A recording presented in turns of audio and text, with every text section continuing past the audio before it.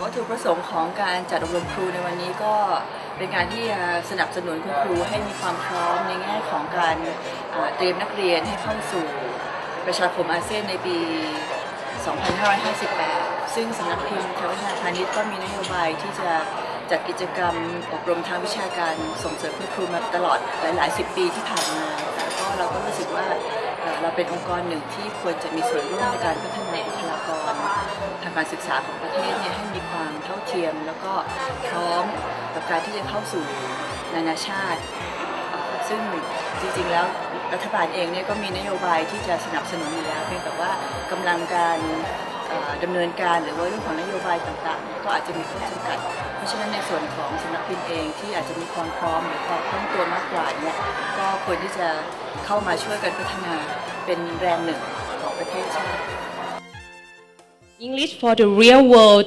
preparing for ASEAN community today.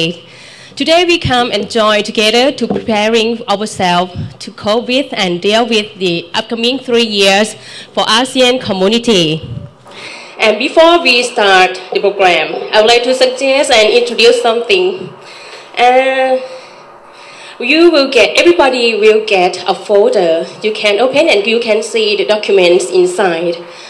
In the folder, you will get a book, a handbook for the time zone, and a CD, and you will get a questionnaire inside also. And you can see a small paper on that. The small paper is for the draw, and we can play games together, and you will get the gifts after that. And I'm sorry, a bit exciting. This is my first time. And I would like to suggest, introduce the place, the restroom. You can go out and turn right, go straight, and the end of the hallway is on your right-hand side. It's for the restroom. And for lunch, we will have lunch for the 2 rooms in the room Virgo and Libra. And this is the great occasion. And now is the proper time for the start for the seminar. And please come and join me, everybody, to welcome Assistant Professor Intira Bunnag, the Managing Director of Thai Vattana Phanit Company Limited, to give us the introduction and the objective of the seminar today. Please welcome Assistant Professor Intira Bunnag.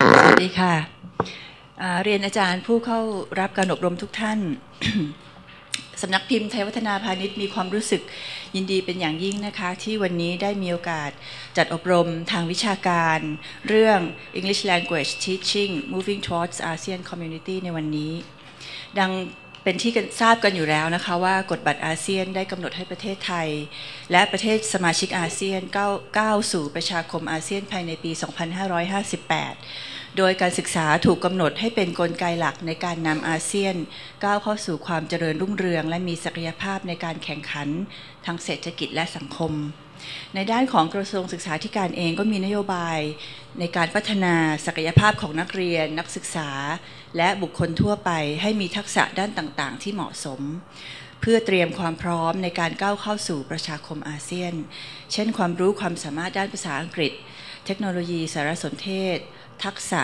และความชำนาญที่สอดคล้องกับการปรับตัวและเปลี่ยนแปลงทางอุตสาหกรรมและการเพิ่มโอกาสในการทำงานเป็นต้นหนึ่งในปัจจัยสำคัญของการพัฒนาศักยภาพของนักเรียนได้แก่การพัฒนาทักษะความสามารถในการใช้ภาษาอังกฤษเนื่องจากภาษาอังกฤษจะเป็นภาษาหลักในการทำงานของอาเซียนประกอบกับนโยบายของกระทรวงเองที่เน้นการส่งเสริมและพัฒนาศึกษาภาษาอังกฤษให้สามารถก้าวทันและแข่งขันกับนานาชาติมาได้โดยตลอดเพราะตระหนักดีว่าภาษาอังกฤษเป็นเครื่องมือที่สำคัญในการติดต่อสื่อสารการแสวงหาความรู้การประกอบอาชีพและการดำรงชีวิตในสังคมปัจจุบันในฐานะที่สำนักพิมพ์ไทยวัฒนาพาณิชย์เป็นองค์กรเอกชนที่ทำงานเกี่ยวกับการศึกษามาเป็นเวลานานจึงมีนโยบายและเห็นความสำคัญของการพัฒนาบุคลากรทางการศึกษานะคะและก็พร้อมที่จะช่วยส่งเสริมและสนับสนุนให้ท่านเหล่านั้นได้รับความรู้ใหม่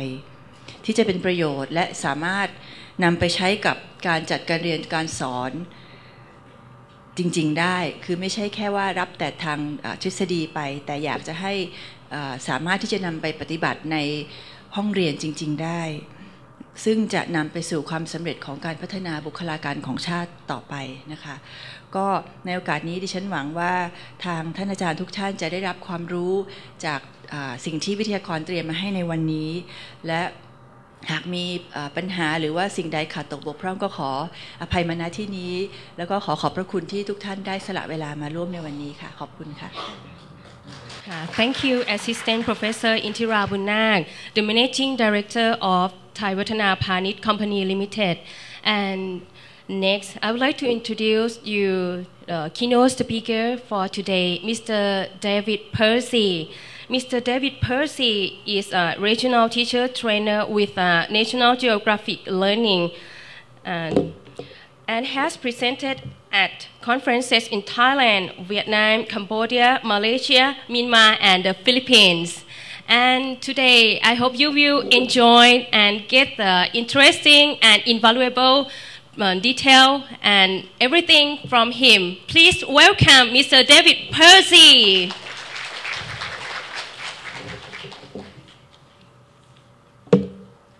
Thank you. Good morning. I didn't hear anything. Good morning. Okay. How are you today? I'm okay. But I live in Samut Prakan, which is another country. Yeah. So I don't think I have ever been to Laxi. It seems very nice, but maybe next time I will come by helicopter. Yeah. Okay. Do you know the person next to you? Everybody needs to have a best friend. What happened to your best friend? She's coming back, yeah? Okay, that's good. Okay, the first thing we're going to do today is make a promise. I want you to promise to speak which language? English or Spanish? Okay? Si quieren hablar en español, no hay problema. But not in Thai, okay? As we'll see, there's a very good reason for that. Now, the first thing we're going to do, you don't know anything about me, I think. What's my name? Ah, very good, okay? But you're going to learn a little bit more about me, and there is a reason why we are doing this activity. Now, no pens, please, or pencils. No paper, no iPhones, no cameras. I am going to show you a paragraph about me. Can everybody see this? Yeah. I'm going to show you a paragraph about me, but I will only show you for 10 seconds. So you need to read very quickly. And the task is very simple. I want you to read and decide what you find interesting. And then tell your partner. Maybe there is nothing interesting about me at all. Okay? Maybe there is. Right? So I want you to read as fast as you can. And then tell your partner what is most interesting. Remember, you only have 10 seconds. Are you ready?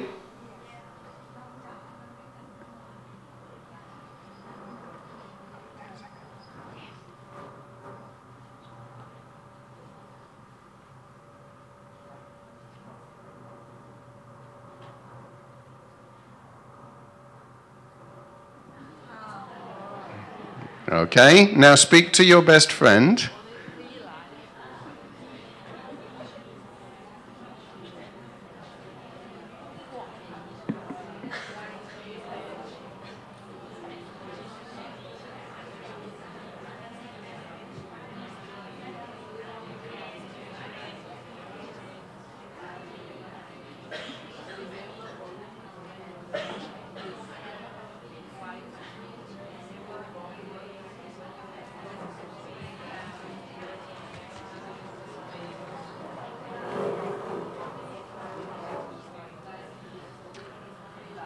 Okay, I want a volunteer to tell me something about me.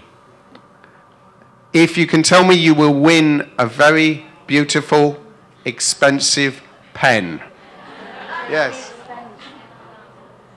You learn Latino culture and you can speak Spanish very well because 19 years in Venezuela, in some country.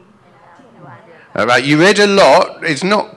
I've been working in English language teaching for 19 years. Yeah. Okay. The president of the President of the British Council. I'm going to give you a pen for that. It's not actually true. I worked at the British Council. Anything else? Yes, which countries? Greece, Yes. Spain, Yes. Venezuela. Oh, okay. You got a pen. Anybody else? Yes. You ever been to work so many countries? Thailand, Spain, Venezuela, Ukraine. Ukraine. Okay, so you got a pen too. Anything else? Okay. Somebody wants a prize. Yeah. You are married, you have 3 children. Aha. Yeah. So you read right to the bottom. Yeah, go on. Yes. How old are my children? The first 10 years old and 3 years old and 17 months. Wow. She deserves 2 pens, but you only get 1. Okay, well done. Now, the next part of the activity. Okay, first of all, this is me. I am the one in the middle. Yeah? Okay, you might get confused because the one on the right looks very much like me, but I'm actually the one in the middle. And what I want you to do now with your partner, I'm going to show you the text, but I want you to tell your partner one similarity and one difference that you have to me. So, for example, this lady, she might say, David only has 3 children, I have 9, for example. Yeah? Or this lady, she might say, David plays football very slowly, but I play football very quickly. Yeah? So I want you to think of a similarity and a difference and tell your partner. Okay? In which language? Yeah. So you need to speak to the person next to you.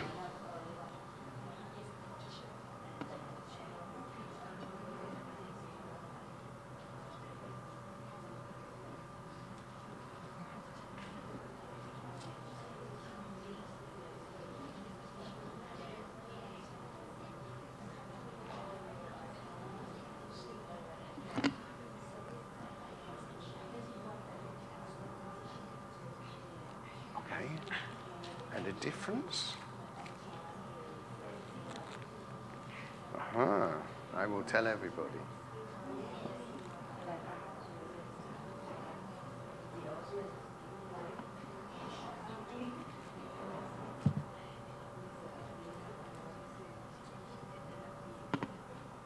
Okay, can I have a volunteer? One similarity and one difference. Okay, that's a difference. So you cannot play football, but you can swim. And one similarity?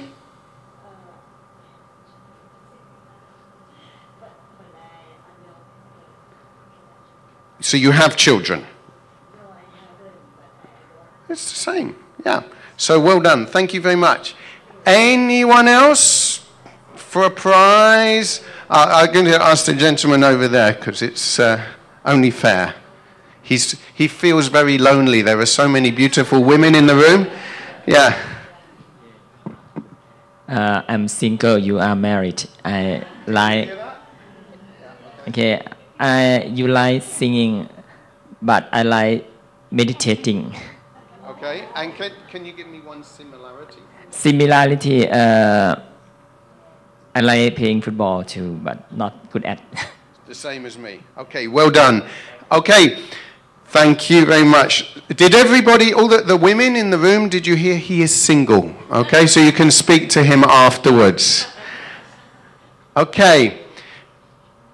What was the purpose of this activity? What was the purpose? What did we do? Well, what was the first thing that we did? What did you do first? You read, yeah? How did you read?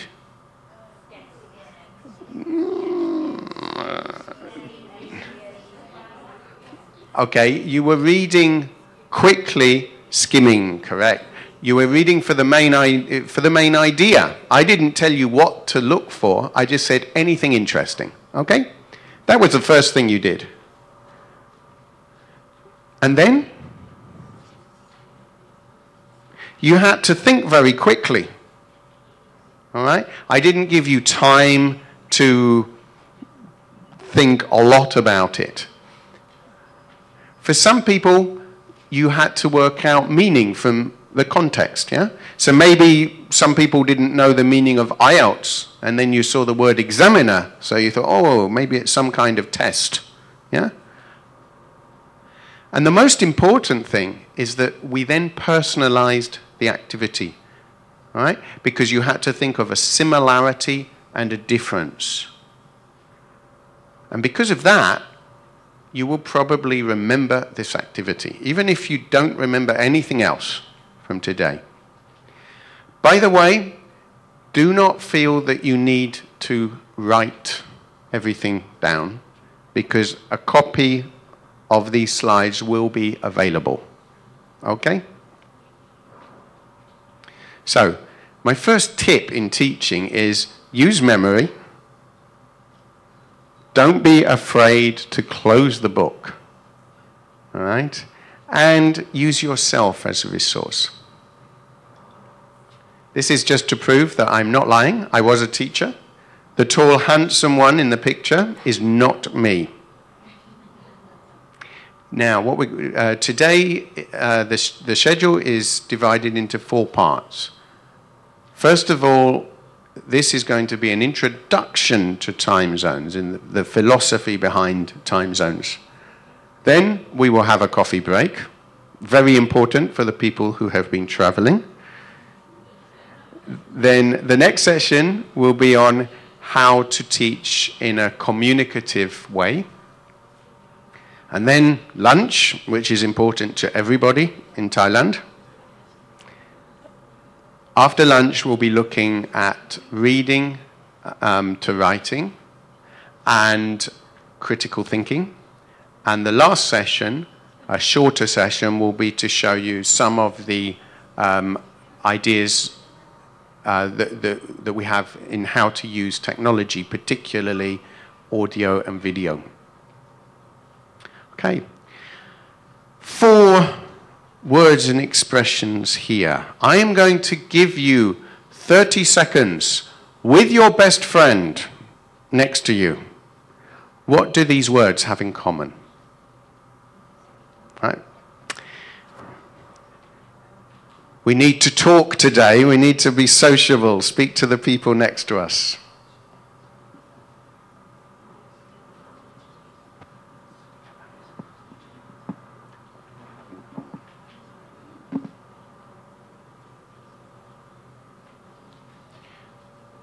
Ten seconds.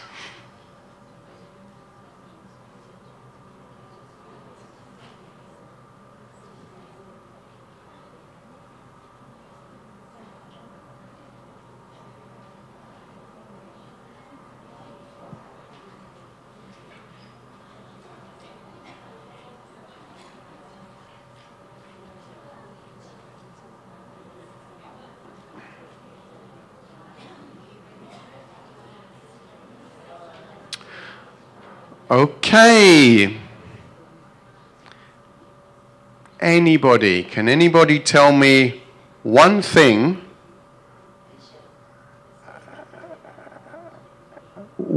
what's significant about ASEAN 2015? What's going to happen in 2015?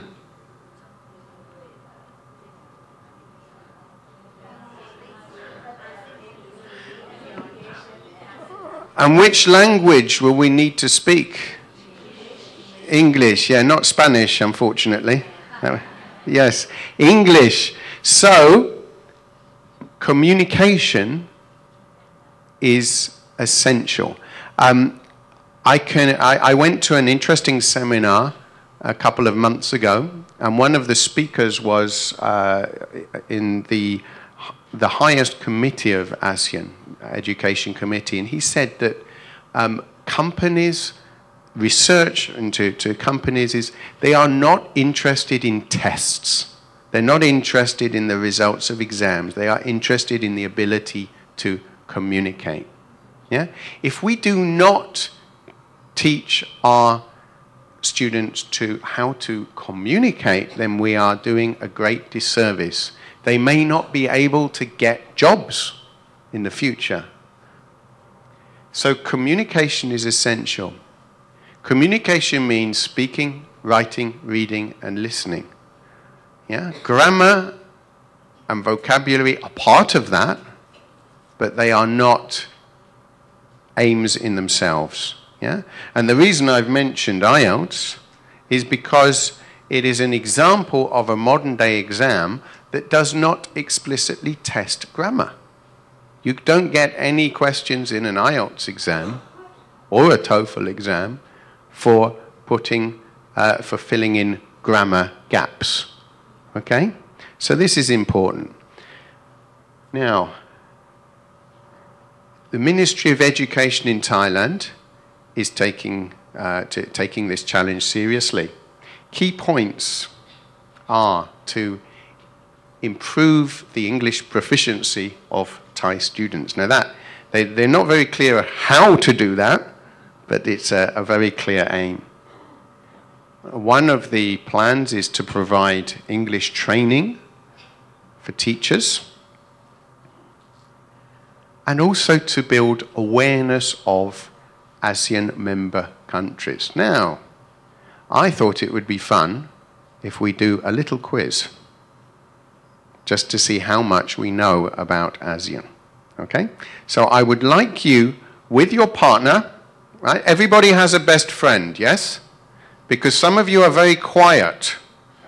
So I'm not sure that you actually want to speak to your best friend, okay? So please speak to the person next to you.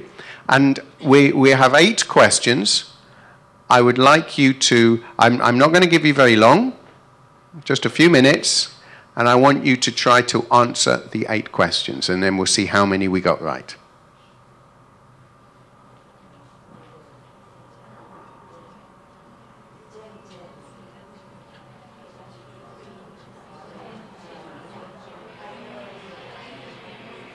I need more coffee this morning.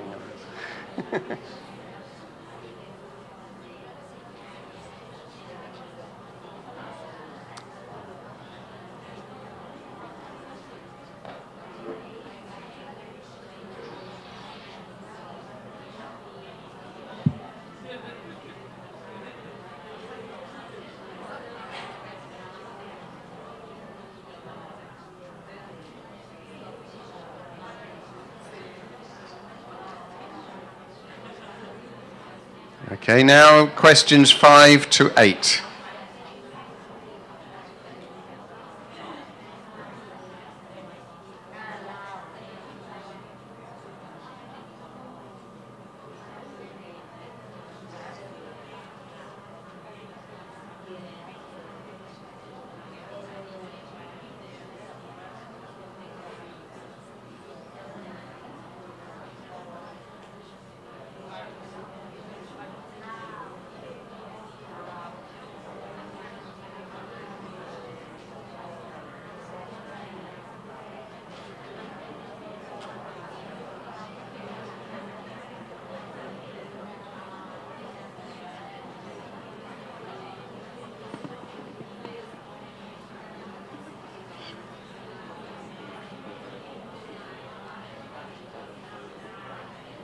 What is?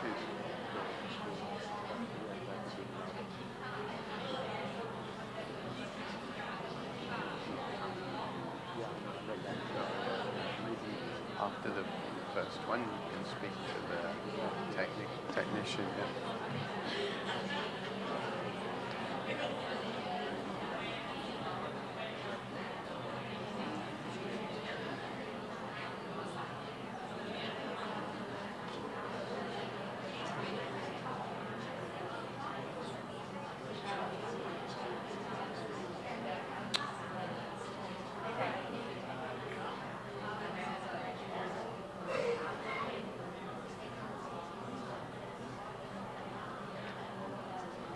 Okay, are we ready?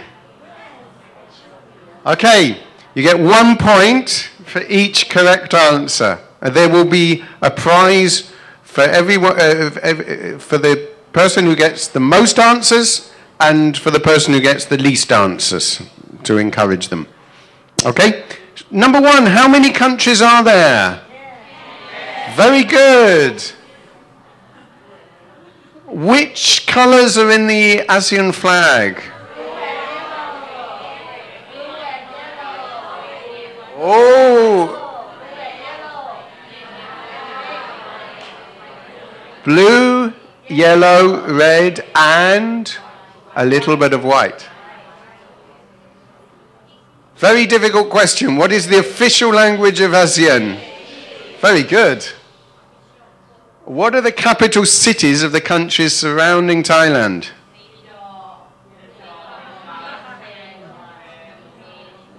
Naypyidaw, yeah.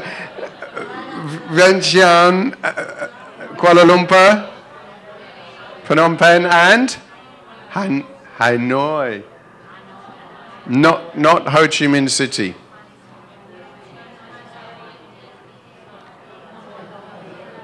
And not Yangon. If you say Yangon, you can go to prison. We don't want to do that. Okay, which country is landlocked? Very good. So you cannot go to Laos by boat. Remember that.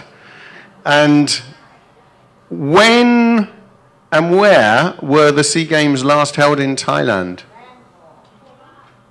Very good, correct. When?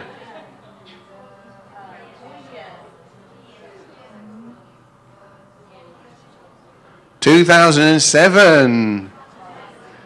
I was there. Yeah, not playing volleyball, but I was there. I was playing football very slowly. No, but I was not competing. But it was a great event. Yeah. Which country is Abdul Rahman a hero? No. No, your beloved neighbours, Malaysia.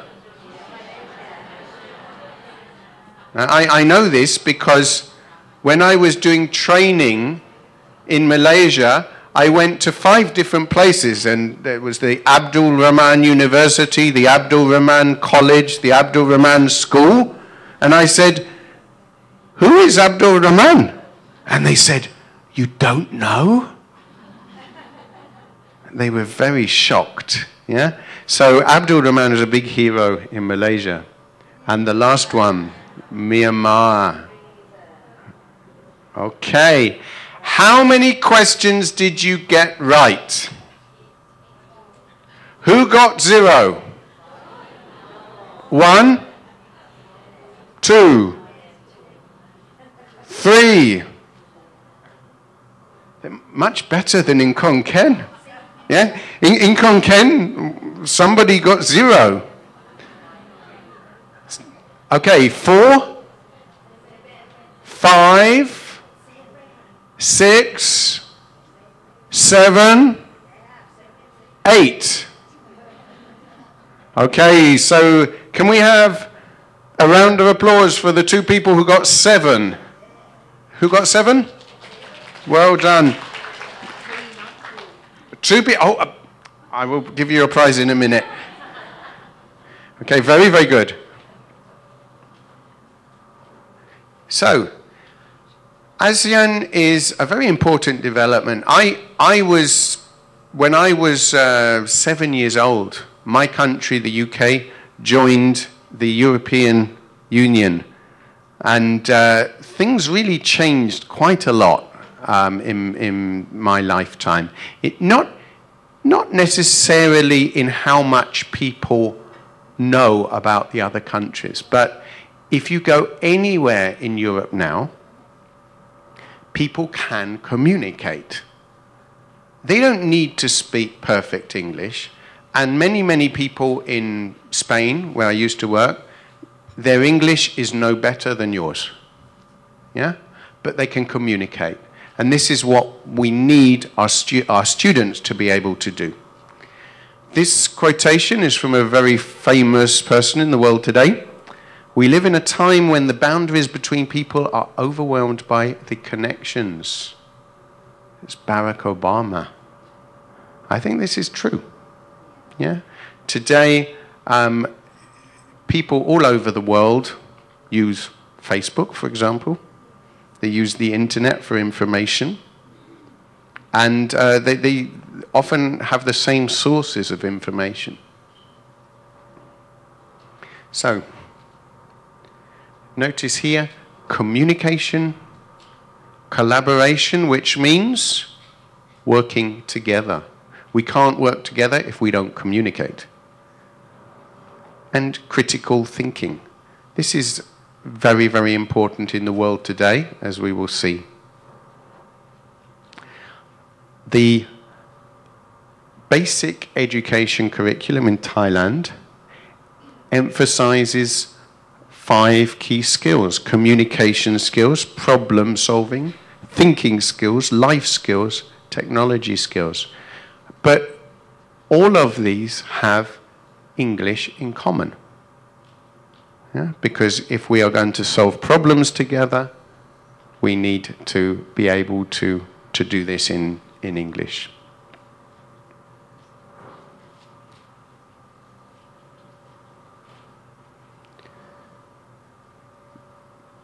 This is my classroom at school. Do you think the students are having fun?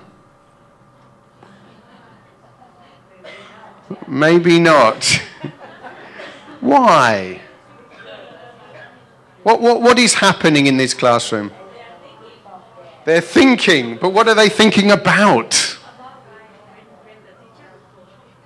They're thinking about the end of the class. Okay, I think if we look at this, the student who is actually speaking in this picture? Yeah. So who is communicating? Well, he's trying to communicate. And this is what is actually happening. They're bored because they do not have the chance to express themselves. They do not have the chance to communicate. So the philosophy really behind our book, okay, no book is perfect, but what we try to do is emphasize communication skills. And to do that, we use images extensively. The teacher's role has changed. A traditional teacher would stand at the front of the class and impart information. So the traditional teacher was the knowledge provider. But nowadays, who has the knowledge? The teacher or the students? Can I borrow this? Your students probably have one of these. And with this, they have access to more knowledge than everybody in this room. Yeah? So it's not necessarily true that the teacher has all the knowledge. The teacher's role needs to be to moderate that knowledge. Those of you who use the internet for blogging or for chatting, or you'll know the word moderator. This is the person who reads what is said and makes sure that it is appropriate. So that is one of the teacher's roles. The teacher, most of all, needs to be a facilitator. Yeah? Make it easy for students to communicate. Motivate them and guide them. So, is this good news or bad news for teachers? Everybody's gone very quiet. I don't think we know. But I think it's probably good news, but it takes a little bit of getting used to. Yeah? It's good news because in the modern day classroom, we do not need to be speaking all the time. We don't need to be working all the time. The students need to be doing the work. Yeah? Images. Why are images so important? Well, think about how babies learn language. Hands up if you have a baby. Only me? Yeah, you have a baby. Yeah. My baby, well, both my babies, they look at things and they talk about them. Yeah? They do not necessarily use correct grammar. Yes? My baby said to me this morning, I said, what did you do yesterday? He said, yesterday I go swimming. I didn't say, no! Yesterday you went swimming. No. Okay? The point is he's communicating the idea. And he will eventually get the idea. If he sees a picture of a swimming pool, he will say, swimming. Yeah? And babies generally learn through image. And we're very lucky in today's world that we have so many images that we can use. Visual literacy is also very important. If you look at modern day exams, such as the IELTS exam and university entrance exams, they test visual literacy. Visual literacy means being able to interpret pictures, graphs, diagrams, maps. Is visual literacy taught well in Thailand? I don't think so. Because when I show a map to the taxi driver, he doesn't understand it. This is not his fault, but he was never taught to read maps. So visual literacy, understanding images and video in general is important. And it's not a new thing. This man lived thousands of years ago. Can you guess the missing word?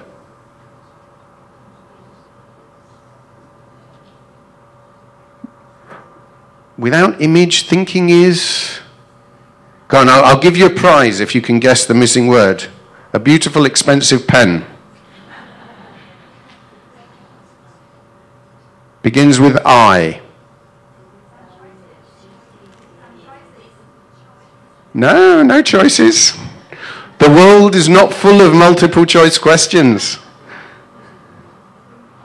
Impossible, well done. How many pens do you have already? Oh. Yeah, without image, thinking is impossible. When we think, we have images in our mind. Yeah? It's not natural, really, only to learn and to study with text. Some brain research. Let's see if you can match the percentages with the way we learn.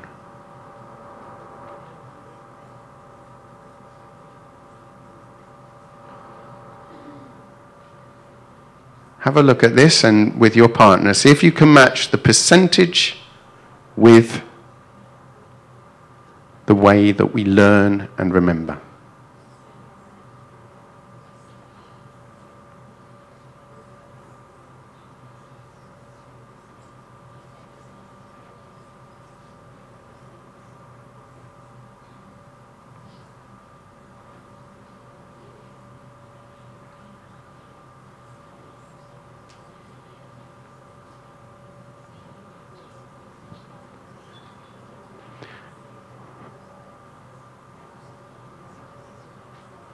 Okay. So research shows, see how many you got right. Maybe. 10% of what we hear. 15% of what we see. I know this because every time I go to a party and I meet people, I forget. It's very embarrassing. 20% of what we see and hear. 40% of what we discuss. So if we do not give our students the opportunity to discuss, it's very difficult for them to remember what we teach them. 60% of what we experience directly or practice. So the importance here is personalizing, relating the things that we read and hear to our students' lives.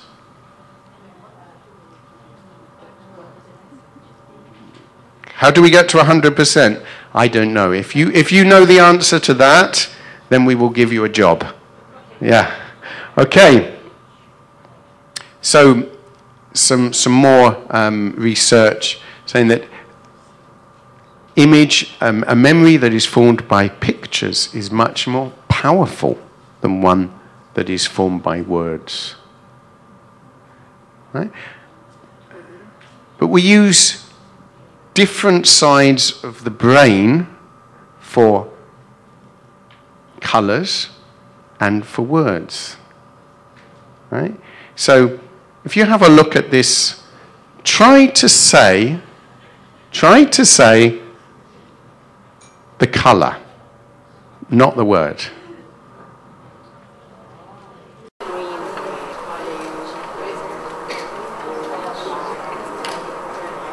So what's the first one? Green, red, blue.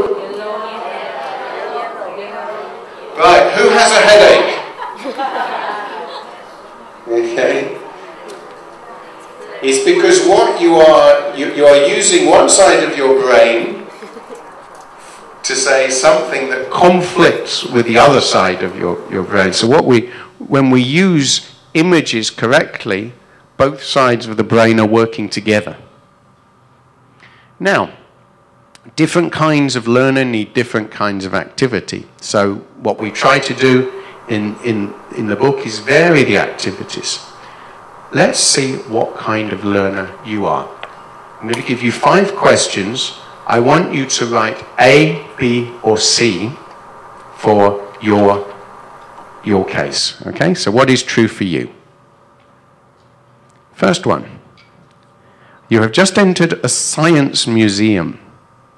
What will you do first? Find a map? Go to the toilet. That's not one of... Okay. After you go to the toilet, what is the first thing you will do? Find a map, talk to a museum guide, or start walking around? So write it down. A, B, or C for you. Number 2, if you were at a party, what would you most likely remember the next day? A, the faces of the people. B, the names. C, the things you did and said. So which is true for you? Yeah, not everybody will have the same answer. A, B, or C. Number 3, which are you most likely to do when standing in a long line or queue at the movies? Look at posters, talk to the person next to you, or tap your foot and move around. Number 4, which would you prefer to go to? A, an art class, B, a music class, or C, an exercise class?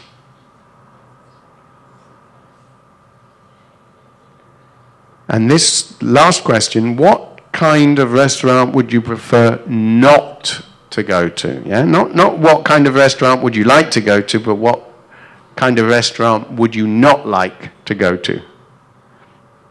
1, with the lights too bright.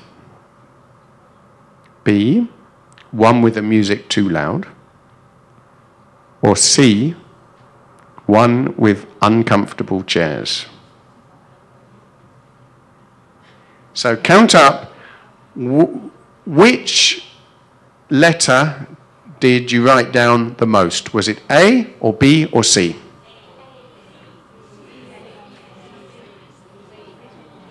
If you wrote A, you are a predominantly visual learner. It doesn't mean it's the only way that you learn, right? But that's probably the way that you prefer.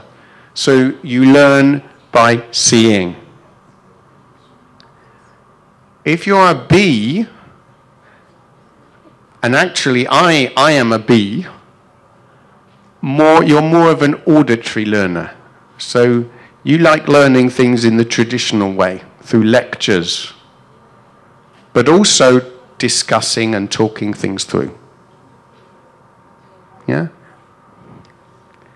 And if you are a C, it means you are a kinesthetic learner or a tactile learner. So you learn through moving, doing, and touching things. Yeah? So hands up if you were an A. Right? You're visual learners. B? Not so many of us. And C? Yeah, so, but there are a mixture of people. If we look here, so auditory I hear, visual I see, kinesthetic I do. And I've just added some pictures to show that even in this case, the pictures help us to understand the words.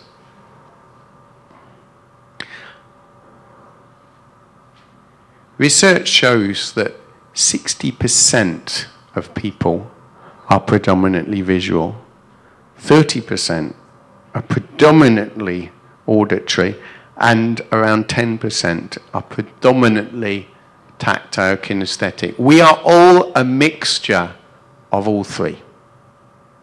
All right? But this is the predominant learning style. But traditional classrooms are only 15% of the activities are visual.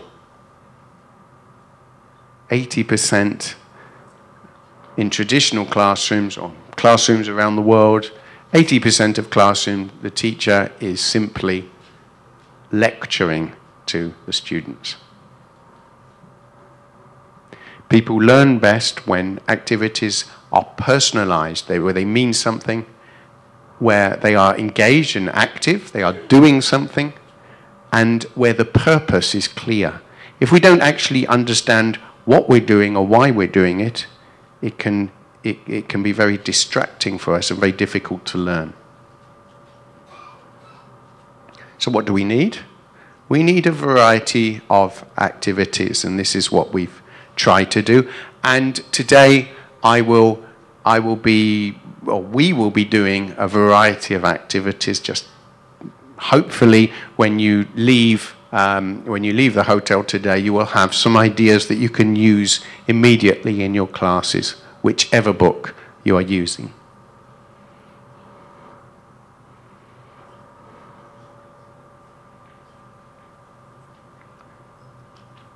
And this is a beautiful picture. Where's it from?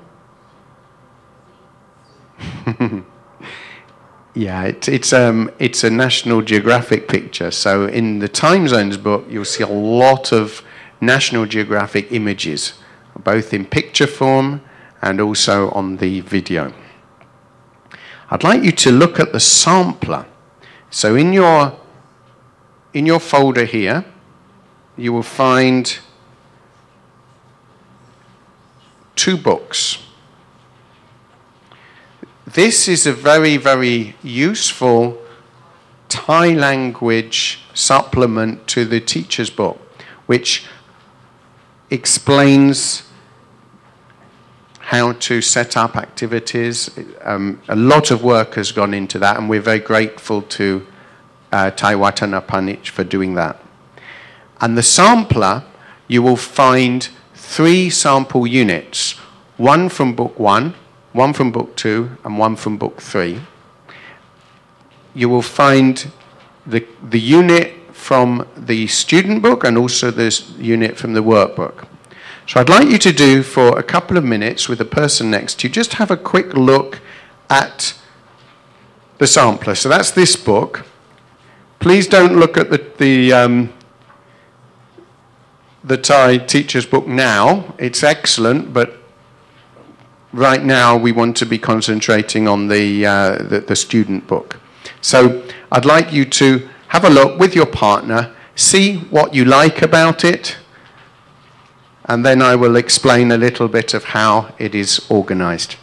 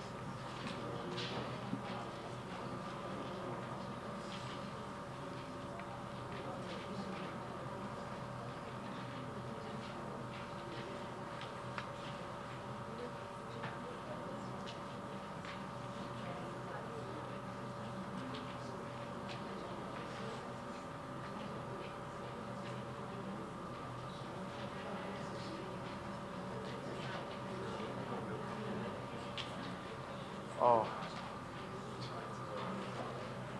I think if I have too many already, I think probably the morning I find that they cease to have any effect. They have the opposite effect.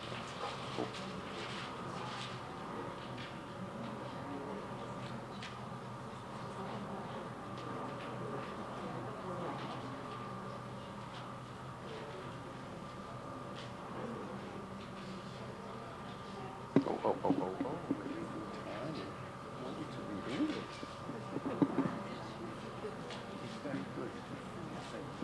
But I think, as I say, you have plenty of time to look at it. So it's very, very good. A lot of work has gone into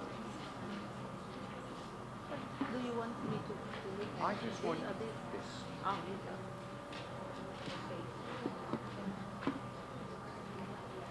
Yeah, just to discuss with your partner what you like about it.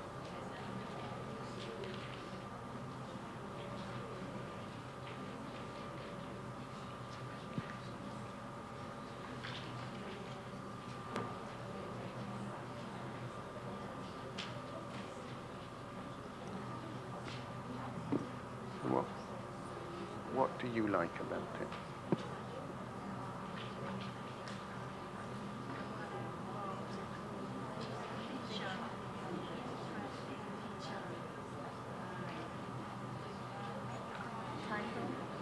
Oh, you like the cartoons? Good, good, good.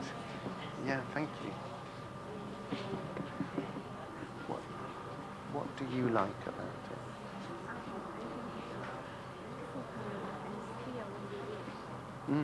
Thank you. And yourselves?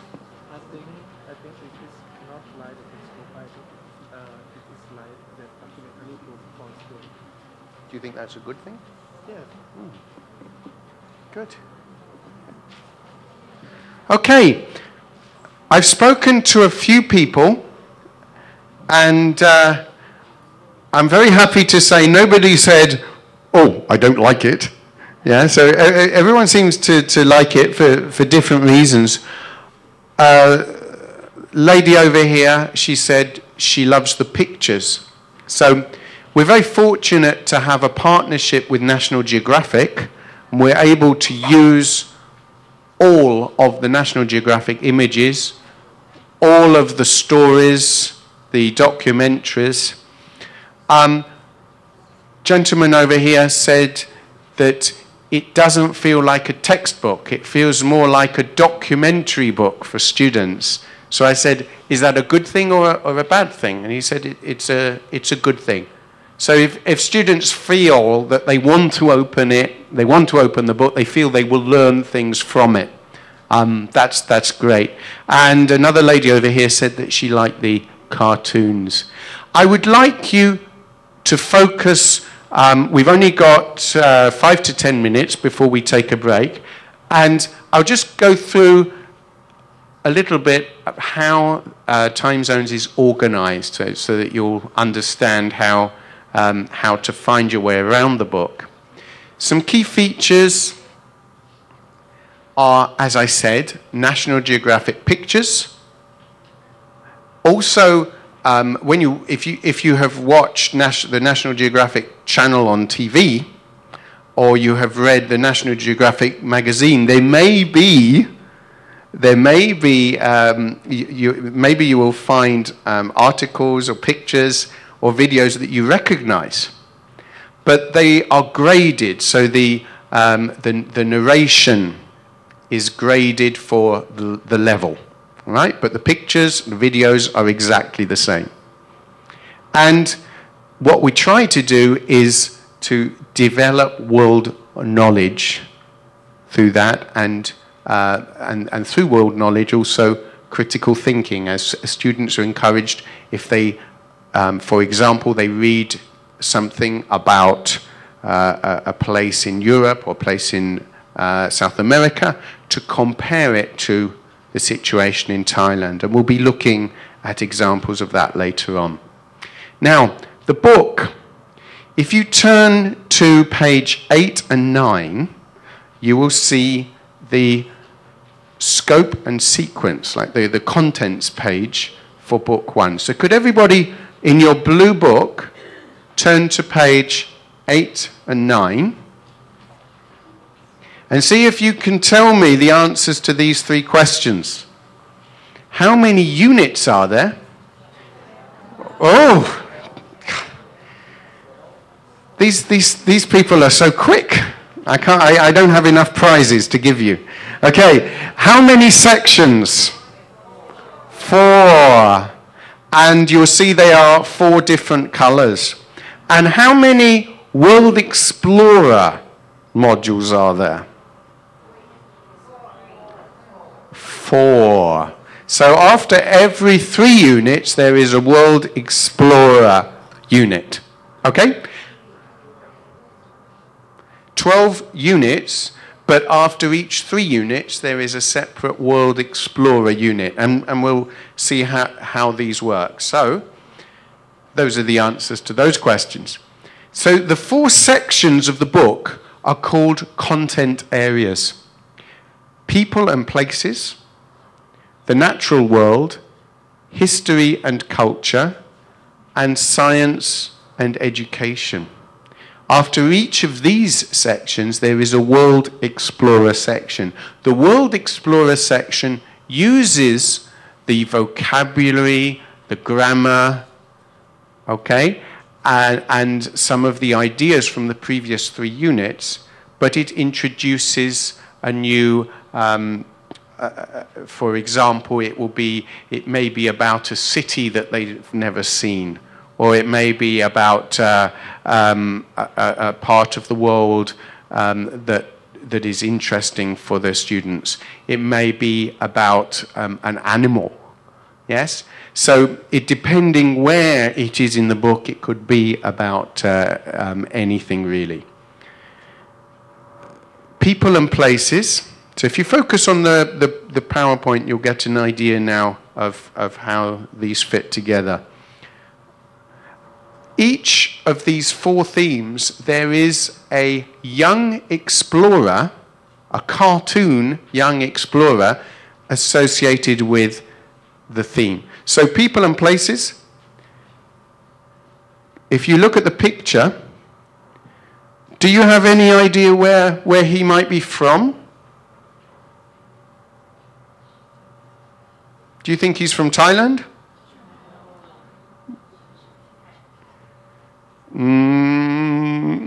I'll give you a prize if you can guess the country. So, I'll give you a clue. It's a country in Europe.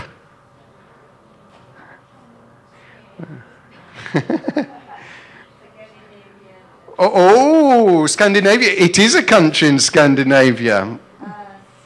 Sweden. Wow. Right. Here, you can have you already have a pen, so now you have some paper to use it. So in People and Places, the students learn to talk about themselves and the people around them. So 3 units in each book have this focus. An example language for this might be the language of routines or introductions. Then we have the natural world. So the next 3 units will be on the theme of the natural world. Where do you think he is from? This young explorer. Yes, from Asia? No? No? No? No? No, nobody's got it. I get the prize. Okay. In the natural world, students learn about animals and the environment. And example language here is comparatives and superlatives, for example. So you may be, if you are learning about different kinds of animals, for example, you might be comparing them, saying this animal is faster than this animal is cuter than this animal. There is a unit in your sampler that says cats are cuter than dogs. I disagree. Okay? And the next 3 units will be on history and culture. Where do you think this young explorer is from?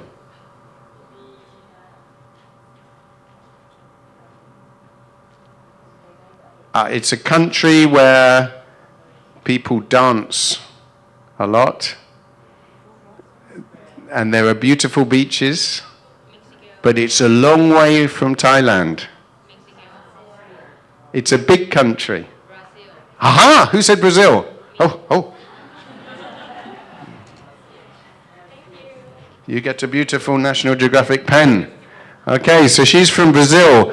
So students here learn about world cultures and their histories. So example language here would be traditions, festivals, and when things happen. The thing to remember is that you as teachers, you know a lot about Thailand. You know about people and places. You know about history and culture. You know about the natural world in Thailand. And you need to encourage your students to talk about Thailand and compare with the cultures that they familiarize themselves with in the book. And then the last 3 units are on science and education. Where do you think this young explorer is from? Well, we had 1 young explorer from Europe, 1 from Asia, 1 from South America. This one is from Africa. Which country? South Africa, okay. Yes, she's from South Africa. So, thank you. So here, in science and education, if you were talking about Thailand, you might talk about the King's projects, for example. A lot of scientific projects, and you can compare that with what has happened in other countries.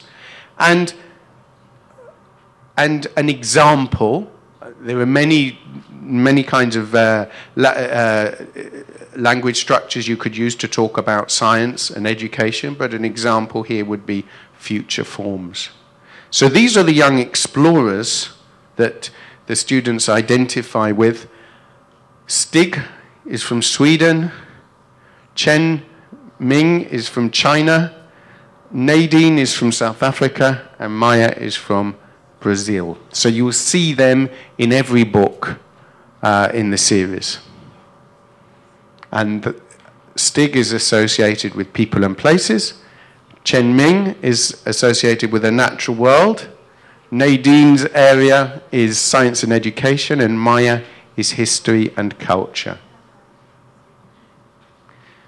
Okay, the materials that you will use if you use time zones, you will have student book, you will have the teacher's book, you will have the Thai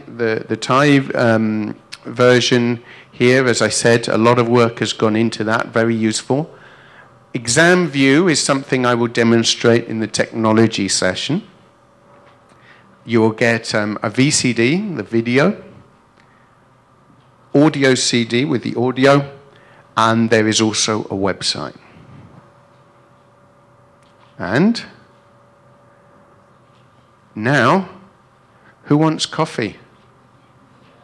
Hands up if you want coffee. If you don't want coffee, I can give you some grammar exercises. Okay, so can you come back in 15 minutes? Okay.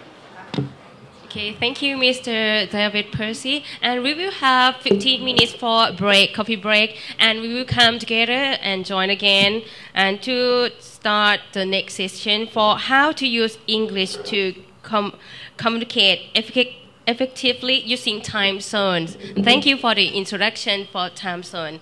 Yeah, please have a break. Thank you. Hello, and welcome back to the program. And before we start, I would like to introduce you something. We will have a game. As you see outside the room, we have the box outside and small information. And the game is, you can find the information in the books.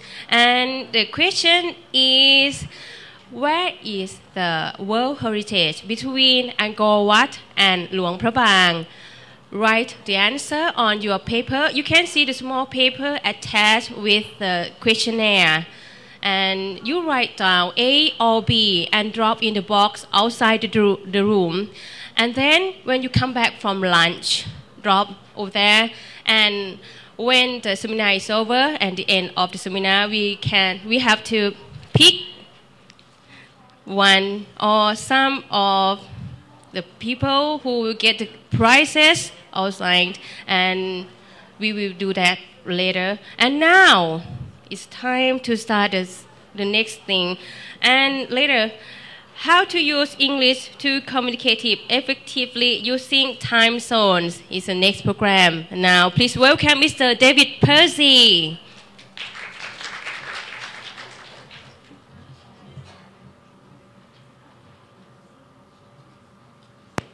Hello, everybody.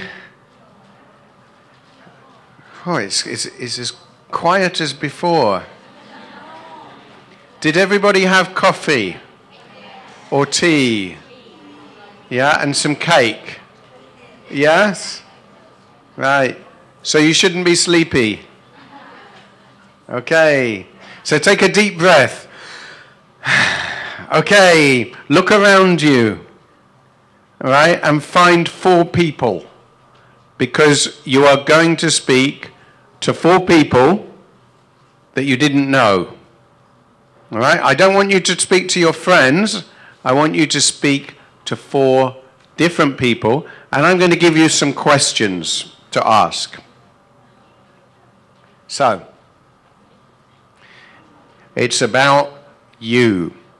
First of all, I want a volunteer to ask me the questions so that everyone can see how this activity works. Have a volunteer? Volunteer? I'll give you a prize. Ah, right, there we have a prize. So here, how many prizes do you have? Only 2 pens. How big is your family? For your friends? Ah, okay. She's a very kind lady, isn't she? Yeah. What's your name? Shawani. I'm very pleased to meet you. What's your nickname? Rose. Rose. Now that's much easier. Okay. My name is David and my nickname is David. Yeah. Okay. Right. So the first question is, what's the question? like Bangkok? Oh, how do you like Bangkok? I love Bangkok. I think Bangkok is one of the great cities of the world. Can you ask me a follow-up question? Okay. Why do you like it? Why do I like it? Because there is a lot of variety. There is, you know, I'll tell you a true story. When I first came to Bangkok, it was my first time in Asia. And I was on the plane, I was thinking, what am I going to see? The first day, I was thinking golden temples, elephants, and lots of people eating delicious food on the street. And the first day, I saw an elephant in the street. I saw thousands of people eating delicious food. And I saw golden temples in the first day. So I do, you know, I think it is a great, great city. Okay, next question. How long will you live in Bangkok? Probably until I die.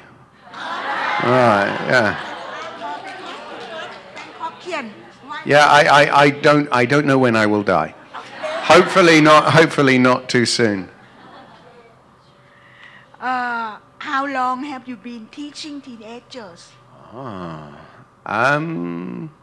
Probably since I started teaching 20 years ago. No, in Greece and Spain and Ukraine and Thailand. Yeah. What about you? Do you like teaching teenagers? Normally I didn't graduate from teaching, but I just love and stuck with teaching. Love teaching teenagers. You deserve a prize. Yeah.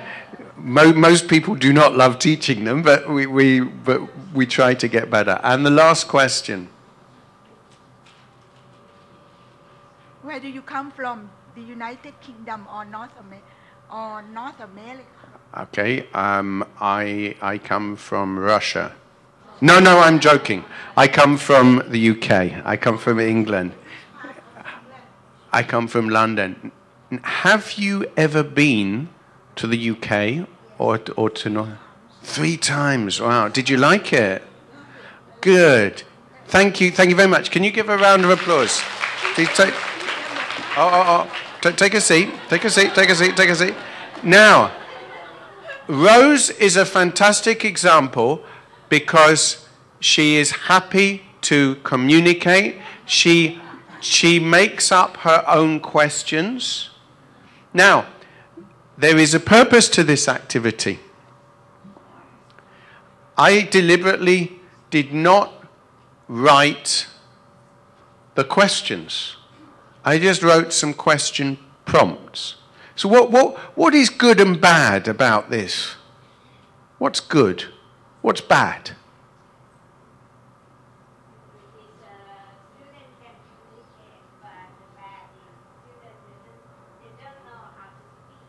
Maybe. Thank you very much. Take a okay, round of applause. Okay, it's a good. But they may not know how to ask the question correctly, so they may not produce an accurate question. Now, one of the problems that we have as teachers is the people who taught us. So when I went to school, if I asked the question in the wrong way, the teacher would say, "No, that's wrong. Sit down. Somebody else." And so I didn't want to ask the question. Now, the point about a more open activity, it doesn't matter if the question is not perfect. So if you say to me, how long you stay in Bangkok, I can correct you. I can just repeat the question. I can say, how long have I lived in Bangkok? How long have I been in Bangkok? Oh, but it doesn't matter. The aim of the activity is to communicate, to speak. Your students will improve in time. The more they see correct English, the more they will use it. There is more than one correct answer. You can ask me, do you like teaching teenagers? You can ask me, how long have you been teaching teenagers? Yeah? You can ask, there are many different ways of asking the same, of using those words. And because of that, it's a more real life task. Imagine you are at a party, and I meet this beautiful lady at a party, and I say, oh, excuse me, let me check my book. Where do you live?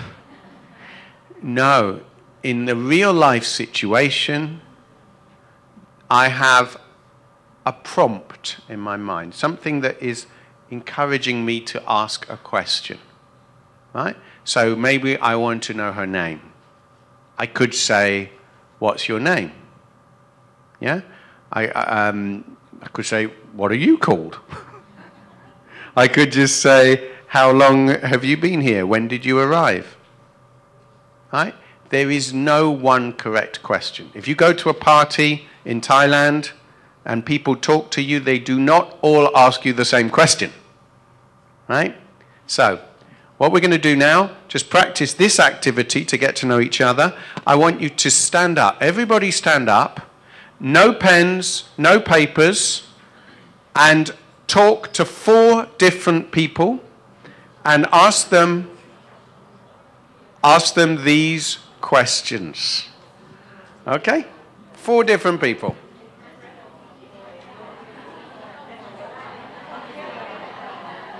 You need to walk around.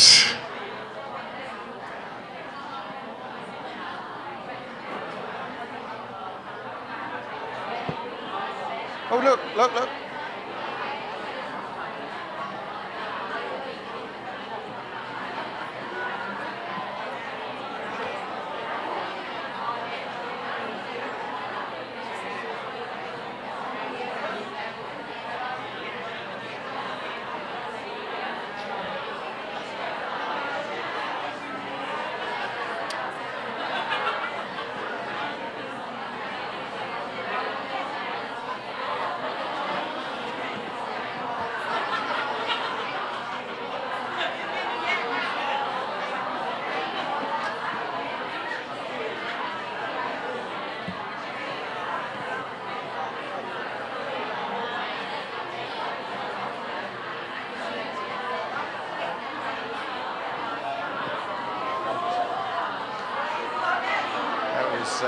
When I did that last time, I didn't get them to stand up and move around. It's just, and you forget that, like, for some of them, that's rocket science.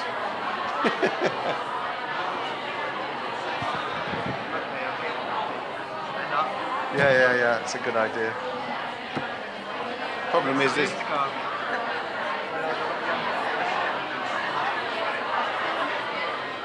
What, you mean now you can't keep up with them, yeah?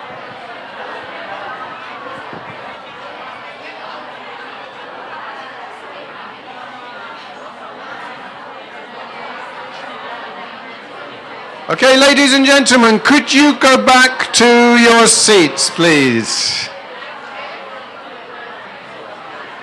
Ladies and gentlemen, could you sit down, please? Can you sit down, please?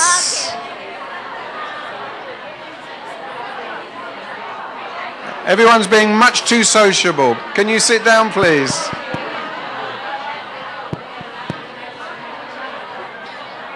Okay, time to sit down. Thank you. Thank you. Thank you. Thank you. Okay. People in the middle, can you sit down, please? Thank you. Can you sit down, please? Sorry, I have to stop you. Okay.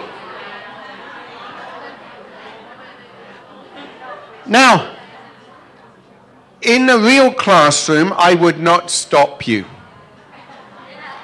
But this is not a real classroom because we started late and lunch is at 12 o'clock. And the most important thing in Thailand is lunch. Yeah. So that's why I stopped you. However, I also stopped you because I know that your level of English is good. You can do this activity and you are enjoying it. Your students would also enjoy being given the opportunity to move around, to talk to each other. It doesn't need to be perfect. All right?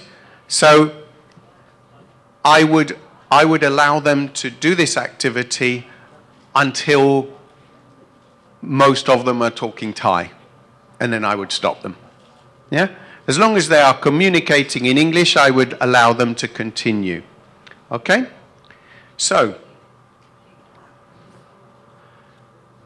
still, some teachers, they say to me, I don't teach communication in class because speaking is not assessed at my school. What would you say to that teacher? Do you think that is a good reason not to teach communication?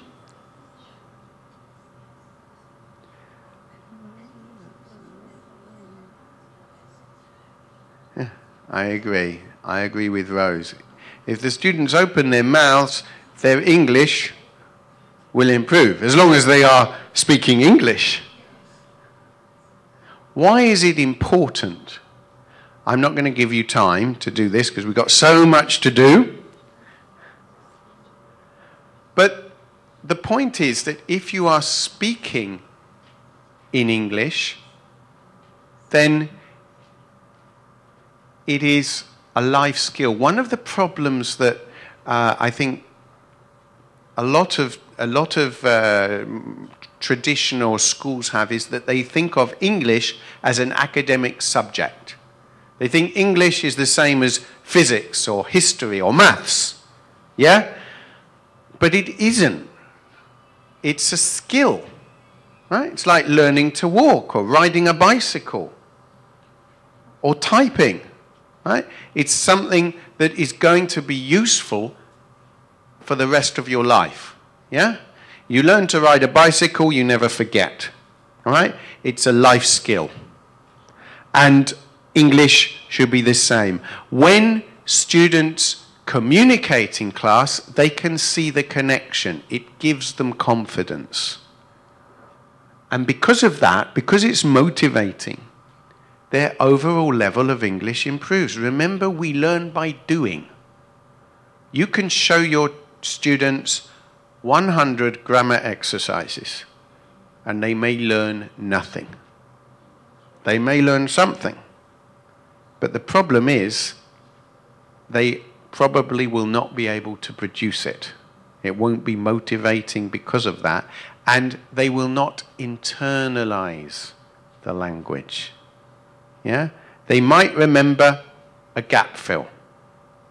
Yeah, they might remember, okay, yesterday I swimming. And then they think, went. But if somebody asks them, what did you do yesterday? You go, oh, that's not in the book. Right? So communication, if it's real, if it reflects real life, it is motivating, it is internalized. Because of that, students will learn more. And because of that, they will also do better in the tests. And if they do better in the tests, then you look good. Yeah? So the more they communicate, really, the better. Okay? Little discussion for you. What are the differences between today's teenagers and teenagers 10 years ago? I'll give you 1 minute with your best friend.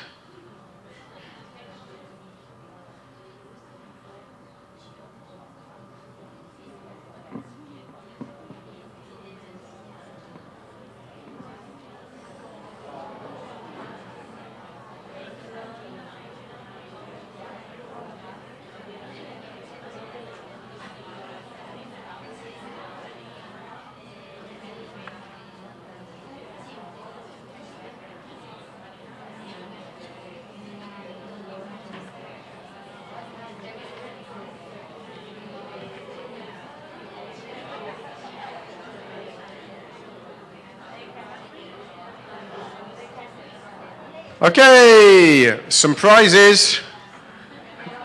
So who can tell me one difference? Teenagers today, teenagers 10 years ago. At the back, yes.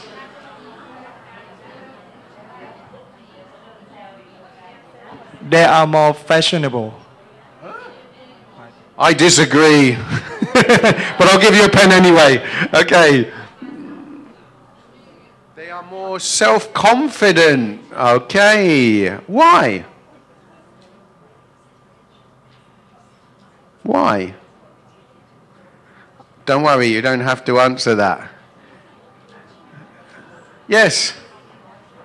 I think teenagers today, they are more independent. They want to learn something that have some meaningful to them, I think. Okay, so they're not content just to listen to what the teacher wants to teach them. They want to have some control. Okay, I'm not going to take any more answers because we have to move on. But you'll notice I've put question marks after this. Maybe they are more knowledgeable, maybe not. But they have access to knowledge. In the past, hands up, who in this room, when you were a child, did you have an encyclopedia? I was very lucky. My parents bought the Encyclopedia Britannica in 1971 when I was 5 years old. Yeah? And I learnt it. No, not really. But I had an encyclopedia. Brendan, did you have an encyclopedia? Yeah, Brendan had an encyclopedia. We were lucky.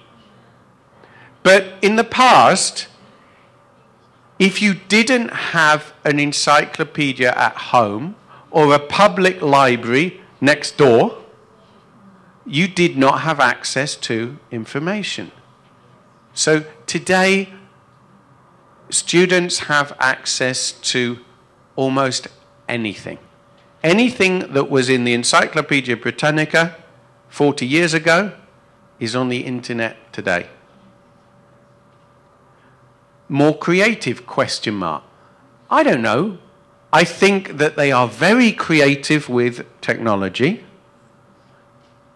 Are they more creative than children that have nothing? I don't know. All right? But they are creative in different ways. Some children only play games, but in my generation, some children only watch television.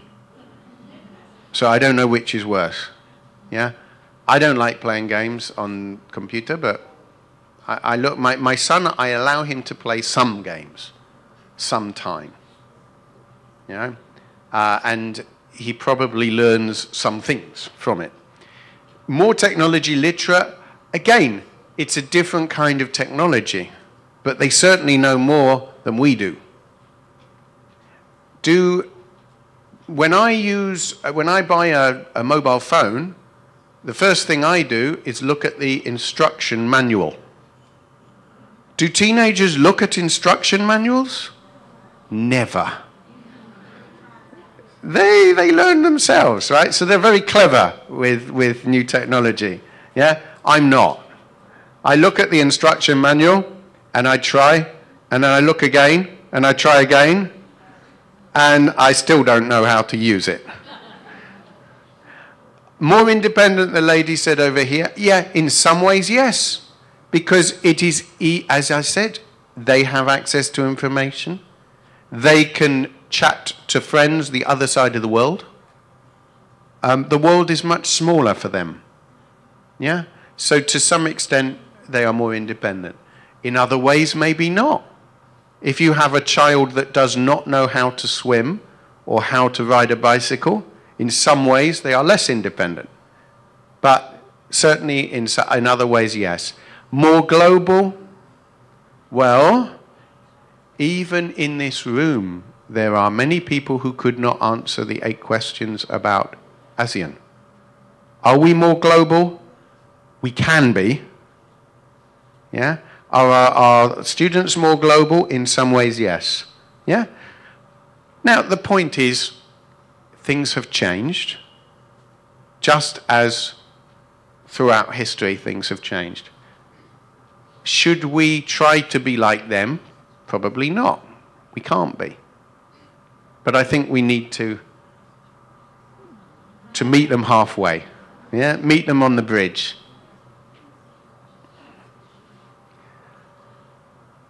A revision question. What's the most important role of the English teacher today?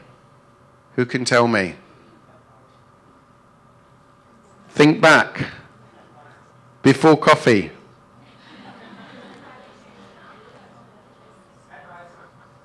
An advisor. Yeah. Or another word? Consultant. Very good. Or a guide. Or a facilitator. And most of all, to encourage communication. So what we looked at before the break was how the old teacher was the knowledge provider. The new teacher needs to be all of these things. Teaching and learning are different. Yeah? We can teach a lot. It doesn't necessarily mean that our students learn. Yeah? So in this cartoon, it says, I taught Stripe how to whistle. I didn't hear him whistling. I said, I taught him. I didn't say that he learnt it. Yeah?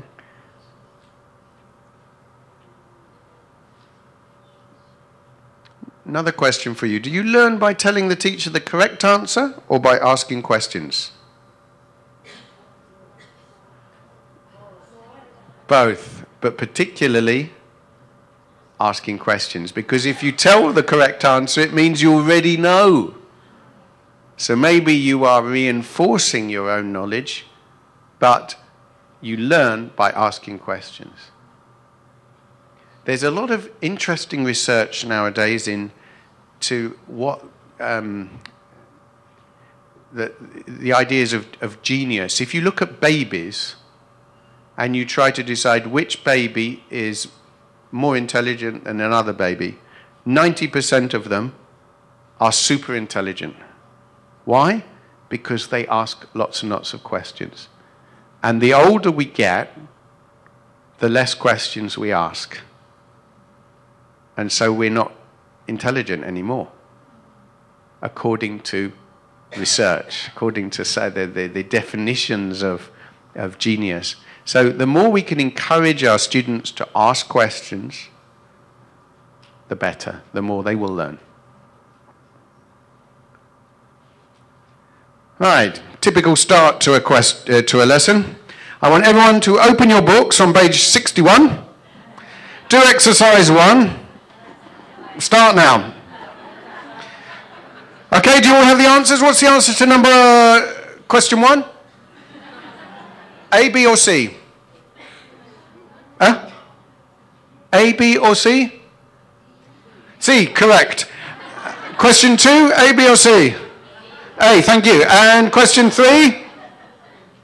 A, B, or C? C, wrong. Sorry, you'll have to go back again. Now, the students are probably not too excited. So why are they bored? Because a good start is halfway to success. Now, when you have a book with a lot of good pictures in, there's a lot we can do with pictures. And so we're going to do a little activity now, an example. I want you, everybody in this room, look at this picture. First thing I want you to tell me, what do you think is the theme of the unit? It's not in your book, so you can't cheat. What do you think is the theme of this unit? Look at the picture.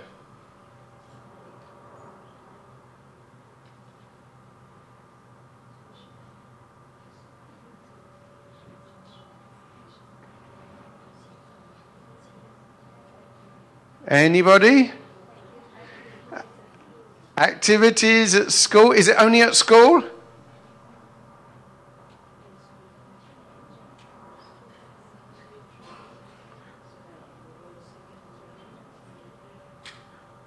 Okay, who said activities? For both of you. Okay, the theme of the unit is this. What are you doing this summer? Now, I want you to look at the picture. Don't be scared. Oh no, please turn the lights off. Thank you. Off, off, off. Off. Thank you. Right. I want you to look at the picture. Unfortunately, I cannot make it any bigger. All right? I'm going to give you 20 seconds. I want you to try to remember everything you can from this picture.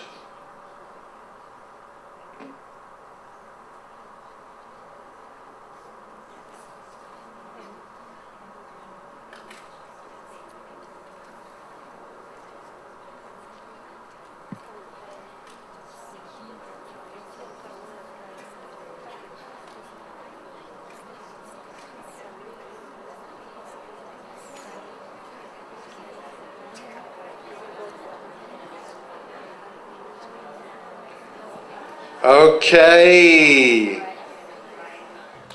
Can you put the lights on again? Thank you very much. Now, I am going to ask you 6 questions about the pictures. I want you to write the answers to the questions. Now, do I want you to write the question? Yes or no? No. Do I want you to write the answer? Yes. Do I want you to shout out the answer? No. Good. Good students. What? Today you are students. Good teenagers, yes. Rose is a teenager. Right. Question number 1. What colour is the lifeguard's hat? Question number 2. What is the girl doing with her grandfather? Question number 3. How many friends are hanging out together? Question number 4. How many of the students in science class have fair hair? Question number 5. How many people are going camping? And question number 6. Is the man wearing shorts or long trousers? Easy questions. Do you want me to repeat the questions? You want me to show the picture? Okay.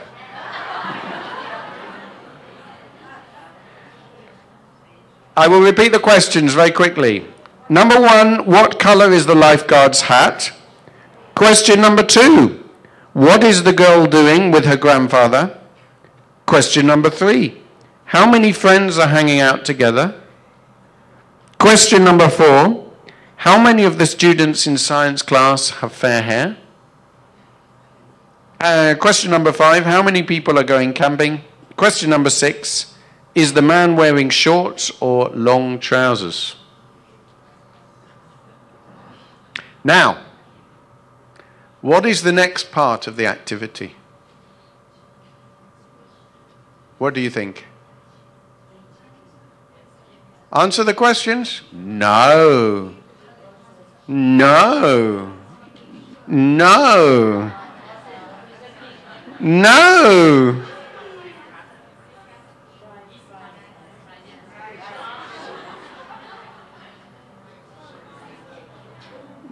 Now, I'm not going to ask you to do this because we do not have time, right?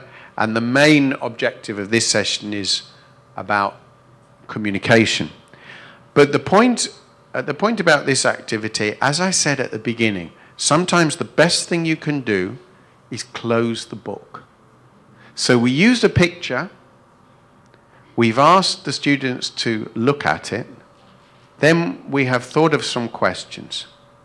No preparation. You don't need 6 questions, could be just 3 questions, right? Teacher asks the questions. They are practicing their listening, okay? They are thinking about the answers. They write down the answers. And then it becomes more of a communicative activity.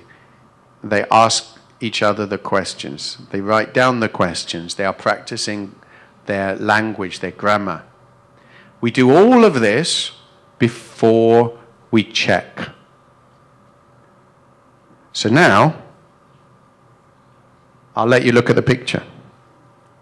The first question was, who can tell me the first question? What color? Yeah, what color was the lifeguard's hat? And the answer is?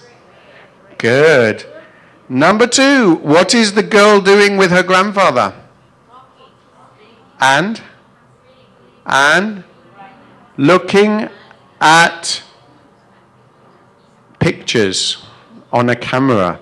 Now don't worry, this is difficult because people at the back, you probably cannot see. But the point is the activity, you would use a book. Okay? So you don't need to worry about that. Number 3, how many friends are hanging out together? 4. Very difficult. Number 4, how many of the students in science class have fair hair?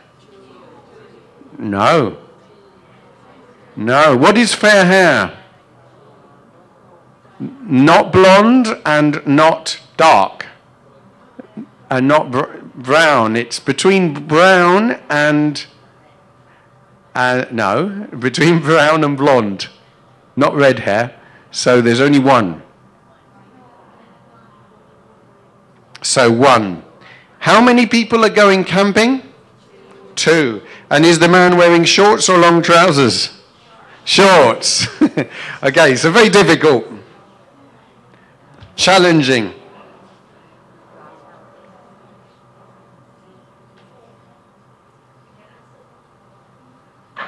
So these were the questions. These were the stages that we went through. So things that you can do, these are activities you can do really with any pictures that have a lot of detail. First of all, we covered the topic of the unit. So we showed a few pictures. We said, oh, what do you think the pictures have in common? And the answer was activities, summer activities. Then we didn't really go through this because in this room your level is such that I think you know the vocabulary. But with the students, I might go through the vocabulary, lifeguard, camping, etc. Then I would say to the students, okay, you look at the picture for 20 seconds, then you close the book. Then I ask the questions. Then they write down the answers. And then they write down the questions for the answers. And then they can look at the picture again. And then I check the questions. So the point here is we're really exploiting a picture. Now, I have a question for you. Do your students speak in class? Do they speak a lot? In English? Right. Now, is there a magic recipe to make them speak? Here's the pot. Right, I'm going to give you 1 minute with your partner There are 3 magic ingredients that go into the pot to make the magic recipe. What do you think they are? Ask your partner.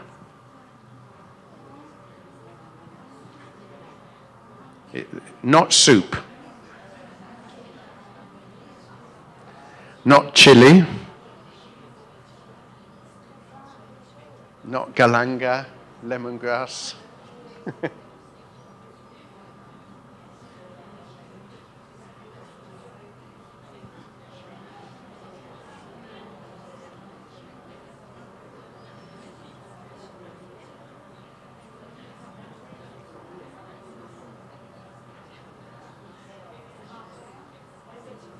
Okay, who can give me one ingredient? Somebody, not Rose. Not yet. Okay, sorry.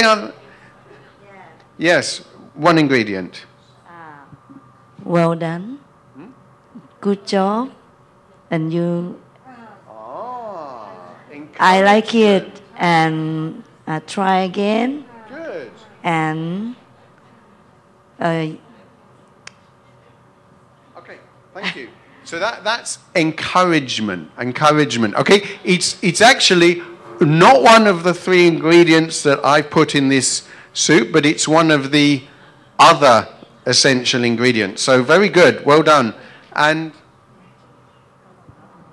opportunity from teacher and encouragement same madam, and inspiration from student. Yep. Keeper. Okay. The next one, yes? Interesting thing, interesting activities, Interesting activities, okay, yeah. Confidence. Okay, I like that one. Confidence and knowledge. Do they have the knowledge they need to speak about what you want them to speak about? That is actually one of the ingredients. Let's go through the 3 ingredients. First of all, classroom language. What do I mean by classroom language? I'll ask you a question. How many of your students know how to say, "Can I go to the toilet?" How many of them know how to say, "Can I do question 3 first, please?" How many of them know how to say, "This one's wrong because it's in the past tense"? How many of them know how to say that?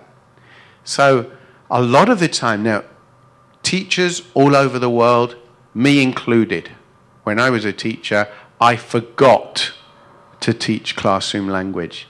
You need to teach it again and again and again and again. Because if you put yourself in the position of your students, every time they want something or they want to explain something, they use Thai. It's not their fault if they don't know how to say it in English. The second ingredient is receptive to productive. In other words, we cannot expect our students to speak if we do not give them a model. Now, the model may be from a listening or a reading. It may be from the teacher. Usually it's from the teacher. It may be teacher and other students. So when you're talking about input, that's receptive. All right? So in other words, before something can come out, something needs to go in. Yeah? And the last and possibly most important ingredient.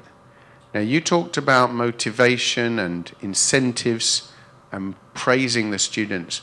But the most important is this, a reason to communicate. If you do not have a reason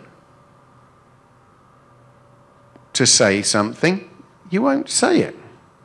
It's quite unnatural. Yeah? I'll give you an example from my experience as a teacher. For many years, I used to ask students after the weekend. I would say, "Okay, I want you to talk to each other about your weekend." And the adult students would do it. The teenage students would never do it. Why not? Because they say, "Why? Why?" Because they already know what they did at the weekend. So I need to change the activity. I need to say something like, what was the scariest thing that you did at the weekend? Or name 3 delicious foods that you ate at the weekend. Yeah? You need something that has a clear objective, a clear reason. Yeah? And generally, when we speak to someone because we want to know something that we didn't already know. Many classrooms in the world, you have me, my best friend, and I'm saying, "What's your name? Where are you from?" And they're thinking, "You know my name. And you know where I'm from. I live next door to you." Yeah? So there's no reason to communicate.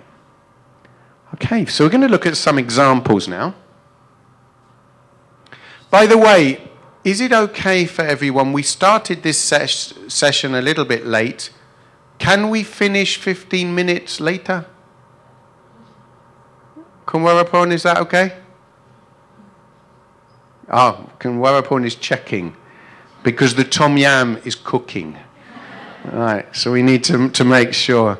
Okay, here is an example exercise.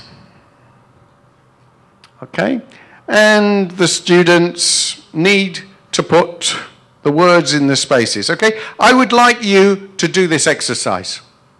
Okay, you have 20 seconds together with your partner. Do the exercise.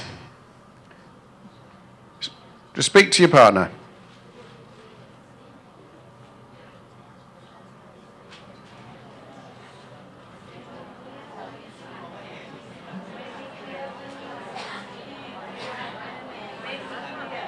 Okay, don't worry, this is the main point.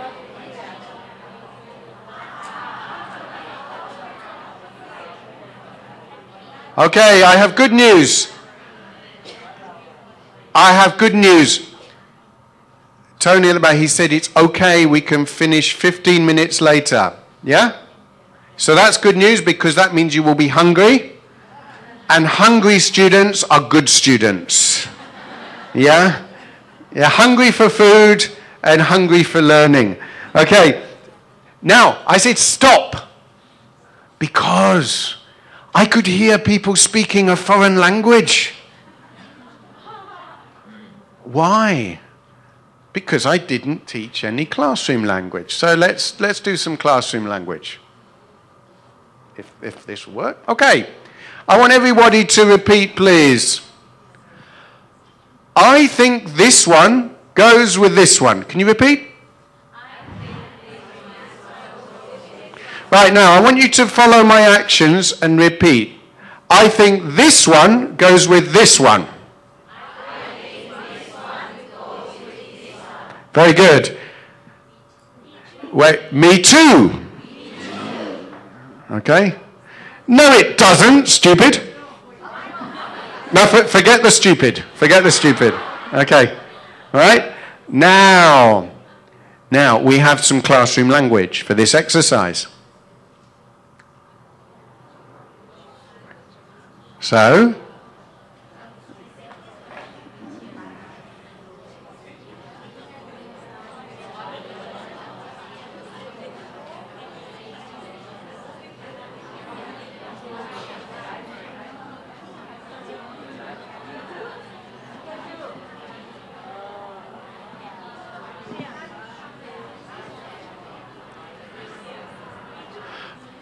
Okay.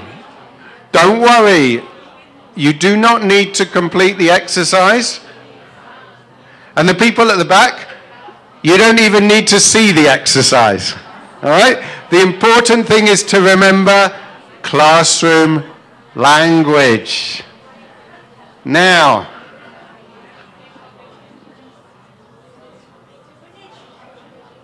okay.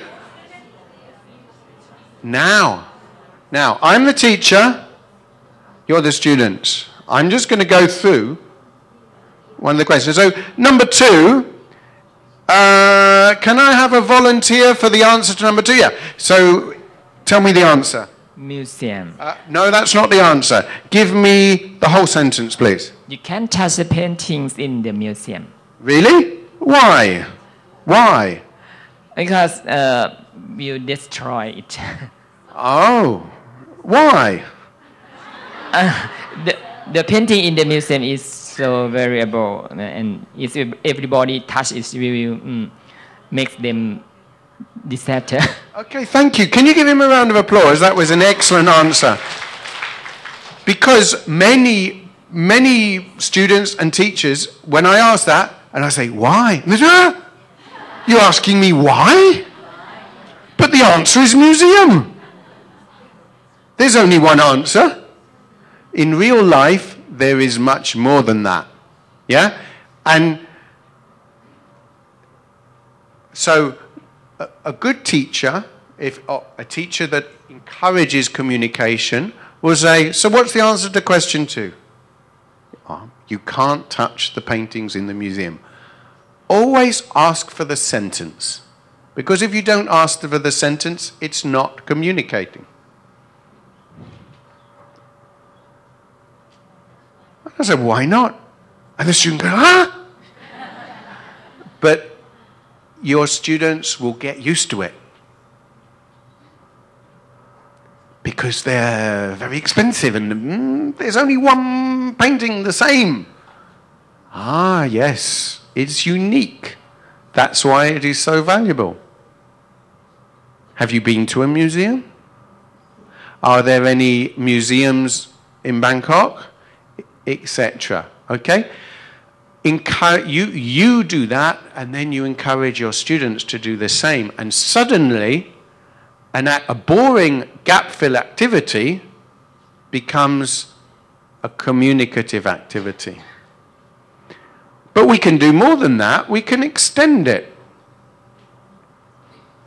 So now, I have told my students, okay, I want you to think of another answer that is true for you, for your school. So maybe the student or the teacher in this case will say, oh, you can't touch the paintings in the headmaster's office. And I would say, really? Why? And you say, oh, because the headmaster has many valuable paintings from the Sukhothai period hanging in his office. And if you touch them, he gets very angry. Yeah? Okay? So I am personalizing the activity, yeah, by making my own answers. Think of your own school. Your own school. For number 1, you have to turn off your cell phone in the classroom.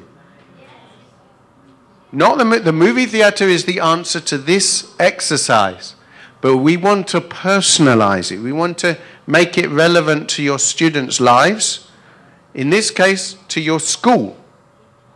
Yeah, in class. Number 4, you have to you have to turn off your cell phone in this training session. If you don't, I will speak to your friend on the phone.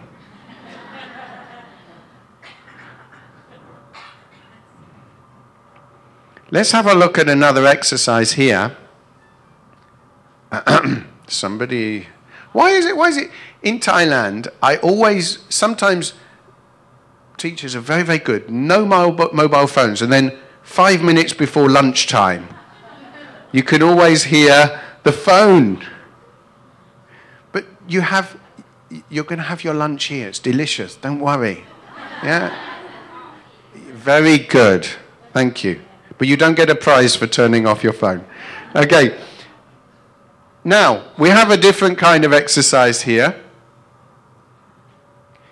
In this case, what do the students have to do?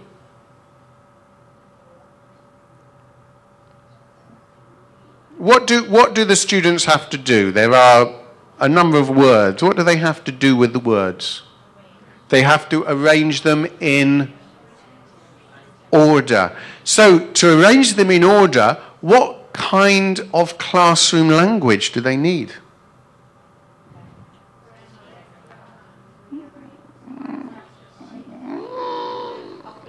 Well, they need to comprehend the grammar, but to actually do the exercise, what classroom language do they need?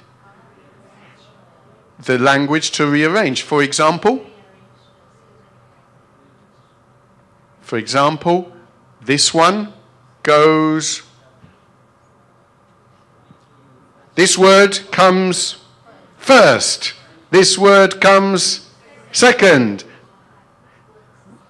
Yeah, well, if you want to talk about the grammar, but I don't want to talk about the grammar, because your students have studied the same grammar since Pratham 1. Yeah?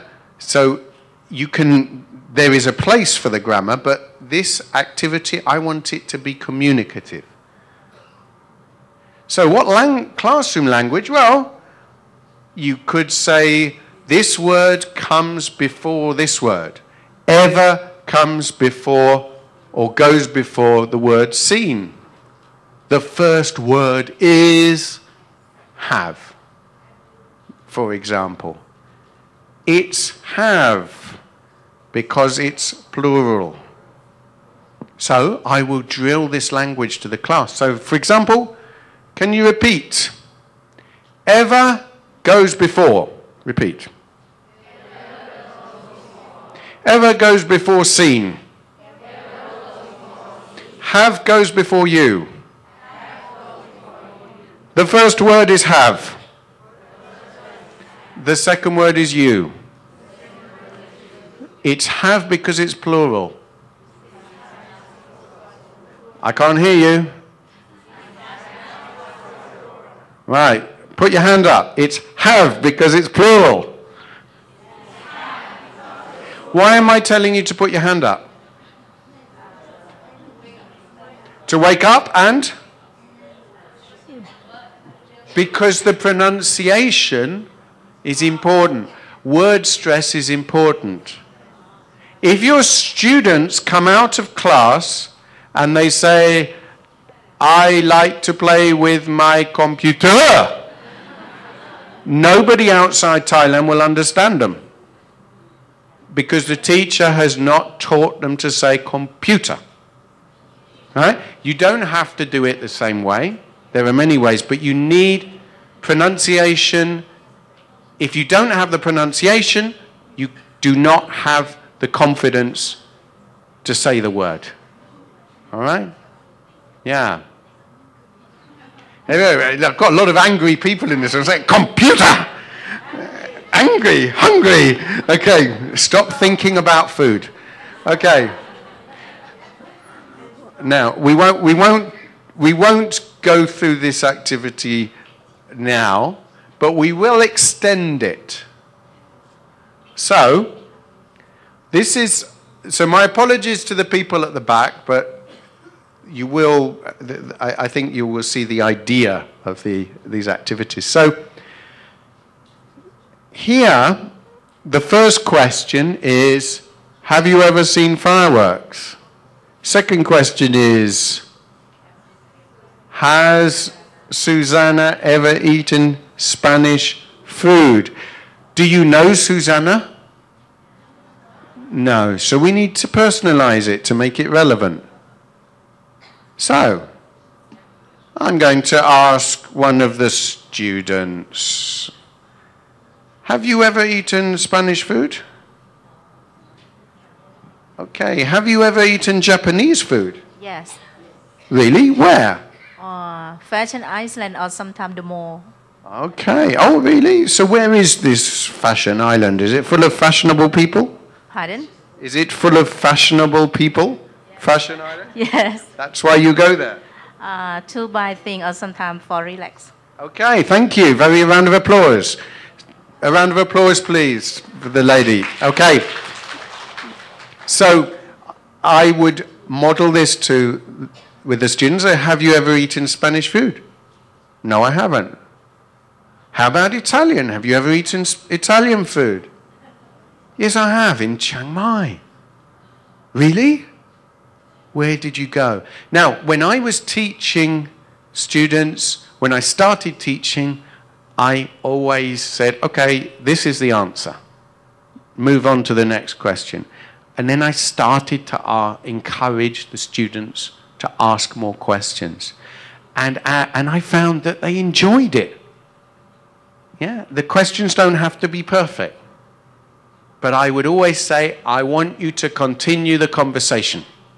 We're going to look at this exercise from the workbook, but then I want you to continue the conversation. All right? Yes, there is grammar. There are grammar sections. You don't always need to use them, because remember, your students have studied a lot of the grammar. If you say to your students, okay, we're going to look at the grammar of the past simple, and they will say, really? I studied the past simple in Pratham 1, and Pratham 2, and Pratham 3, and Pratham 4. All their lives, yeah? So it gets a little bit boring.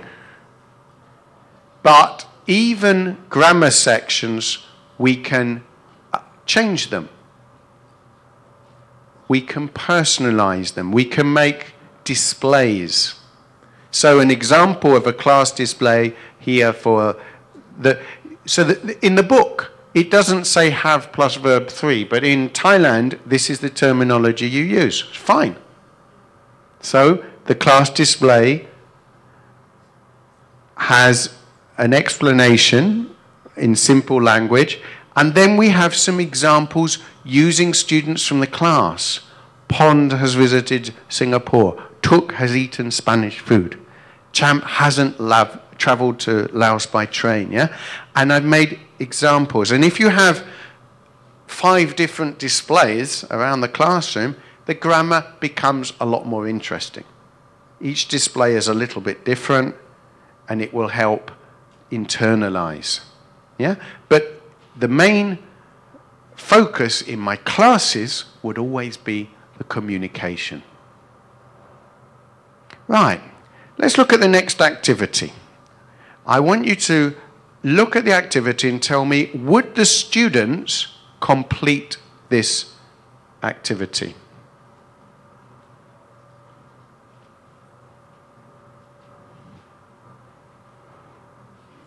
Don't worry, people at the back, if you can't see it, I will explain. Do you think your students would finish this activity? Yes? No? Maybe. Would they have fun? Would they say, yes, I love this activity? They would probably complete it very quickly. It's another gap fill, or it's a matching activity. They need a reason to communicate. So one way to make an activity like that interesting is to give them something to complete. Right? You don't need to make photocopies. You just need them to write something in their notebooks. So you say, okay, I want you to draw 3 columns in your notebook. The first one is name. The second one, what has he or she done? And the third one is more information. Yeah? So, for example, the first question was, have you ever forgotten your notes before a big test? One of the questions was, have you ever lost something expensive? So, in the form, you have David has lost something expensive. That's me. And then when, where, etc. And the point here is that the students have a clear purpose.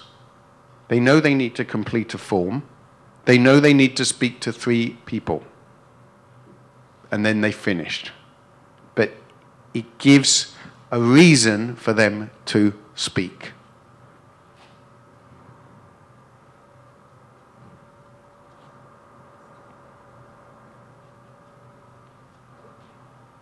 Okay. And then the next, and probably even more important, is to allow them to personalize the activity. If you personalize the activity, it becomes fun and it makes it memorable. I'm going to give you an example. So, this activity, for those people at the back,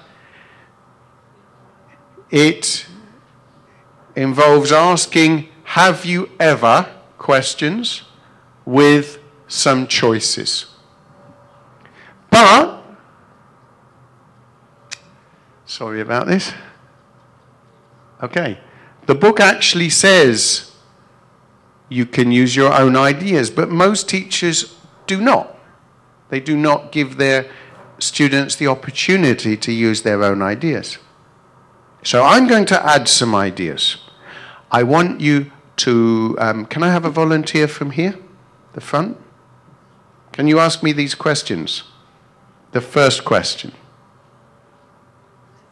No, question number 2. Can I read?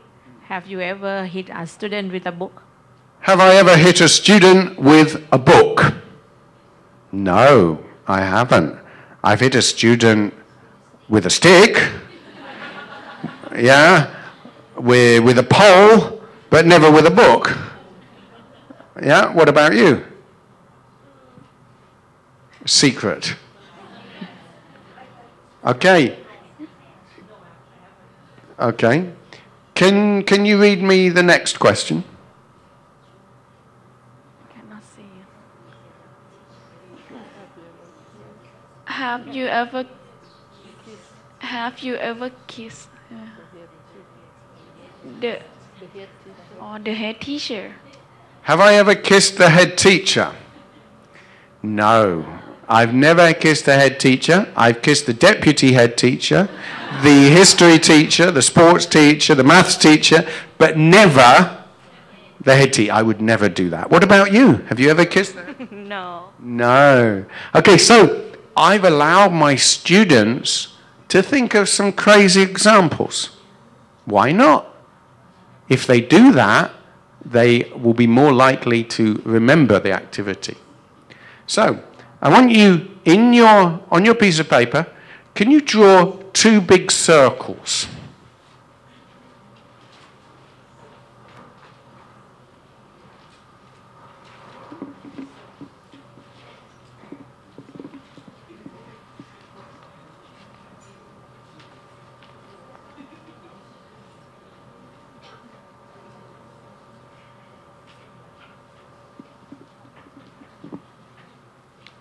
Big circles, yes? That's okay. Okay? And this is a technique that you can use whenever you have 2 students sitting together asking questions. They can draw a Venn diagram, 2 circles. If there are 3 students, they can draw 3 circles. All right? And you write your name in the circle on the left and your friend's name in the circle on the right. And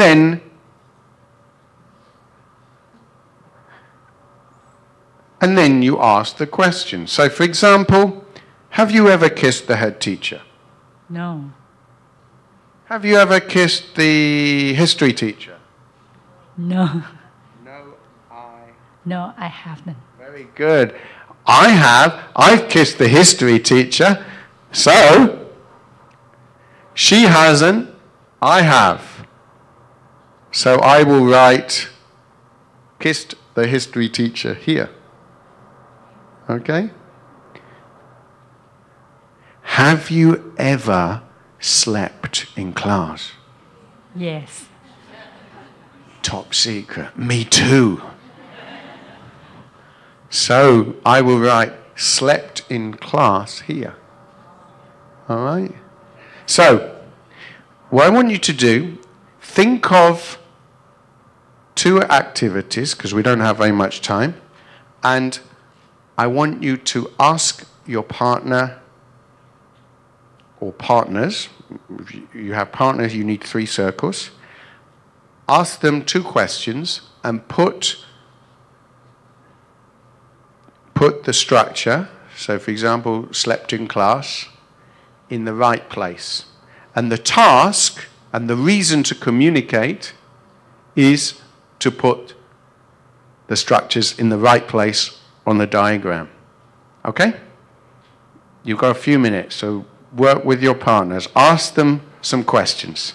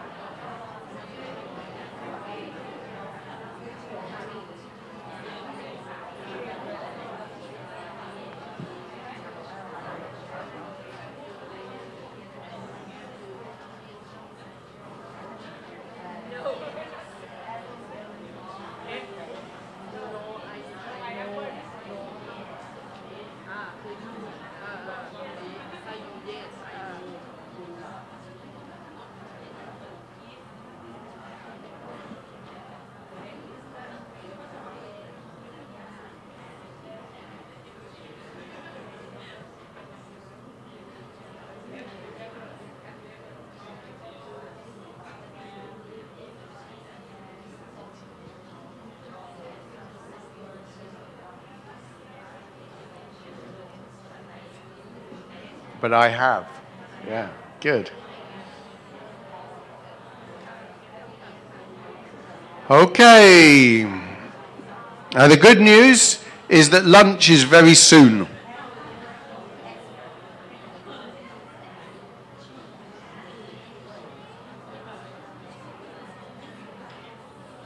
Okay.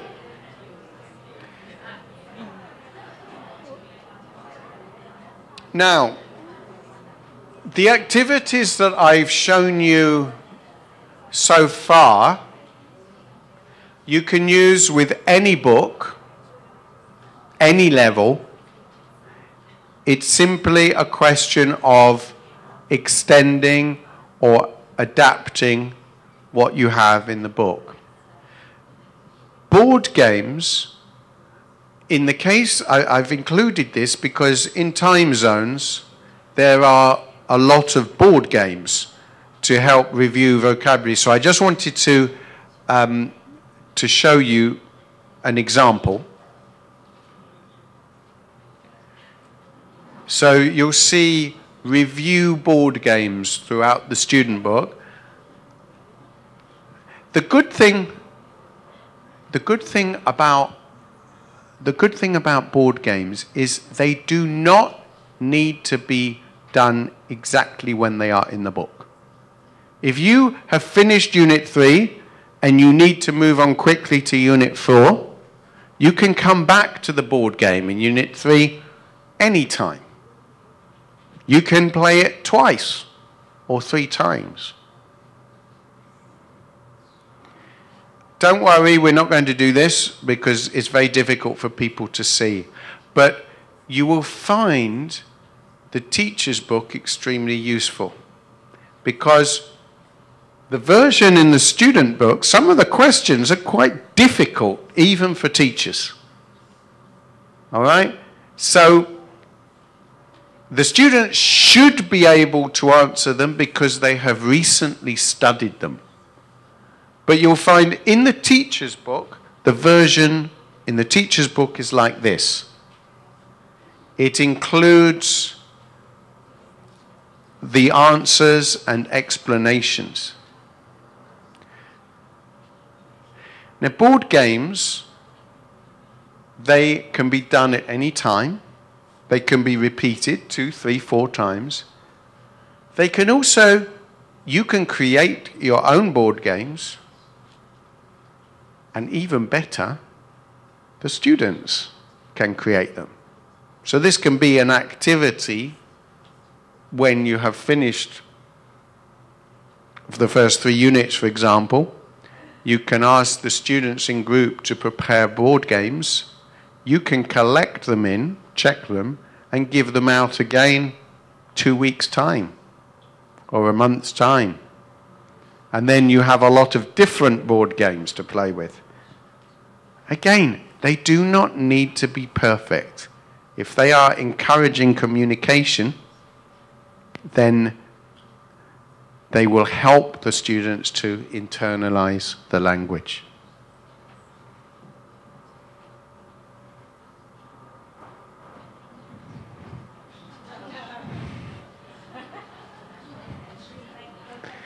This is my pet crocodile. So, lunchtime. Let me just check. Shall we start 15 minutes later as well? Or you need to check with them? ขอโทษนะคะไม่ทราบว่าถ้าจะเริ่มอีกสักอีก15 นาทีได้ไหมคะ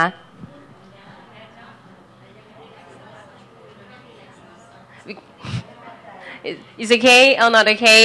If we extend to 12:30, is this okay? 12:30? No.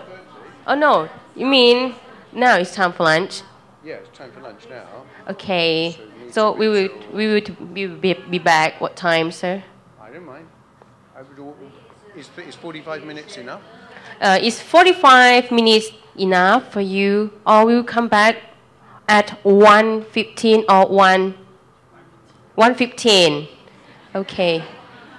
Do you promise to come back at 1:15?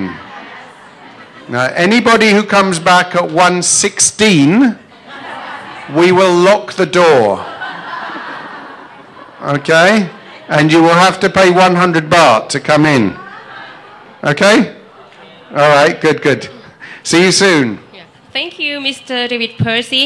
And before we go to have lunch, I would like to tell you that we have 2 rooms. It's a Virgo and Libra. You go out and turn right, go straight, it's on your left-hand side to the end of the hallway. And before you come inside, please drop the answer in front of the room. There are 2 boxes, and you pick the answer, write your answer on the small paper, on the paper attached with your document, A or B, for the World Heritage. And we will be back at 1:15. Okay, thank you.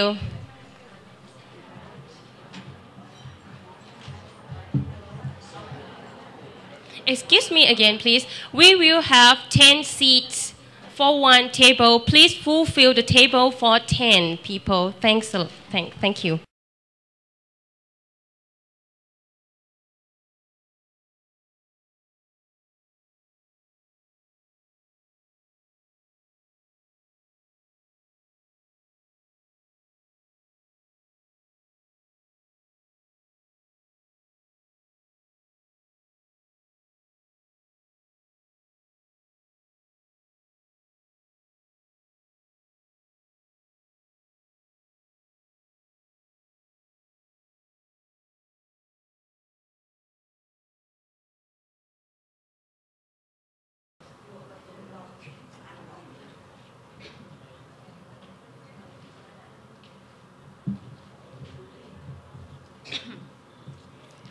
Welcome back to our activity after lunch. How do you feel now? David, Mr. David, can you move sleep from the last one to the next one? sorry. The next program for the afternoon. Next. Before we start, I would like to inform you that we will have the questionnaire. Could you please fill in and hand in outside after the seminar? And the next one, we will start now. The program is about how to develop critical thinking skills from reading to writing. Please welcome Mr. David Percy.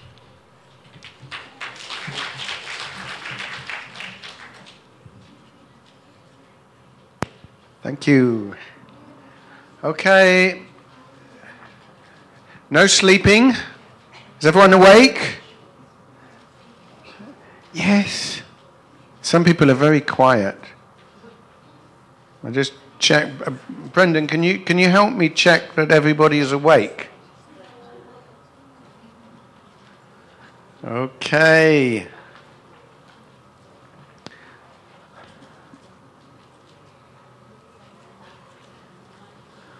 Are we going to lock the doors? It's already 16 minutes past 1. Okay. We'll start off with a little activity for you. I want you to organize yourselves in groups of 3 or 4. Or 4. 3 is okay. 4 is okay. Even 5 is okay. 3. Okay? So you need not just one friend, but 2. Oh, look, you have 2 handsome men behind you that you can talk to. They're not so scary. You can talk to them too. Okay, does everyone have 2 friends? Ladies at the back? What language are we speaking? Good. Okay. Right. First thing I want you to do,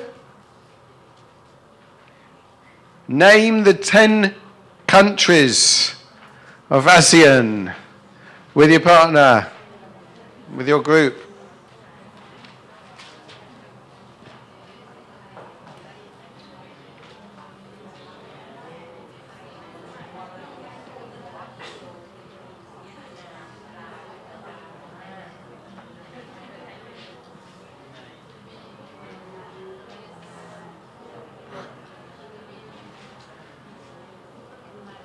Okay, these are the 10 countries. Did you get them all?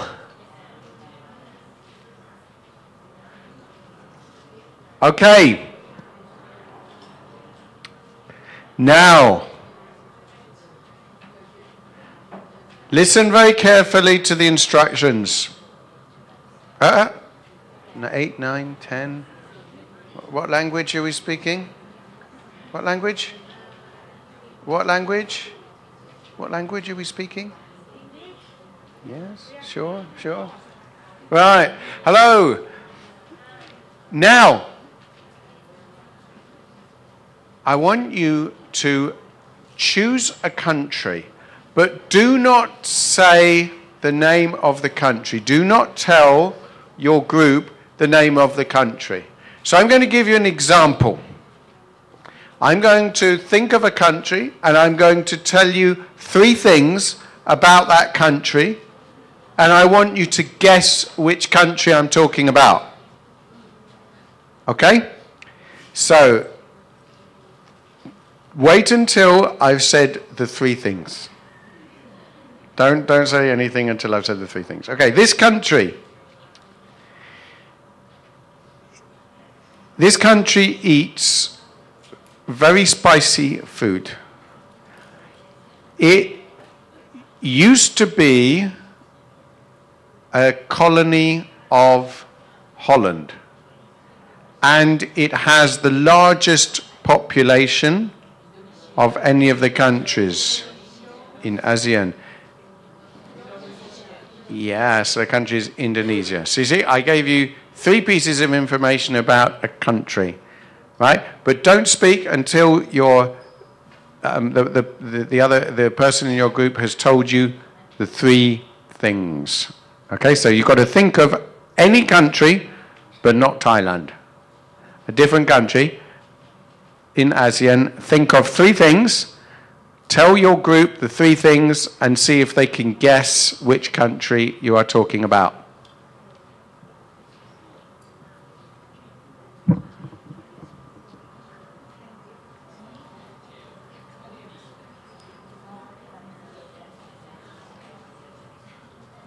You don't need to write anything. Just speaking.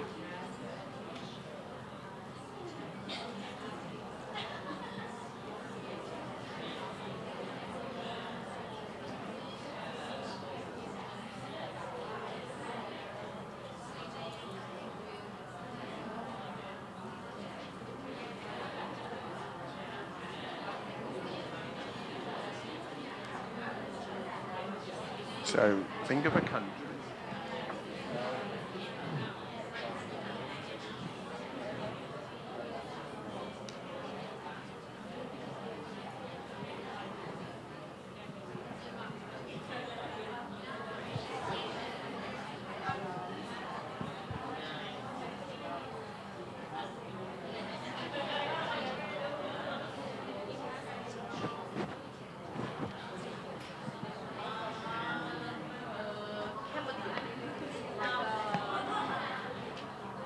Can you tell me the 3 things? Just the first thing. Then they can. No, say the 3 things before. You need to say 3 things about this country before the other people in your group can guess.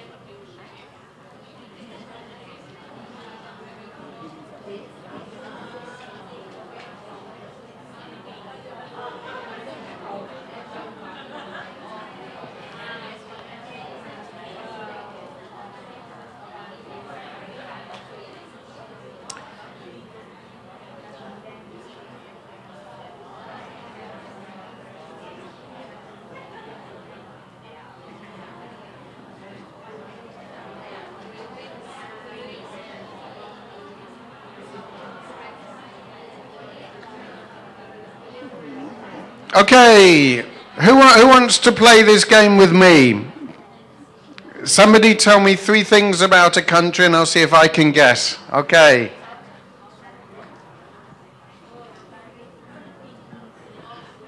The richest country because of oil, okay. The second, the king rules it, okay. And the third, the longest name. Yes, okay. Brunei Darussalam. Brunei Darussalam because, okay. Thank you. That was very good. Yeah, I want a pen. I want a pen. Give me a pen.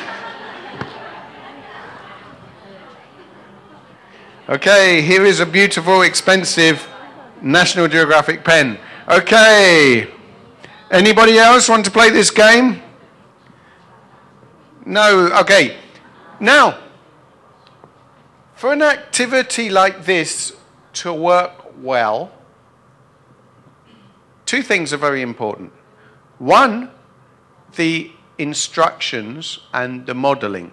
Now, maybe I did not do a good enough job. So, because some people did not understand that you need 3 pieces of information before the others in your group are allowed to guess. That's important because you want your students to speak. So it's no good if they go, it's their big, oh, Indonesia! There's no communication, right? So I think that the setting up and explaining the rules is important. The other thing in an activity like this is your students need enough information to say 3 things. So if you were to do an activity like this, you might say to your students, okay, your homework is to choose a country and find 3 interesting things about it. And then we will play this game in the next class. Yeah? And to do that, what do they need to do? How will they find the information? Maybe from the internet, maybe from books. So what do they need to do? What do they need to do? Read. Yeah, so that's what all this is about. And reading, again, it is a life skill. It's not just something you have to do for school. It helps you enormously in life, right? To be able to read quickly. Not only in English, but also in Thai. If you read Thai very, very slowly, and you do not know how to find information, it is difficult to use the Thai language effectively to learn, yeah? And the same goes with English. I think you should start reading when you're very young. So this is my son before his hair grew, and we started him reading books. He's still reading the same book 3 years later. Did you know that next year Bangkok will be the UNESCO World Book Capital? So you can expect to hear a lot more about reading, the importance of reading, in the next few months. So I'm going to show you a technique for reading. I want you to tell me if it's a good or a bad technique. Okay, I'd like you to turn to page 22. And I want you to answer the questions.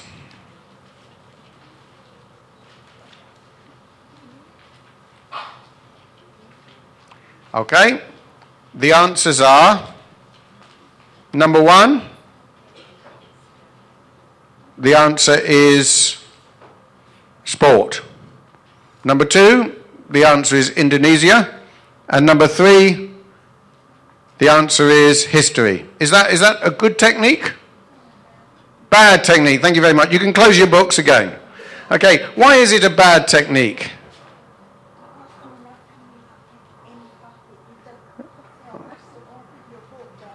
And what do most teachers in the world do with reading?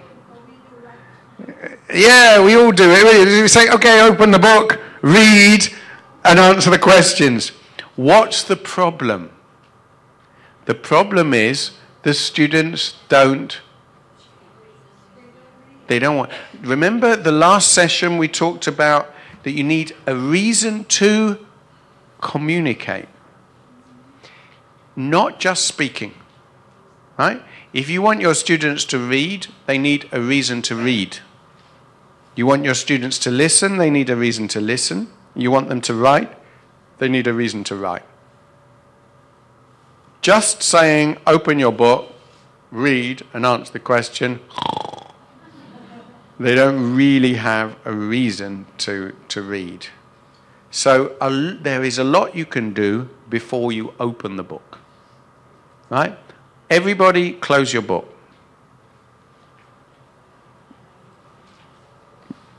If you open your book, I will ask you to do 10 press-ups. Suddenly people are closing their books. This lady, do you want to do 10 press-ups? Press-ups? Or do you want to close your book? Okay. So, this is a reading that I chose from time zones. So, I thought, okay, the title of the reading is City in the Clouds. So, I will write on the blackboard, City in the Clouds. And I want you, with your partner, I'm going to give you 20 seconds. Can you try to imagine what the reading is about? Okay, everybody please close your book. If you've got your books open, it means you're not listening to me, you're not concentrating, so you don't need to be here. You can go outside. Okay? Right, can you think about what does this make you think of, City in the Clouds? Just 20 seconds with your partner. It's not in the book.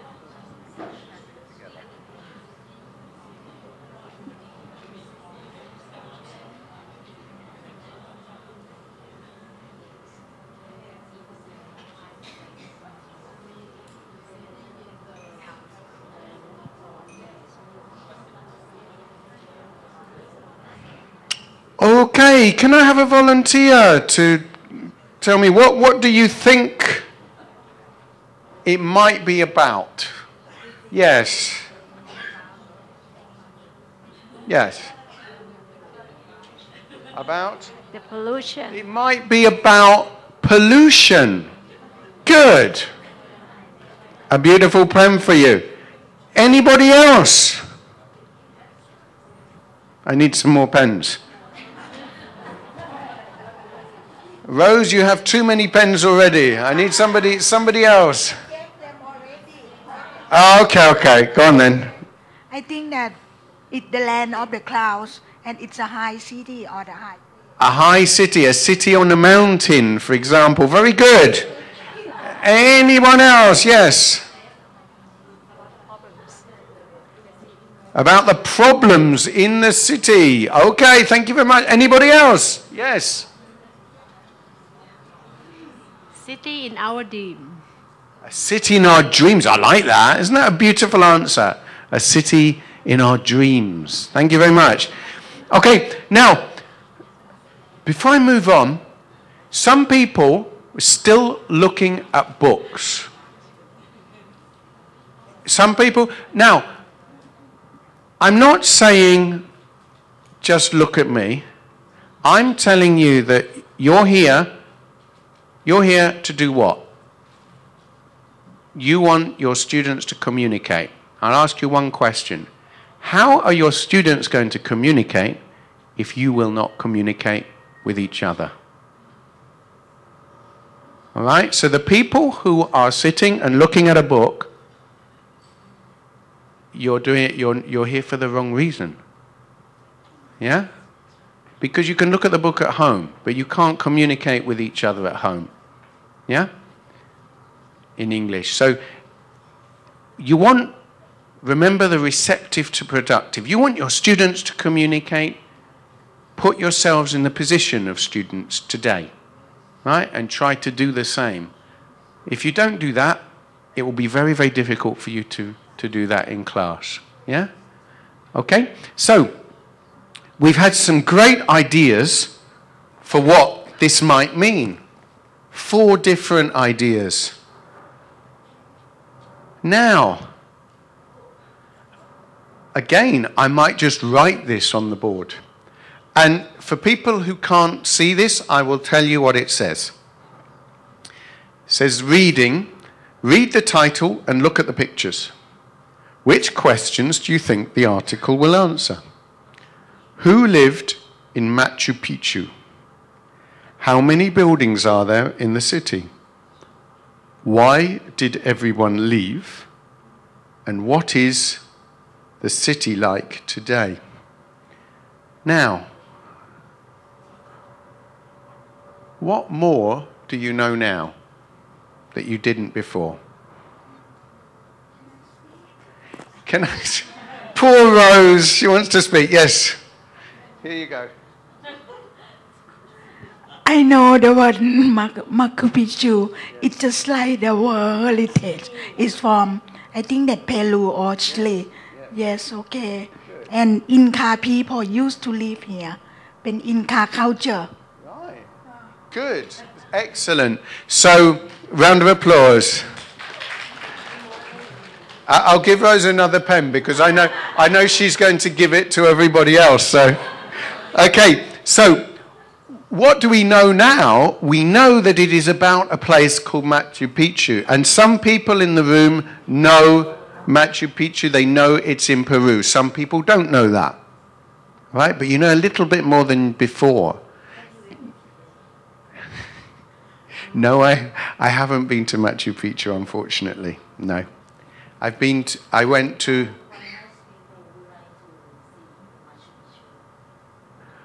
Well, we'll find out. I like that. Okay. What more would you like to know? You would like to know, why do people want to go to Machu Picchu? Good question. What, you're getting a pen for that? What did you just say? If the students want to know more, they have to read. Exactly. So we've created a reason to read, because the students know a little bit. Maybe one student in a class of 50 in Thailand will know Machu Picchu. Maybe 10. A lot of it depends what was on TV, what was in the internet, what was in the newspaper recently. Yeah? And that's normal. Yeah? So some of them will know, some of them will not know. But probably by now they will want to know more. And if they don't want to know more, get them to think of some questions. So, one question was, why do people want to go to Machu Picchu? What kind of city do you think it is? Is it a new city or an old city? Old city. So you might say, how old is it? Yeah? And the book has given some questions, but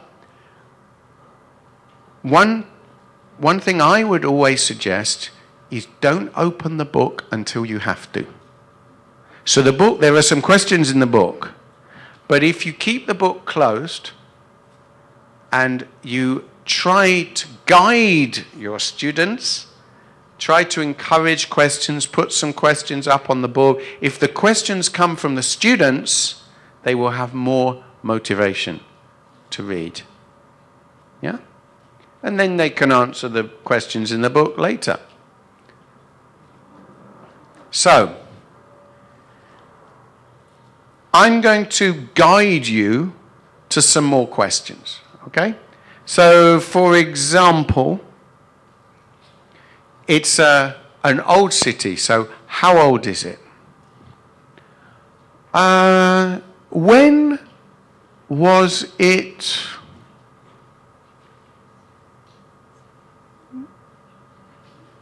Can you help me? When was it? When was it built? And when was it discovered? When was it discovered? Yeah, she'll get a pen later. Who discovered it? Any more questions? Okay. Can we visit it now? Any more? What is? Why did they build it? Why was it built? Okay, I'm going to show you the first paragraph. I want you to see if you can find the answers. For the people at the back, I will read the first paragraph. It's only fair.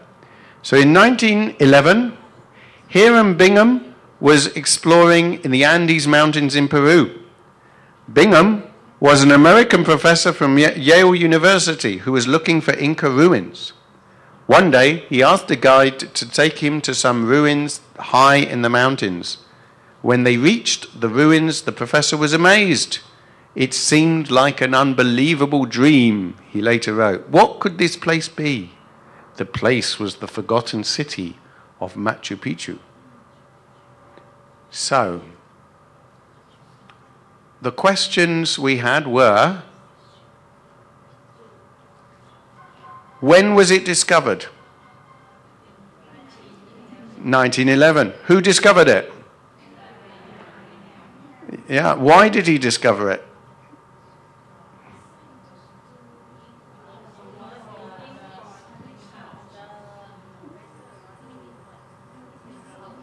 Yeah. Do we know why it is so amazing? Not yet. So, our students have a reason to read more. Now, I'm going to play a little game with you that I call Stop the Bus. Have you ever been at a bus stop, waiting a long time for a bus, and then you get bored? You're waiting a long time, and so you think, okay, I'm going to read the newspaper or look at my mobile phone. And then what happens? The bus comes. Slowly, very fast. And you go, huh? So you say, stop the bus! Okay, so what I want you to do now, I am going to read this, but I'm going to change some information. And I want you to shout, stop the bus, and tell me what the problem is. Okay, can you shout, stop the bus? Louder, stop the bus. Okay. In 1911, Hiram Bingham was exploring in the Andes Mountains in Thailand. Why? Okay. Bingham was a Lao professor from Pitsanulok. Why? He was American, okay, not Lao. And it wasn't Pitsanulok, it was Yale University, who was looking for his girlfriend. Why? Right. Okay. Now, you get the idea. What is the point of this activity? Right. Yes, but it doesn't need to be the teacher. I have modeled it. The students can play the game. It gives them a reason to read. It helps check understanding. And you can do this before they even look at the comprehension questions. So what I want you to do now is open your sampler on page 22. And you'll find a reading. I want you to take turns with your partner. One of you read it and just change some information. For example, how can we be pink? Stop the bus, yeah? Why?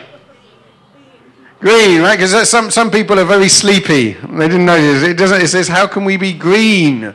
Not how can we be pink. Okay? So, I want you just to spend a couple of minutes in your groups of 3 or 2 or 4. Take it in turns. Read a sentence each and change some information.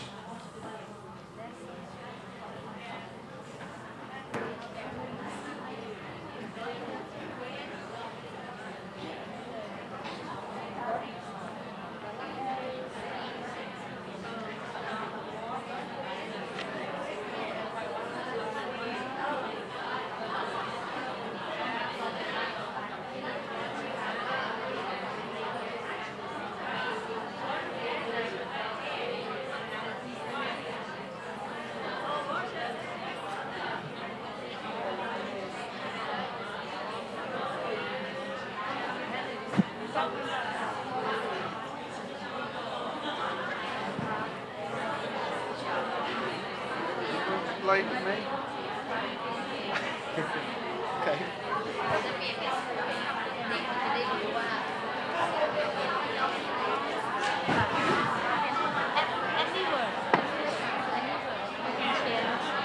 You can change any word, yes.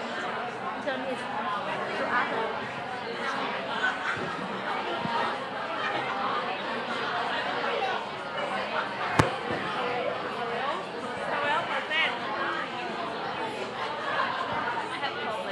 My student cannot read. Cannot read. I mean, they can't read English letters. Yes, some of them cannot read. How to help them? Well, they have to go back to the beginning. They have to learn the letter. I mean, this is intermediate level. Yeah. Okay. I see. You know, that would be a different one. There are many problems at my school. For example, there are 50 students in a class, so a lot of them. But every activity that we do today, you can do with 50 with 100 students. The important thing is how you set it up, how you demonstrate it. Yeah? And sometimes you need to spend a bit more time. Yeah? So I demonstrated it with one activity. Maybe I need to demonstrate it with this and do the first paragraph before they can do more. Okay.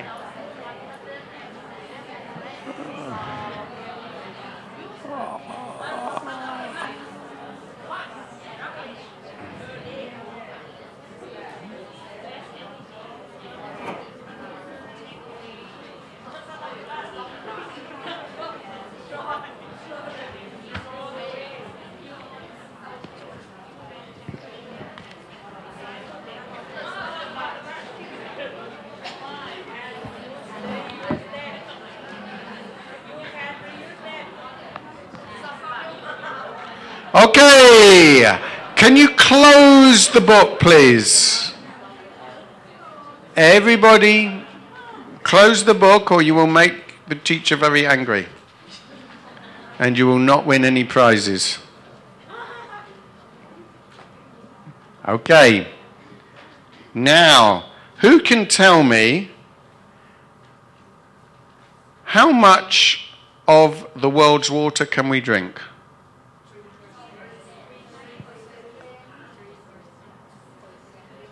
Okay, who can tell me how many liters of water do people in the United States use?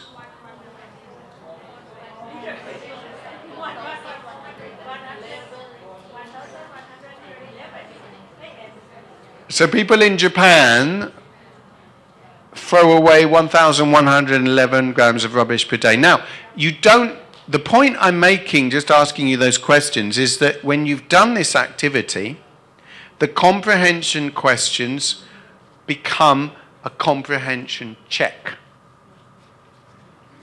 So if your students have a reason to read and they are reading actively and checking for information, then when they do the comprehension questions, they are much easier, they are more motivating, and they are to check.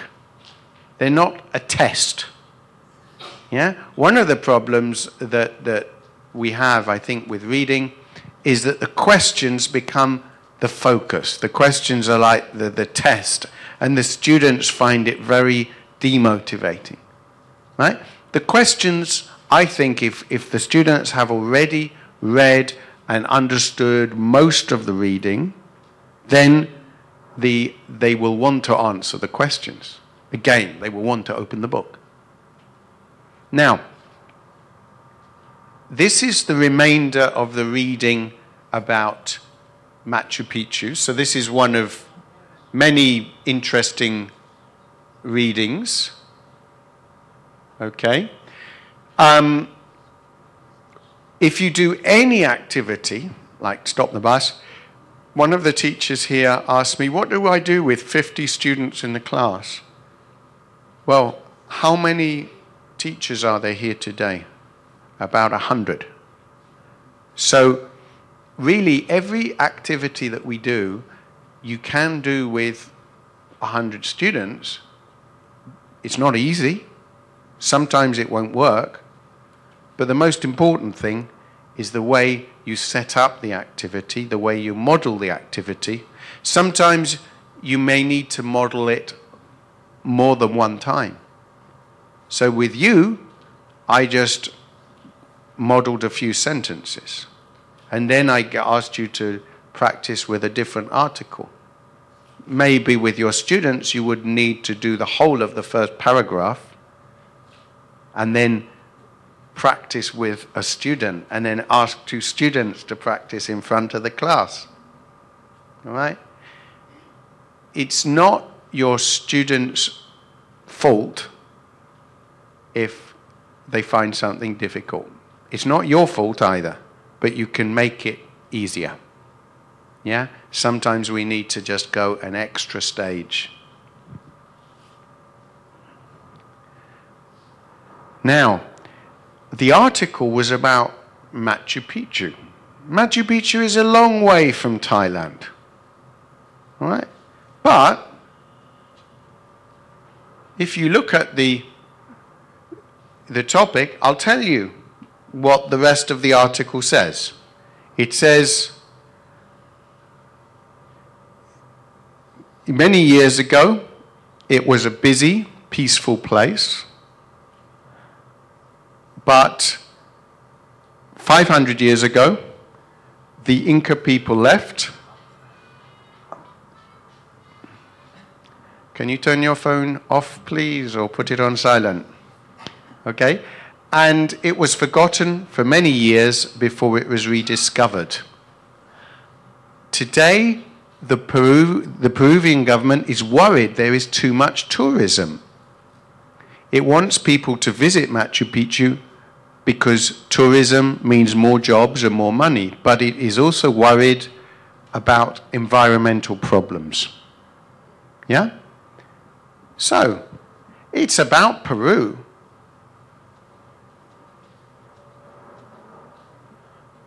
But it could be about Thailand. Yeah? So, are there any ancient cities like Machu Picchu in Thailand? Yeah? For example, Ayutthaya and Sukhothai, yeah? Are Thai people worried about tourism in these places? Yes. Because too much tourism could damage these beautiful historic cities, yeah? What is what? I don't know. It's not Spanish. It's an old language. I don't know what it means. Why should we do this? Why should we personalize the questions, localize them? Because it's motivating, but also it develops critical thinking skills. So, if you read something with no critical thinking, you just read it word for word and answer the questions. If you read something critically, you think, yes, this article about an old lady, this is just like my grandma, who lives in the countryside in, I don't know, Pitchit. Yeah? It could be anything. But you are relating it to your own lives. You are asking questions. Yeah? But what do we mean by critical thinking? When I was researching for this workshop, I looked in 2 dictionaries for a definition of critical thinking. And you know what? There was no definition. There were definitions of critical and definitions of thinking, but not critical thinking. So it's quite a new expression. And basically it just means looking at something and asking questions to decide whether to believe it or not. Yeah? In other words, how to relate it to yourselves. I'll give you an example here. What can you see in the picture? Yeah. Now, we could just say, where is the chair? It's on the beach. Thank you. Correct answer. Bye-bye, go home. Or we could say, why is the chair on the beach? Now, I'm going to give you a minute with your partner. I want you to think, why is the chair on the beach? What do you think? If you can think of a good reason, I will give you a prize. So discuss it for a minute with your partner.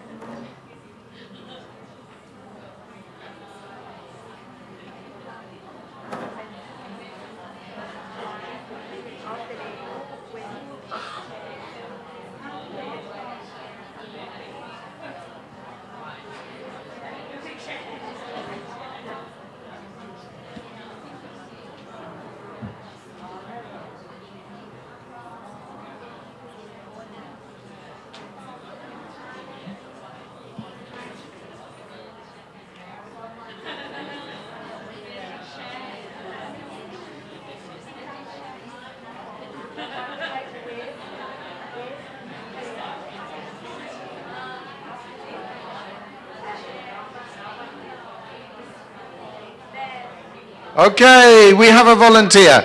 Can you tell me why do you think the chair is on the beach?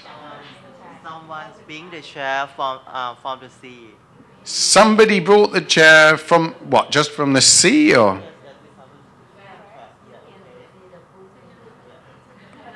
But why was it in the sea?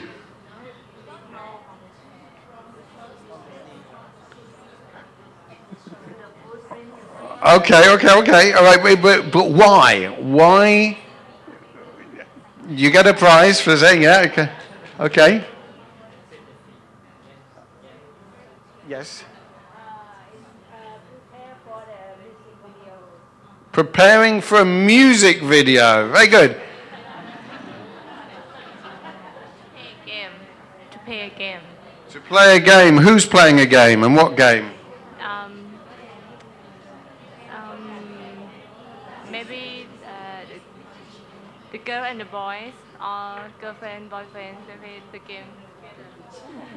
But why did they put the chair on the beach? And what was your answer?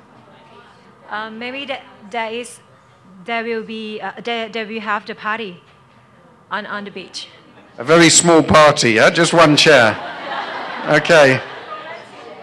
A very romantic party. Do you want to know the answer?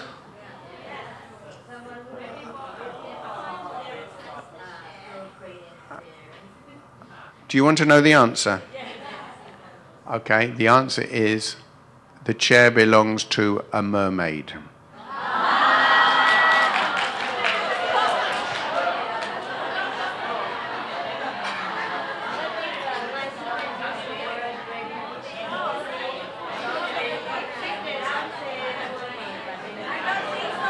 What's that? Why not?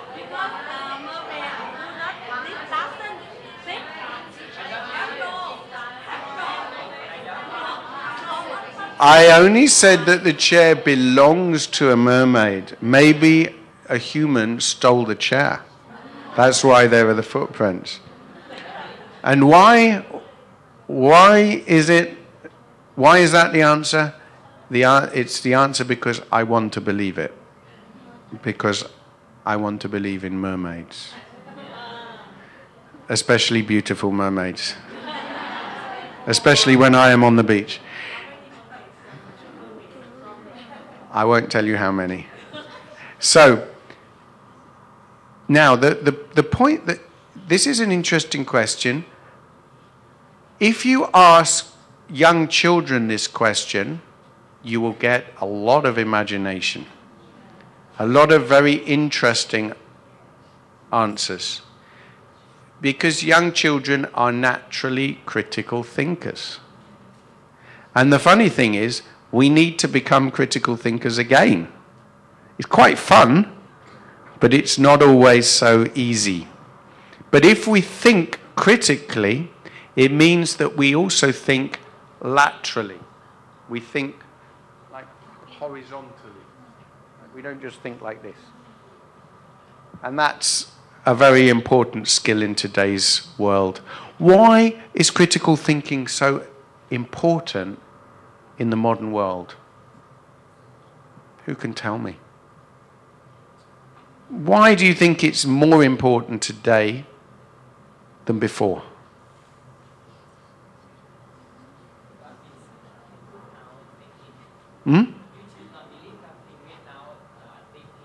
But why is it maybe more important than before? Yes. Now we have many devices that sometimes we can be deceived by them. Like in a photo, sometimes we see this photo, that's a form of... Very good example. A Photoshop picture. Yeah? Now, in the past, it was very difficult to change a picture without it being obvious. But now you can have a picture of a celebrity somewhere where they should not be, doing things they should not do. Is it true? Not always.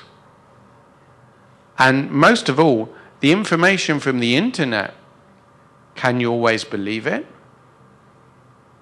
Can you believe everything you see on the internet? Some things may be yes, some things may be no. But can you believe people's comments? A lot of them have strong opinions, right? Sometimes they are very ill-informed. Yeah? So it's really important today. Now, I'm going to show you, we'll come back to critical thinking, but I'm going to show you another article. Please do not open your books, because I want to demonstrate a technique to you. So please keep your books closed. And this article is called Working Dogs. What do you think this could be about? About dogs? Very good. What kind?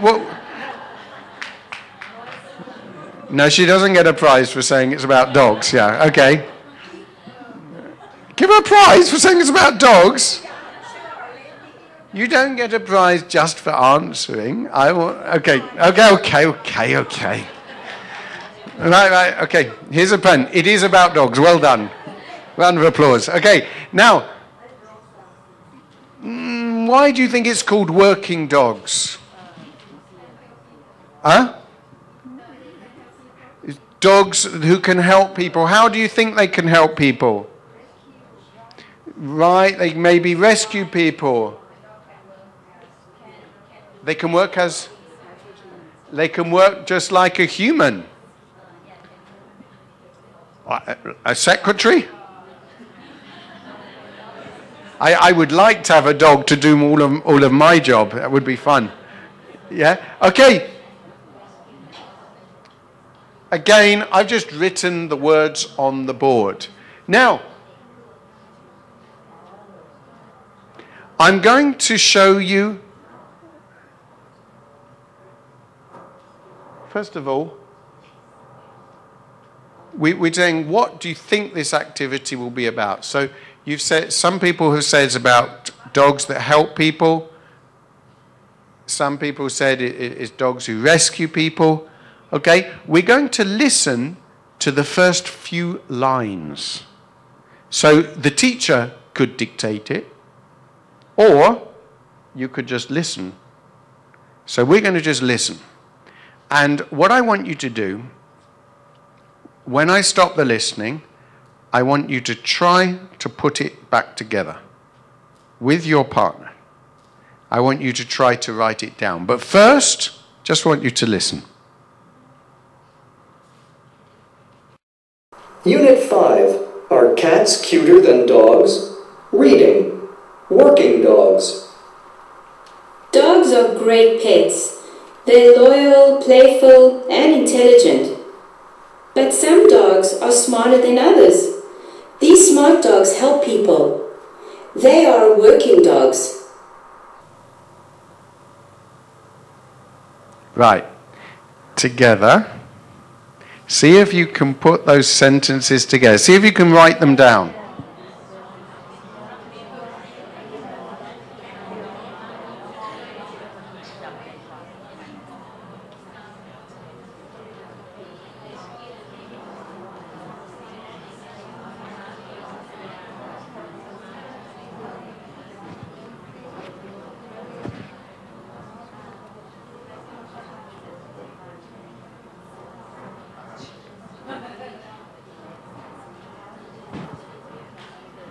So can you try to write down those sentences?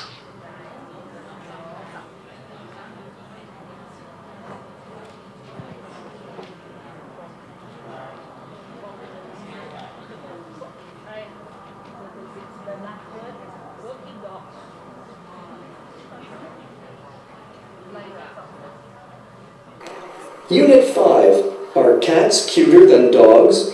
Reading. Working dogs. Dogs are great pets. They're loyal, playful, and intelligent. But some dogs are smarter than others. These smart dogs help people. They are working dogs.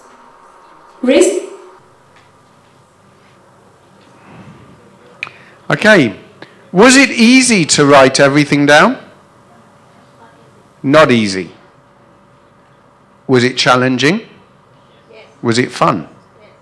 Right. And we can check.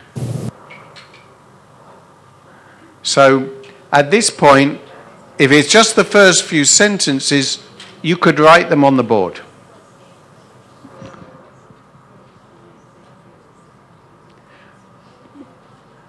Now, this is just the beginning of the reading.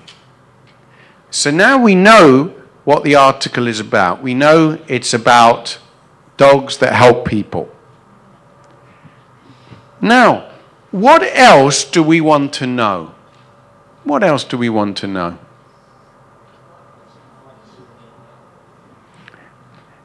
Does anybody know KWL? So this is when we do a reading or a listening, we ask the students to write a K column and know that things that you already know. So you know that some dogs help people. What do you want to know?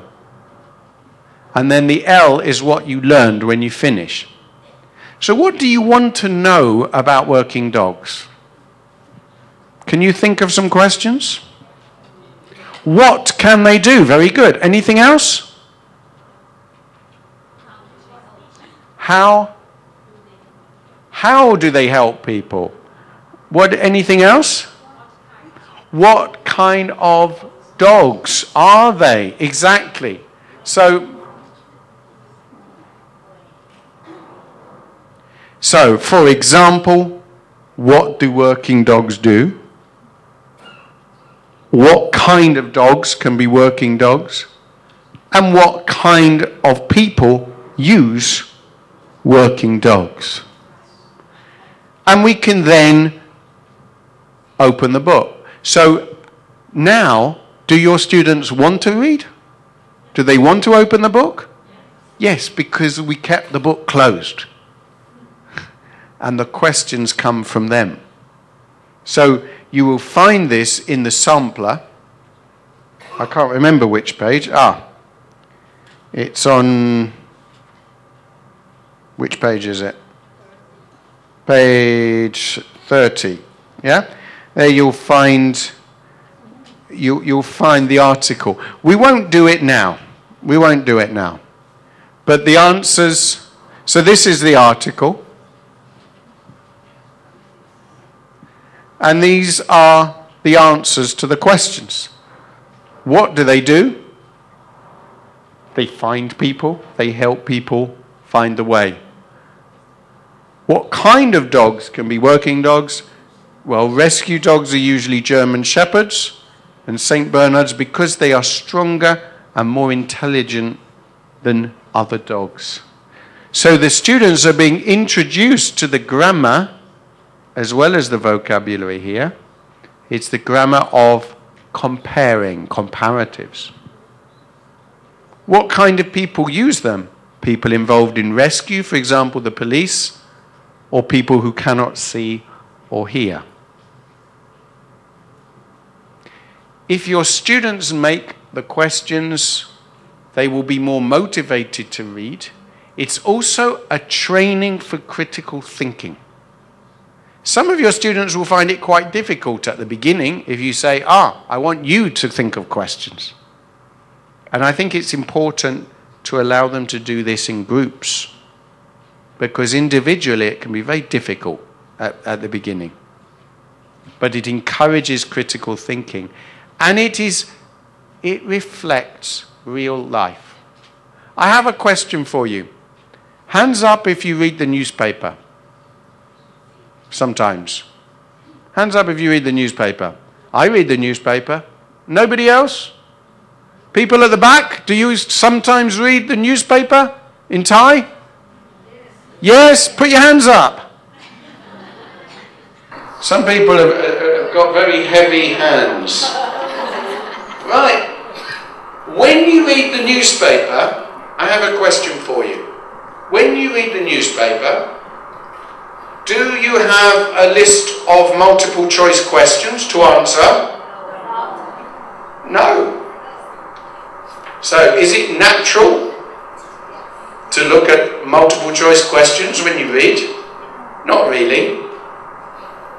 So, it's more of a test, a check of comprehension. But when you open the newspaper or you open a magazine, you have some questions in your mind. Yeah?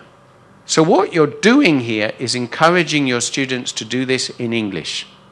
Yeah? And then when they do the comprehension questions, it's so much easier.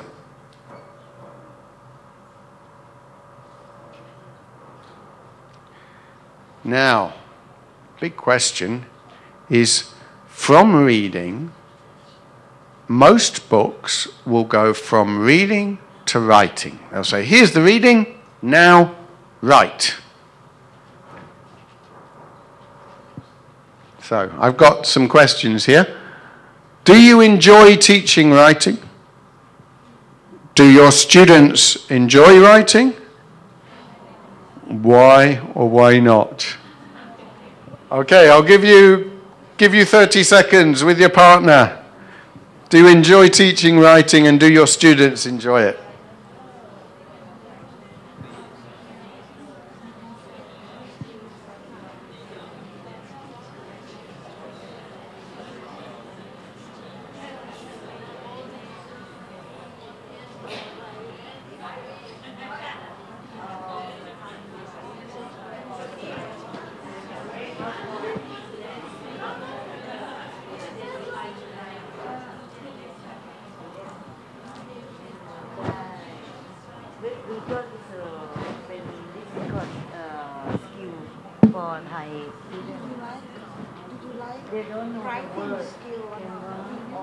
I like writing.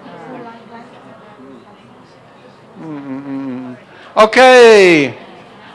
Hands up if you enjoy teaching writing. 2 of us. Yeah. Do your students enjoy writing? Why not? It's difficult. Why is it difficult?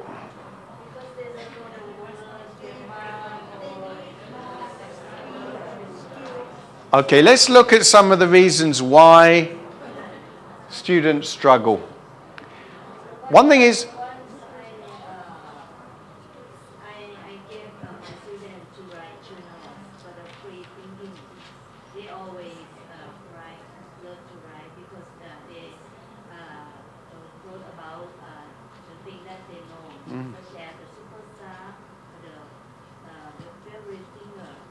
okay, good. So if they're writing about something they're interested in, then they're more likely to enjoy it. Yeah. One thing you can do is, make a decision. display with, it could be they design a magazine or they design a web page, and then the writing seems to be more relevant. But writing is often an afterthought. So in most books, you have some speaking, you have some reading and listening, and at the end, writing. It says, write this. The students often do not understand the structures that they need for the writing. And they often start writing too late. They may not really write very much in Thai. And they certainly don't write very much in English. And because of all that, they lack confidence. Just like some of them lack confidence in speaking, they lack confidence even more in writing, because when you've written something down, everybody can see it. It's hard to go back. So, writing and note-taking. We go back to the previous activity, the dictation. What did you do? You were note-taking and putting the sentences together. Doing this kind of activity regularly will give your students more confidence. Graphic organizers are simply diagrams to help students. So if, for example, you are describing routines, say every day I wake up at 6 o'clock, yeah? That will be in the first box of a flow diagram. What do you do after you wake up? Brush your teeth. That will be in the second box. What will be in the third box? Take a shower maybe, yeah? So the diagram is to help the visual learners. And then you can use activities to raise awareness of structure and personalization. We're going to briefly look at personalization and scaffolding, which is basically trying to make the activity easier for the students, right? To give them some support. So,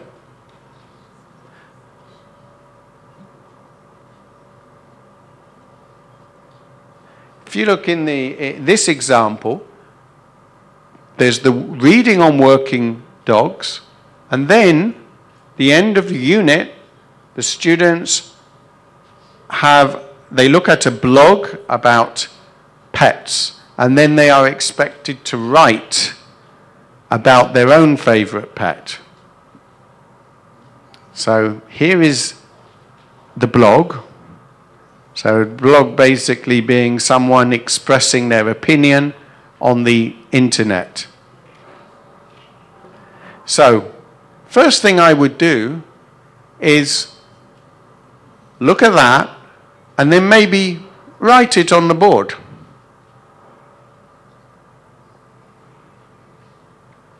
And ask some questions about it. What kind of text is it? What or who is the reading about? How is it organized? Can you look in your book, in your books on page 32, and you will see the text.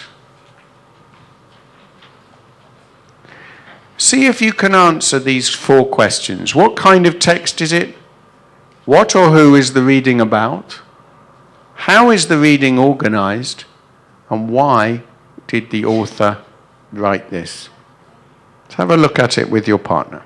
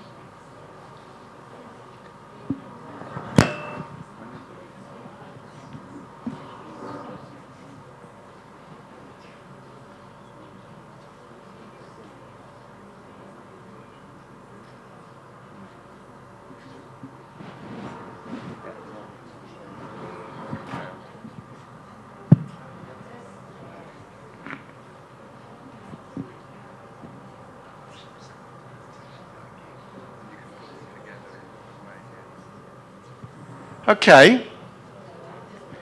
I know you haven't had very much time, but I'm going to help you. The main point here is, however good a book is, if it is a 4 skills book on speaking, reading, writing and listening, writing will always be difficult. So I'm going to give you some ideas of how to make it a little bit easier. These questions you can ask about any reading. If we look at this reading,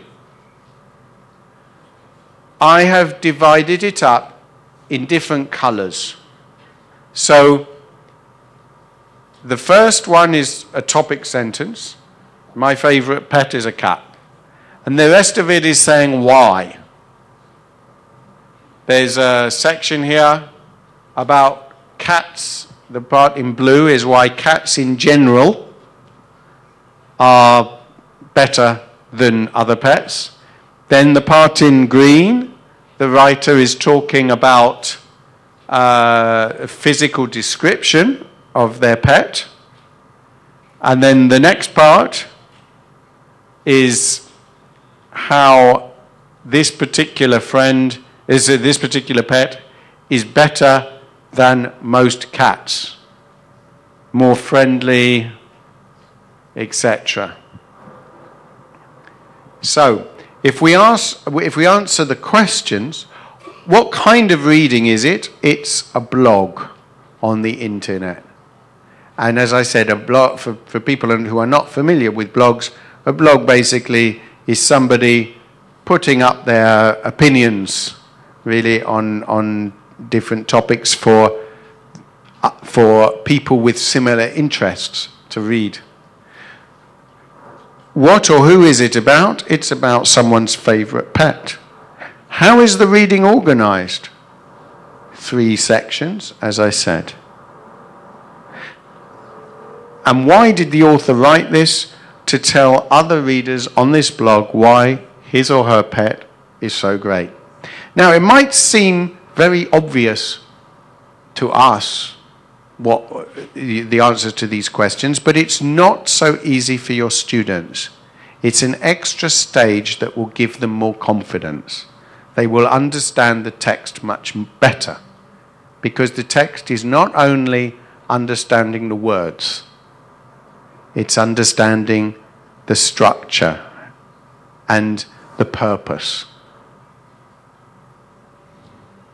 Now, that's one thing we need to do, but we also need to make it easier for them to write. So we call this scaffolding. Scaffolding is like when you construct a building, there is supporting structure to help the builders. Yeah? And scaffolding in language terms is providing a supporting structure to help your students. Okay? So, for this, I would ask my students, what is your favorite pet or animal? And then think of some adjectives to describe it. And I would use the adjectives from the book, and maybe some more that are from the students. So, for example, my favorite animal is my pet crocodile, whose name is Christopher. If I look at the adjectives, Christopher is very loyal to me. He's big. He's scary. He's playful. He's curious. He's lazy. And he's strong. But he's not cute. He's not small. Oh, I put playful. Sorry. He's not playful. Sometimes. And he's not really alert. He's often quite sleepy. But he's very loyal. He will only eat my enemies, not my friends. Okay. So then I would ask the students to think of their favorite animal and some adjectives to describe it, and compare it to other pets. So, in my case, I would say Christopher the crocodile is more loyal than most pets. He's much bigger and stronger than most pets. And he's quite scary. Yeah? But he's loyal. He's loyal to me. He never hurts me, only my enemies. Okay?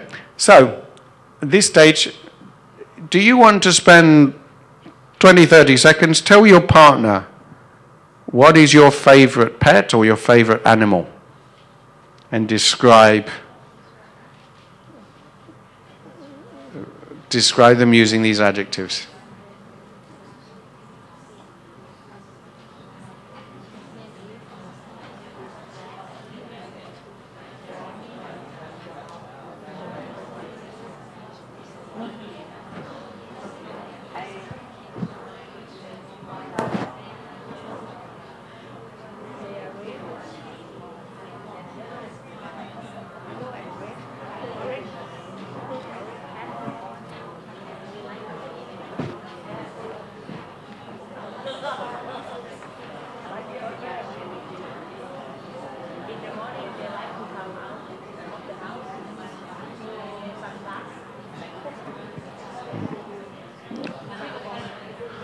Okay, I've got good news.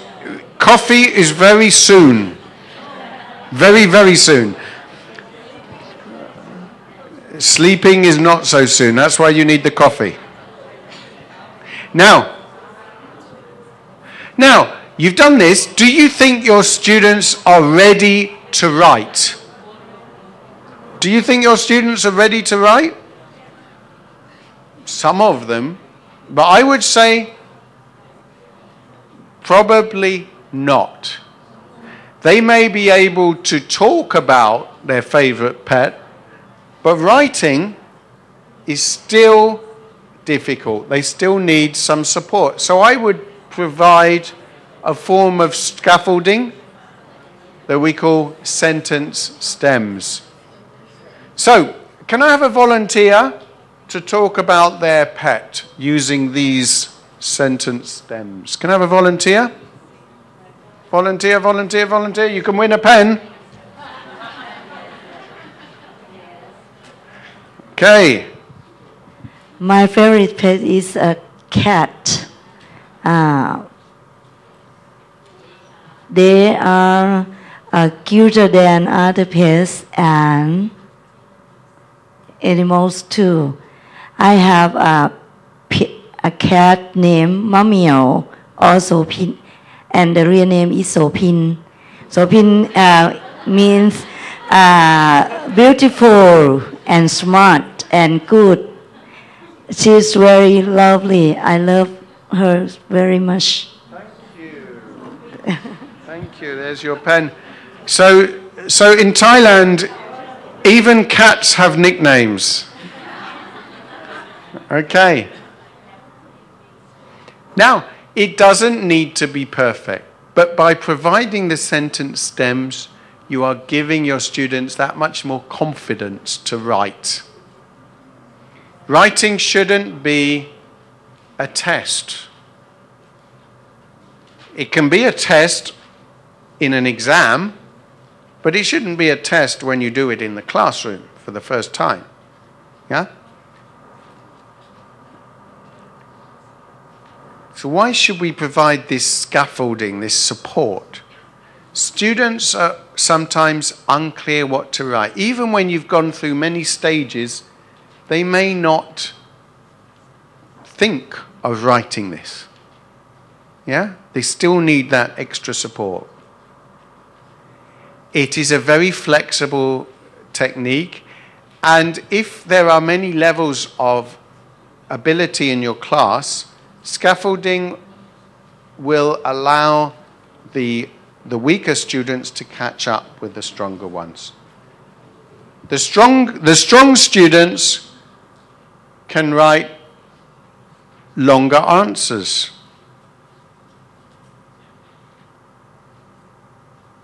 It provides more modeling for them to follow. I would then say, okay, now let's try.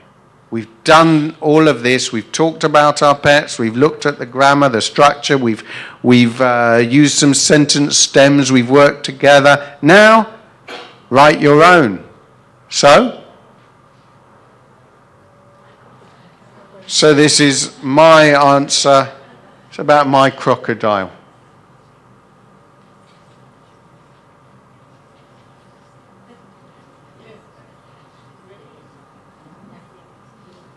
Really? Yeah, of course. I live in Samut Prakan. There's a lot of there are swamps and rivers, lots of crocodiles. So it's cheaper than a dog.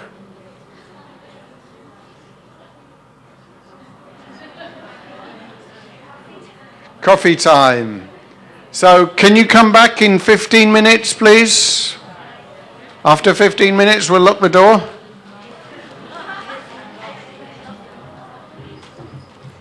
Thank you, Mr. David. And before we are going out, I would like to inform you, we have two documents this one is the questionnaire we have to fill out, and please hand in. Maybe I think it's better after the break, or maybe at the end of the seminar. And this one is I would like to announce, is an activity for the program. This is for the third TWP English Talent is for the student who interested in this program, who has the ability to compose a story and then make a presentation. And this program will end on the 31st of January 2013. And please come back in 15 minutes. Thank you.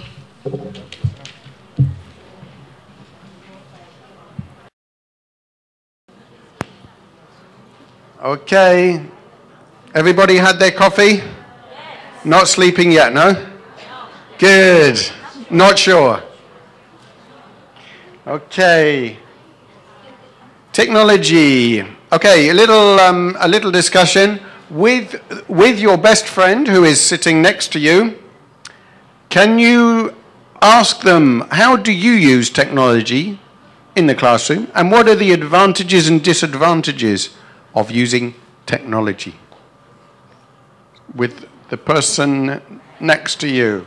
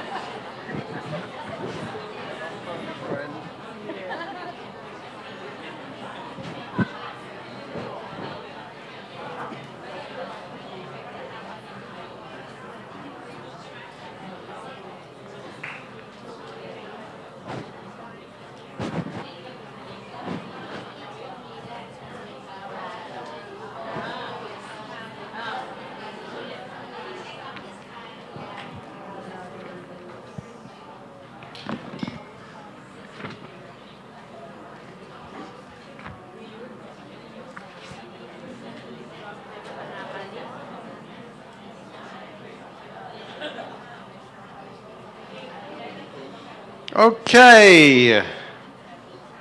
Some ideas. How do the people in this room use technology in the classroom?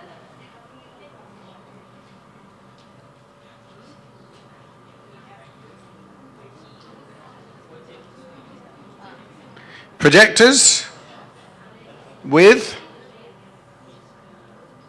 a computer?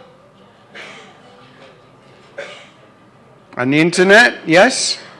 Anything else?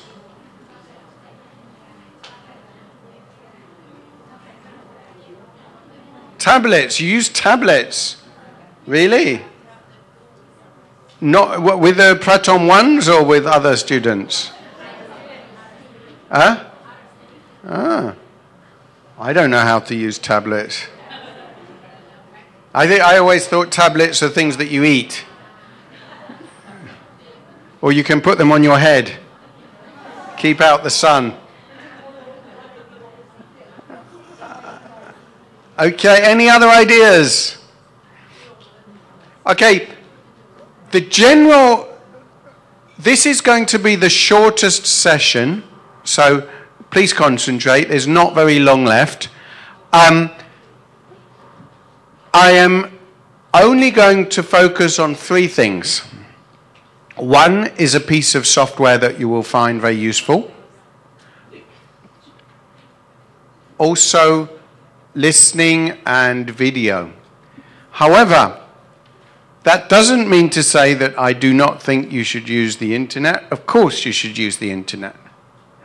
But the problem with the internet is your role as a moderator, as a guide, as a trainer in critical thinking is very important. So it's not enough just to say, oh, go on the internet. I think sometimes students need guidance. As we'll see with video, yes, there is a lot of video available on YouTube. It's a wonderful resource. But anything over 2 minutes is probably not very useful for most purposes. Anything where the language is too difficult or too easy or too mixed or inappropriate could be a problem. So a lot of things to consider, but we're certainly very lucky today. We were talking about images. Images are readily available. They are an aid to teaching. They help teaching. And the thing to consider always is, if I use this technology, is it going to help my students to communicate? Is it going to assist? Tablets and apps that on tablets maybe can. It depends, but it depends very much on the program. This would be another workshop entirely. Right, we're going to have a look at listening. Now, listening, just like reading, writing, speaking, what is the most important factor with listening? Students need a reason to listen. Yeah. Just like reading, we do not, when we read the newspaper, we do not have a list of multiple choice questions. When we listen to someone, right, let's imagine we're walking down the streets of New York and we say, excuse me, can you tell me the way to Central Park? And they say, okay, you go down this way, you turn right and you turn left, and then it's the second right. You say, no, wait, question 1. Is it A, left, B, right, C, straight on? We don't do that in real life. Okay? So again, with listening, I would say try to recreate what we do in real life, and then the listening will be more useful and more motivating. And usually, when we listen to something, we listen and we think, what's this about? Who's speaking? Where are they? Yeah? Which TV station is it? Which radio station is it? Is it something I'm interested in or not interested in? Those are the things that go on in our minds when we listen. So, the first thing I would say with listening is, what do we do with the book? Open it or close it? Close it. Keep it closed. So, what I'm going to do, we're going to choose a listening from time zones. I want you to listen and then, with your partner, draw a picture of what you imagined when you listened. Okay? You ready? Unit 3, How do you get to the park? Conversation. Part A. Excuse me, can you help me? Sure. Where do you want to go? I want to go to the Museum of Art. It's on High Street.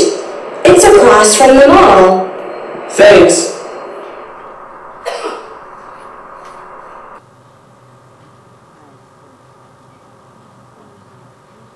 Don't ignore that. So, draw a picture of what you imagine and discuss it with your partner. That's very important. If you want, you can draw the same picture. Do not open your book.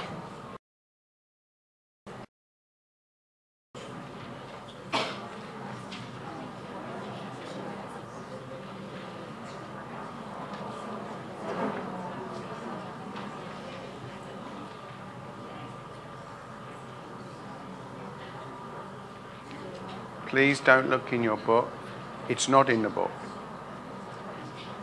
I want you to draw a picture of what you imagine. Do not open the book.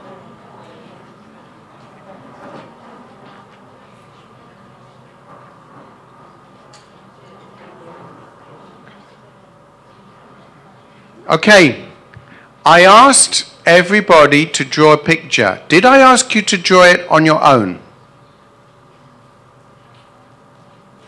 No. I asked you to draw a picture with your partner.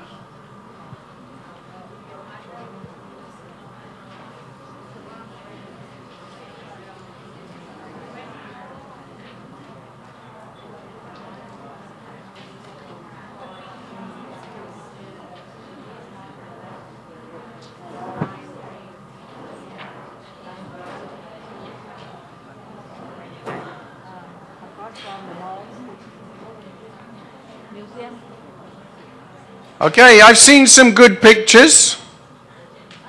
In real life, I would allow the students much more time to do this. Now, why did I ask you to draw a picture?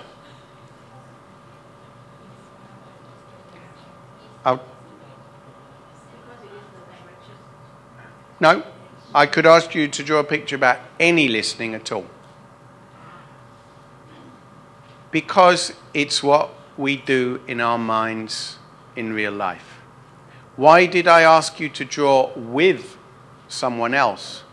Because it's what we do in real life. We listen to something, we say, oh, what are they talking about? I think they're talking about this, and then you discuss it, you'll be talking to your friend about it, or you might be exchanging ideas about a radio program or a TV program, yeah? And it becomes communicative. Then the students have a reason to open the book. And in the book, they will see this. All right? It doesn't matter if you can't see it clearly. It is simply, it's not in your sampler. It is not in your book. I repeat, it's not in your book, so don't look for it. It's not here. It's a different one. Okay? So, you will find it in the book, and then we can do something else. Why is it useful? It's fun. It's communicative. It mirrors real life. And then they have a reason to open the book to check. And very importantly for the teacher, there is no preparation. Then you can use the book to develop conversation skills. I'll show you how Time Zones does this. So this time, if you open your sampler book on page 27, you will see a different cartoon.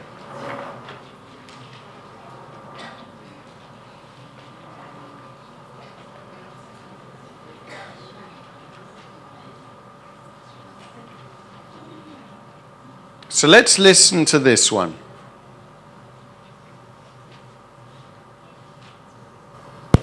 Unit 5. Are cats cuter than dogs? Conversation. Part A. I really want a dog. Yeah, I love dogs. Do you have a pet, Steve? Yes, I do.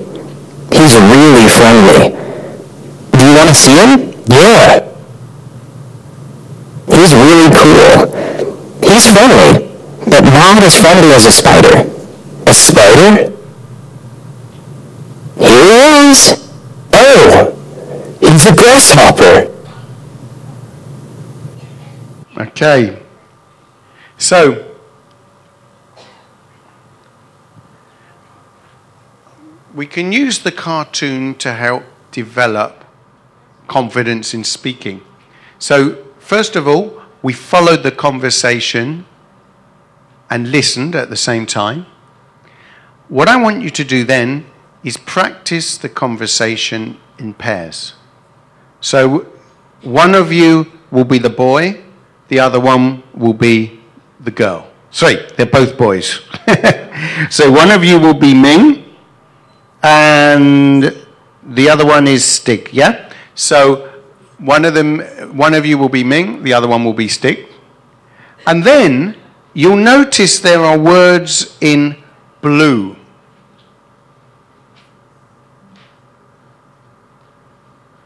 So for example, in the first picture, it says, I really want a dog. And then you exchange it for, I really want a cat, or I really want a pet rabbit. Yeah? So you change the words in blue. You substitute the words in blue. When you have done that for a few minutes, I will ask you to close the book and see if you can continue. Do you understand? So, with your partner, decide who is Ming, who is Stig, and begin practicing.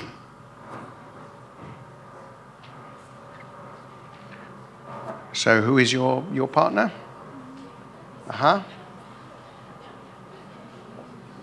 Page 27. Who is Stig? Who is Ming?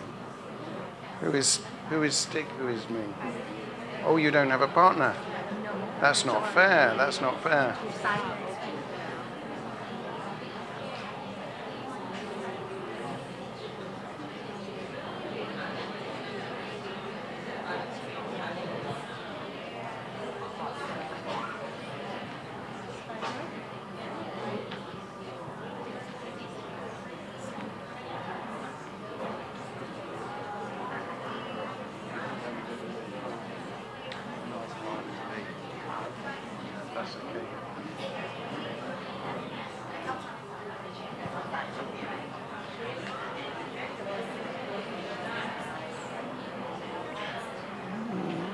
Okay, close your books, please, and see if you can continue the conversation or repeat the conversation.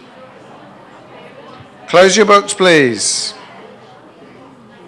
Close your books.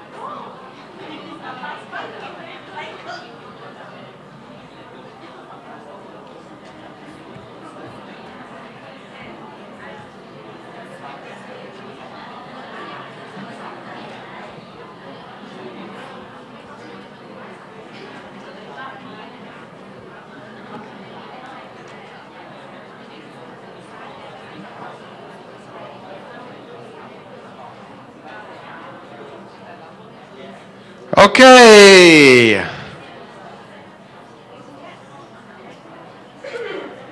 It's a what, sorry? A tiger. Wonderful. Tigers can be very friendly, but they are a little bit dangerous. So, next thing we're going to look at is a piece of software to help you. Can you tell me, do you have to make tests? Do you have to write tests at school? How long does it take you? How long? How long does it take you to make a test? 2 days? To make a test, to make an exam? Midterm or end of term? 2 hours? Anyone else? Anyone more than 2 hours? More than 1 day? 2 days? Oh, I think you're going to like this. Okay. Could somebody turn the lights down? Thank you. Okay. I'm going to show you something to make your lives easier. It's called Exam View.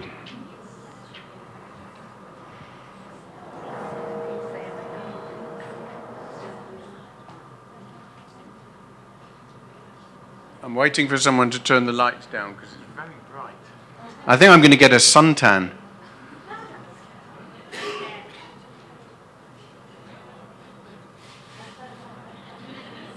Can you turn this down, please? Thank you. Oh. Right. Okay.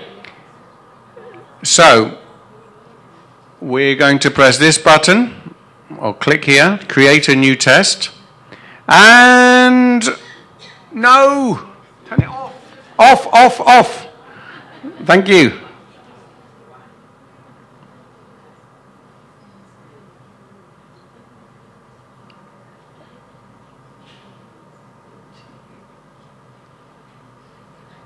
Thank you.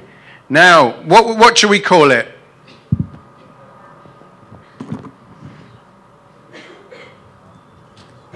The best teachers time zones test. Okay, because you are the best teachers, so I've called it the best teachers time zones test. Okay? Do we want time zones book 1, book 2, or book 3? Oh, most people say book 1. All right, which unit? Unit 4. And let's go to next. And then we can choose how many multiple choice questions. You can have a total of 22. How many do you want? 10? How many completion gap fills?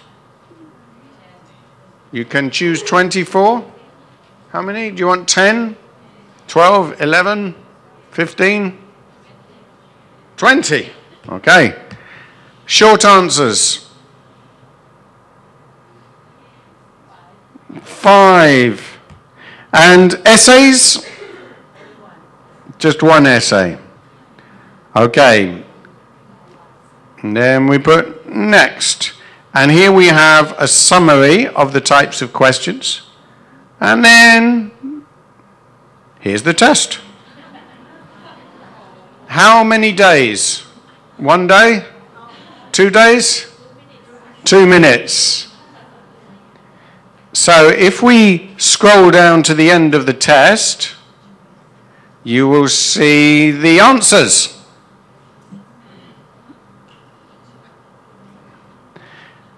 Now, I have another question for you. In schools in Bangkok, I'm sure they don't, but do any students ever copy? Really? Are you sure? Oh, I thought this did not happen in Bangkok. Okay.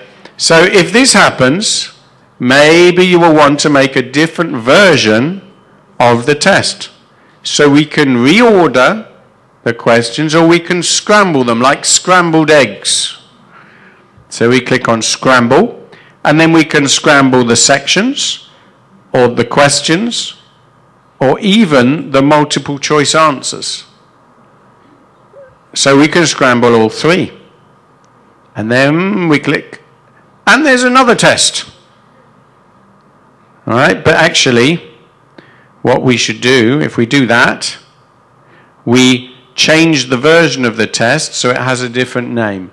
So this one is version A, and we can make a version B.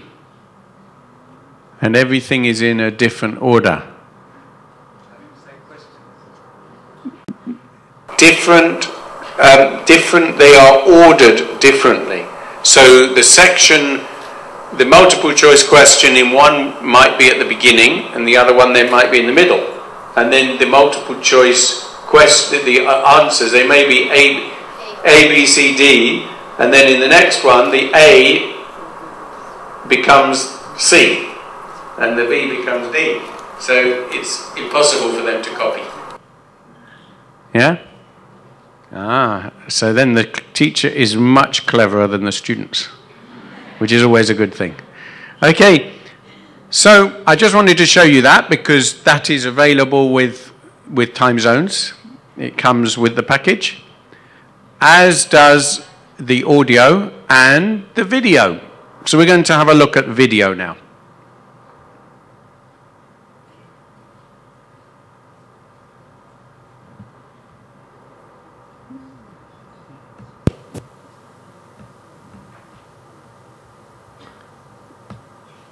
Okay. Video. Do you use video clips for teaching? Hands up if you do. Only one person? 2 people? 3 people? Let's try again. Hands up if you use video for teaching. Hands up. Now, hands up if you do not use video for teaching. Hands up if you were not listening to the question.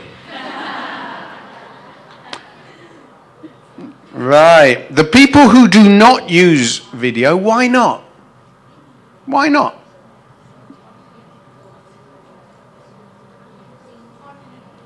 It's?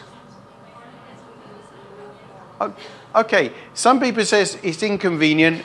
They can only use them sometimes. Yeah? But I would say it doesn't matter when you use the video in time zones. It is an optional activity. You'll notice that in your sampler, you have a World Explorer section on Tokyo. There is another World Explorer section on Antarctica. You can do the video after or before. You can do it 3 months after or 3 months before. Or you don't have to do it. So I think that's quite important. The video does not need to be done at a particular point. You can use the video when it's available. Problems for using video clips. Well, sometimes the video is too long. You need to think of activities. Sometimes it's inappropriate. So I'm just going to show you some of the things we've tried to do with these videos. The narration is simplified from the original. Okay, so you will see National Geographic video, but simplified narration, simplified speaking. They are short, 2 to 4 minutes, because it's very difficult for students to concentrate longer than that and for them to get the full benefit. They recycle language from the unit. So as I said, You can do them before, you can do them after, but you can also do them 3 months after. It's not a problem. They are related to the topic, they're related to the language, the grammar, the vocabulary, but on a slightly different theme. They are globally appropriate. And unlike videos that you will find in YouTube, you can add or take away the subtitles. You can also, if you go onto the website, you can get a video worksheet. But I'm going to give you some ideas of how to use video without any materials. So, we're going to watch a video about Tokyo. So, the first thing I would say is, what do you know about Tokyo? And what do you think we will see in the video? Okay? So, I'll give you a minute to think about that. What would you expect to see in a short video about Tokyo? Can you just discuss with your partner for 20, 30 seconds? What do you think you would see in the video?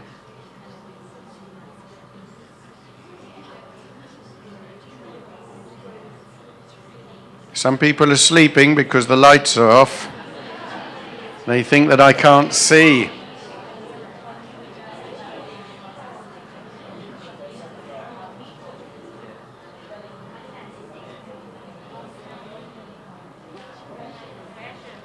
Okay, let's have some ideas. Can somebody shout out some things they will expect to see in the video?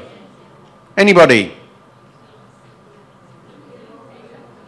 People. Okay, you'll expect to see people. Anything else? Huh? Attractive places, for example? What kind of places do you expect to see in Tokyo? A mountain, yeah? A mountain. And Tokyo, what do you expect to see in the town? How is it different from Bangkok?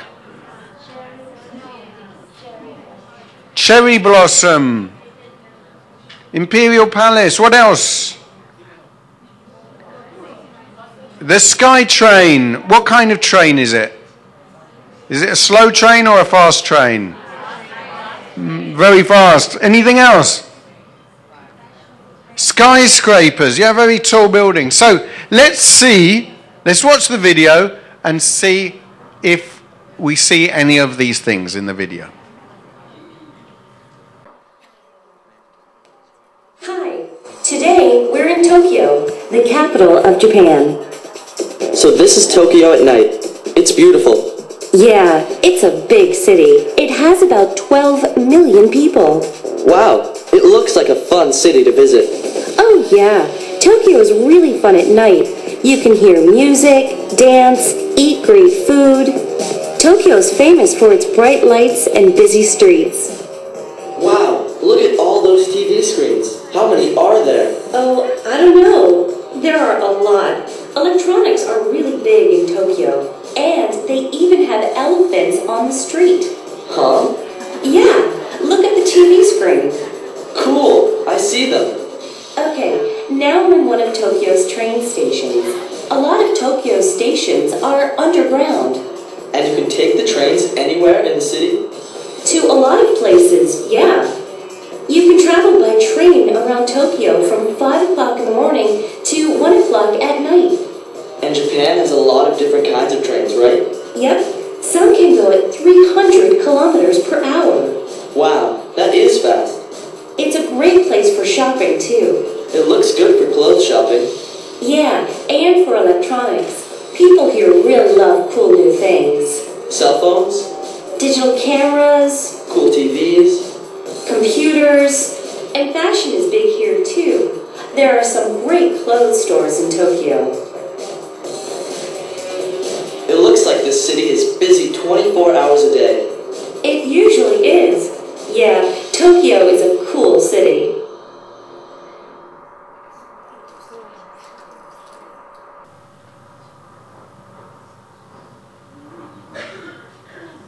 What did we see in the video? We saw the trains.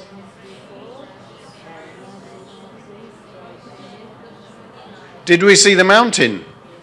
No. We saw a lot of technology. We saw skyscrapers. We saw a lot of people. Okay. Now the point is, maybe the students will see many things they predicted. Maybe they won't see many at all. But they have a reason to watch. Yeah? And then you can watch again for different purposes, to check the comprehension. Again, when we watch something on TV, we have some questions in our mind. If you watch the news and there is a piece of news about London, probably half the people in the room will expect to see Big Ben. It's subconsciously you're thinking, Big Ben. Yeah, and then you see it or you don't see it. But in your mind, there is a reason to watch. Now, we can focus on numbers, for example. So in this video, there are 3 numbers.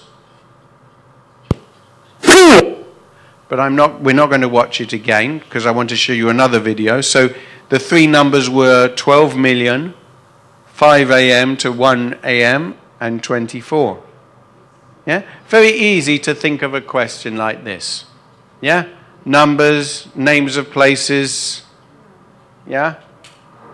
Types of building, depending what the video is on. You don't need any pre-prepared questions.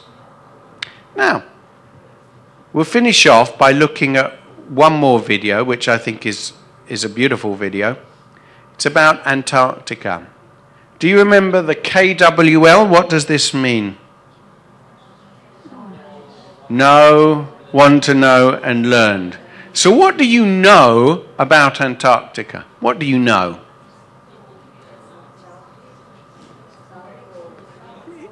Is it the North Pole or the South Pole? South Pole. What else do you know about it?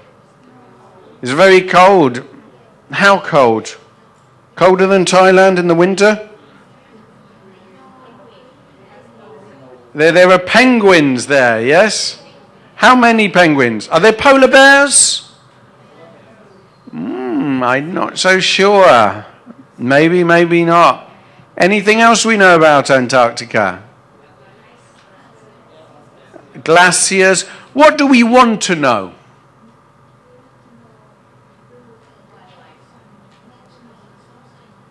Do they have natural resources, yeah? You mentioned polar bears. Are there polar bears there? Are there penguins? Do they have glaciers, yeah? What can we find out about glaciers? You said it's very cold. How cold is it? How cold? Anything else we want to know?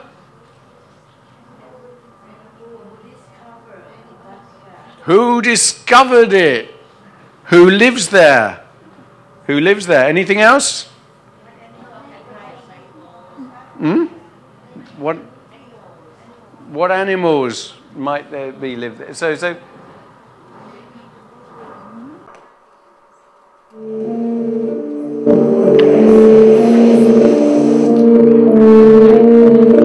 okay, let's visit the coldest place on Earth. And that is? Antarctica. It's bigger than Europe or Australia.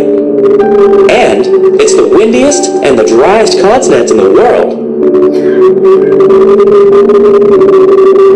Antarctica's really a huge desert. So who lives here? Not many people, but there are a lot of tourists. To reach Antarctica, you can take a boat from Argentina or Chile. Or from Australia, New Zealand, or South Africa. Most people visit in the summer. That's from November to February. the animals. Is that a whale? Yeah, it's an orca. Hey, penguins can't fly, can they? No, they can't. But they're great swimmers. Antarctica is a fantastic place to take a boat trip. The ice is amazing. What are those? They're called icebergs. Some are as big as mountains. The biggest icebergs are taller than the Statue of Liberty. Wow, and they're so beautiful. Hey, see that? Yeah. That's a humpback whale. They come here in the summer looking for food. The wildlife here is awesome. But the most famous animal here is... the penguin. Right. Many different kinds of penguins live here.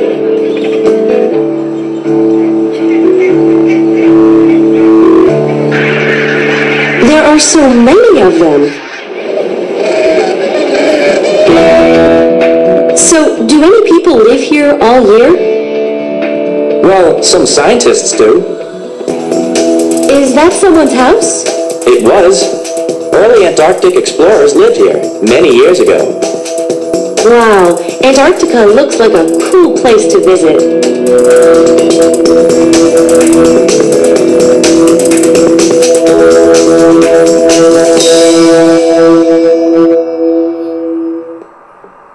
What do you think? You want to go there? Yeah. Difficult to find the right clothes in Thailand, though. Right, a few true and false questions. See if you can answer these with your partner.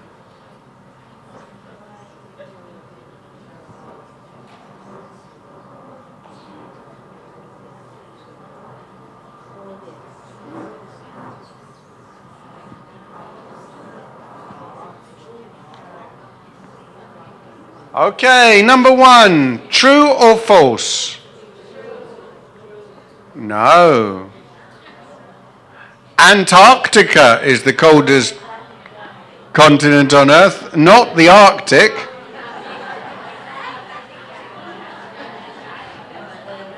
Number two, Antarctica is the darkest continent.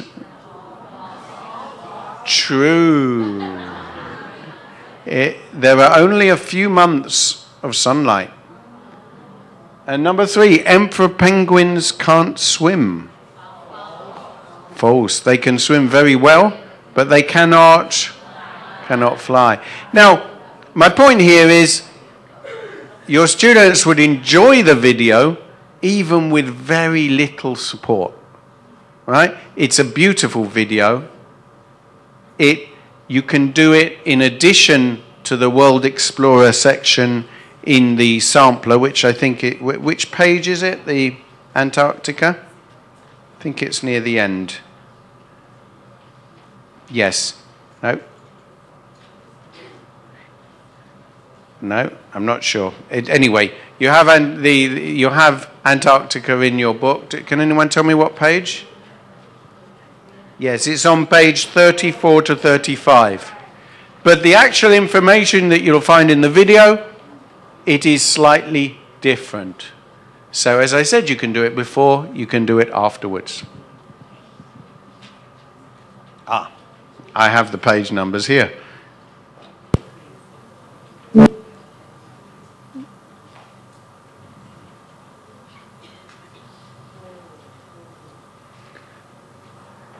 Now, the last thing I wanted to bring your attention to before we finish is just the teacher's book is very, very useful in time zones. It gives you a lot of interesting information.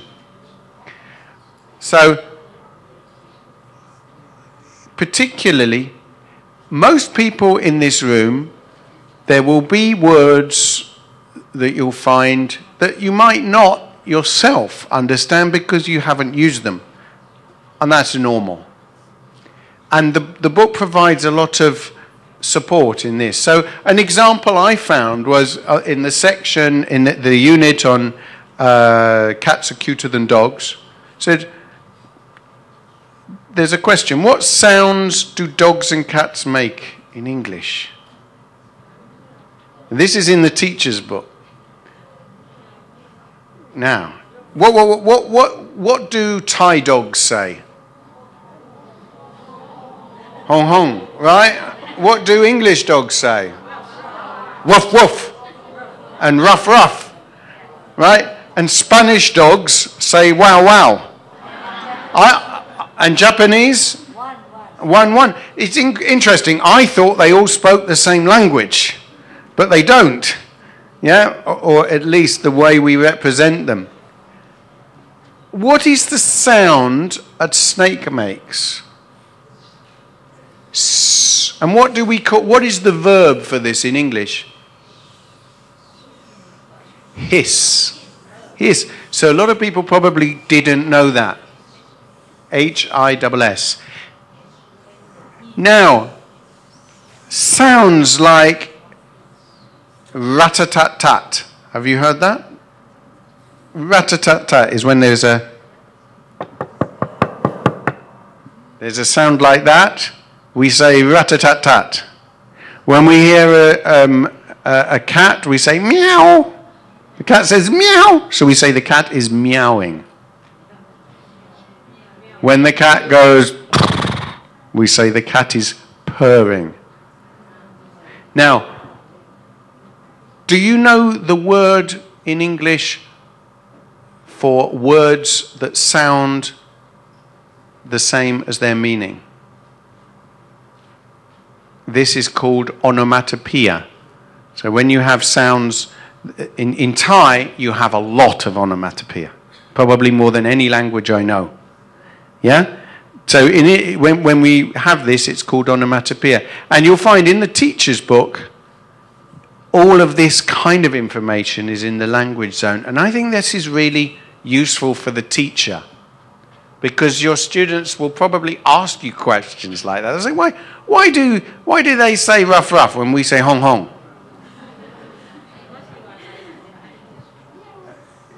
I'm not Thai. No, you're Thai. I'm English. Yeah. Okay.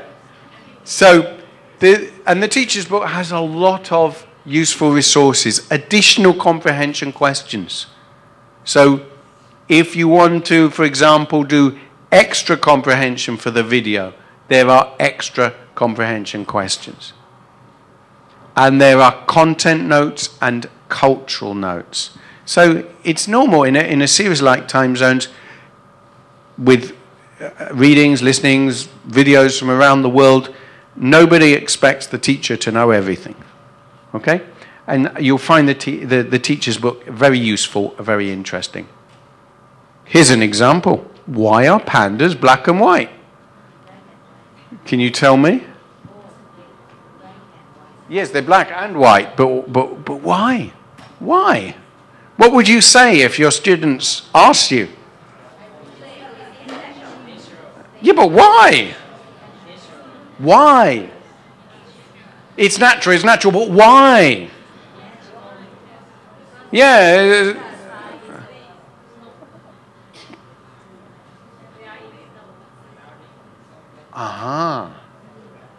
So remember critical thinking. Your students you want them to ask questions.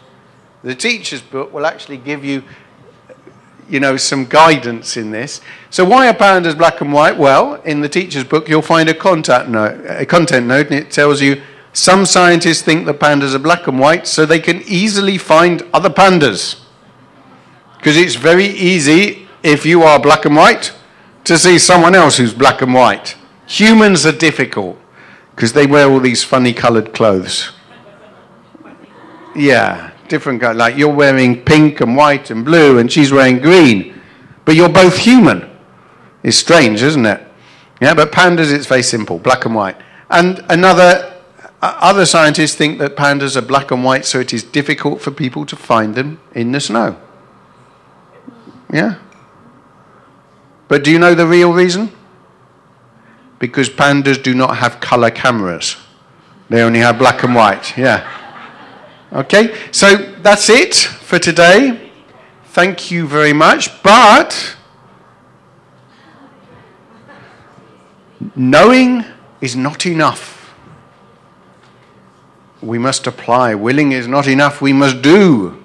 In other words, if you found things that were useful today, please try them in your classes. Yeah? Try at least one activity in the next couple of weeks, and then try another. And if they don't work, okay, blame me. If the activity doesn't work, say it's my fault. Okay? But you must try. This is my email address, if anyone wants. This is a picture of me before I had my haircut for today. And there is my email. And Cengage Learning is the company I work for. National Geographic Learning is part of Cengage. Yes, we're in Thailand. Huh? We are in many, many countries. Yeah, we are one of the major publishers. Yeah. Okay, so thank you very much. Hope to see you again. Okay. Ladies and gentlemen, please join me to express our gratitude to Mr. David Percy for his useful and efficient techniques, and it inspires me a lot. Mr. David Percy! And please welcome Ajahn Suwani Chat Watana Sukhon from Triam Udom Nom Klao School to be our representative to express our gratitude to Mr. David Percy, our keynote speaker today. Please welcome.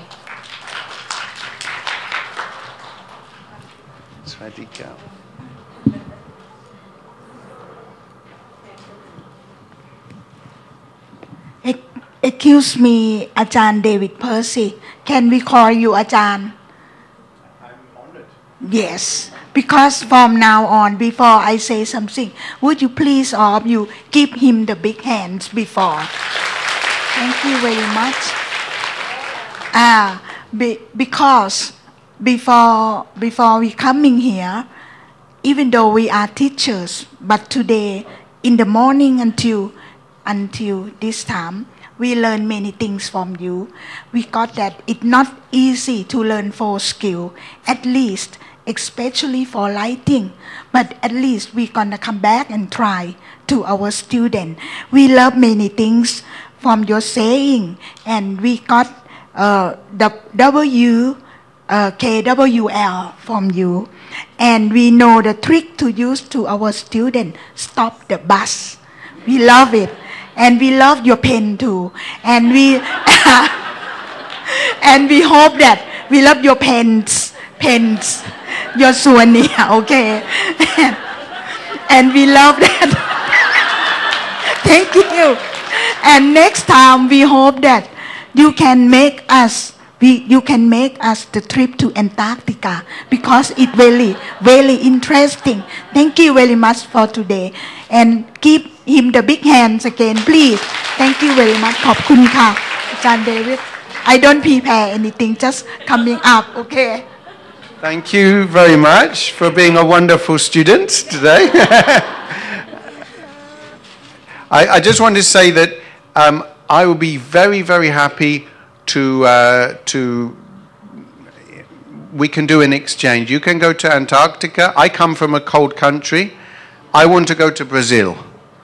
Yeah? Yeah, so I'll go to Brazil and you go to Antarctica, and then we will meet in the middle. Okay? But thank you. Okay, thank you. And before we are going back to home, our home, but we have something to do. It's a lucky draw. Lucky draw. One moment, please. Can you remember the small paper? Have you done that? So the next program is for the lucky people. We have many prizes. Have you see? Do you see over there? And the first prizes for the lucky person is for what? Please show me and show us the gift the prize. There are 2 dolls, 6 glasses, and small bags. Which one would you like? Which one would you like? Any pens left? Any pens? อันนี้เป็นรางวัลใหญ่รางวัลใหญ่ Which one will be the first one? เอานี่เหรอครับถูกก่อน เล็กๆก่อนนะคะ เอาตุ๊กตาตุ๊กตาเป็นคุณลูกชายก่อนเอาลูกก่อน Okay, the answer. Anybody know the answer? The correct answer for the World Heritage? Angkor Wat or หลวงพระบาง Angkor Wat. Okay, that's the correct one. And they are the lucky people for today. The first prize will start with a small bag and beautiful also. Ready? Okay, ready. For the first one is boom boom boom boom boom boom boom boom boom boom. Okay. Thank you. Thank you, sir. อาจารย์พิสูจน์พันอุ่นค่ะ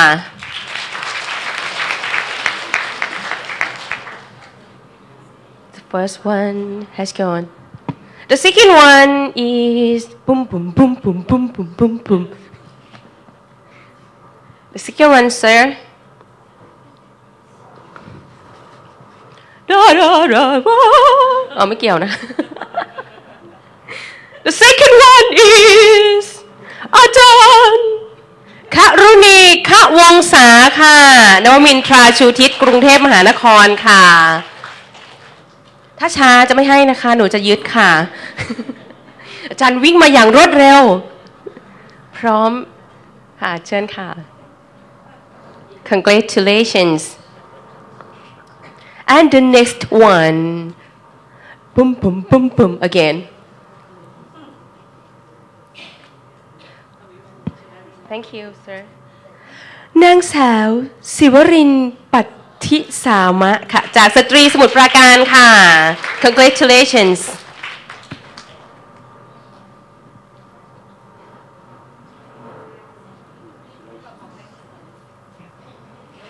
The next one.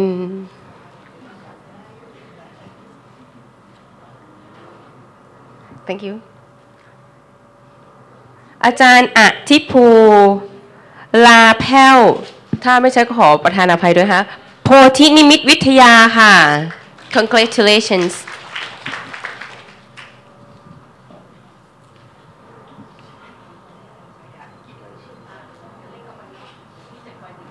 The next one. This is the last one for the small bag. Okay.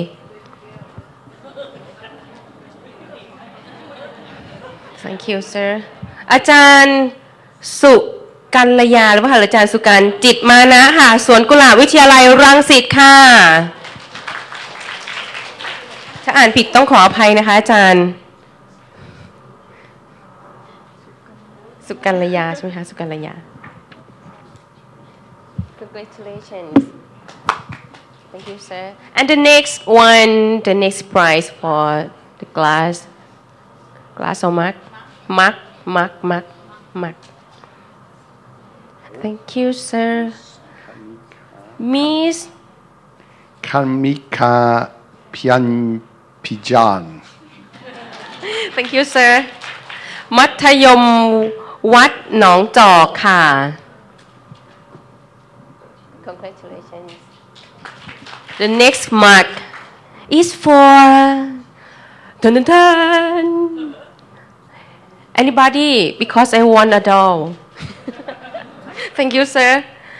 อาจารย์รัตนาสายอุบลค่ะ from ปทุมธานีนันทมุนีบำรุง Congratulations.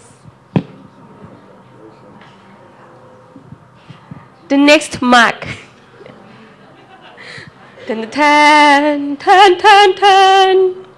Thank you, sir. อาจารย์สุกัญญาบูรณเกียรติศักดิ์จากวัธยมวัดบึงทองหลางค่ะ Congratulations.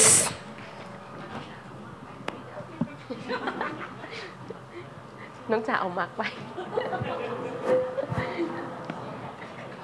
The next one อาจารย์กาญจนาแสงวิเศษค่ะนวมินทราชุทิศสวนกุหลาบวิทยาลัยปทุมธานีค่ะ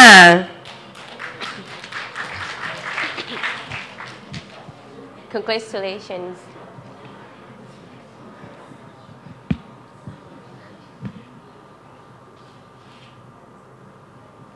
The next prize, the last mark, last two. อาจารย์สิรินาถมีทองจากรัตนโกสินทร์สมโพธิบางเขนค่ะ Congratulations.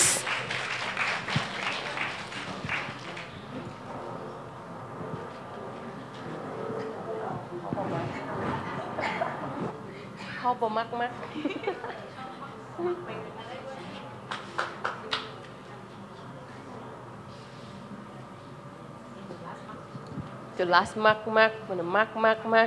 Thank you. And the last mark is อาจารย์สาวรักษ์สภานนท์จากสารวิทยาค่ะ And there is no mark left. Okay, we have 2 dolls. Who wants a doll? And dictionary. Okay. And the first doll will be pum pum pum pum pum pum pum pum.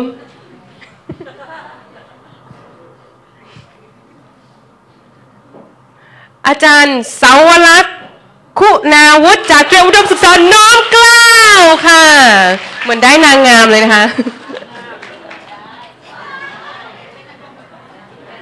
This Congratulations. And the last doll for today. Tower doll. Thank you, sir. อาจารย์พัชยาวิชาวงศ์จากสวนกุหลาบวิทยาลัยนนทบุรีค่ะ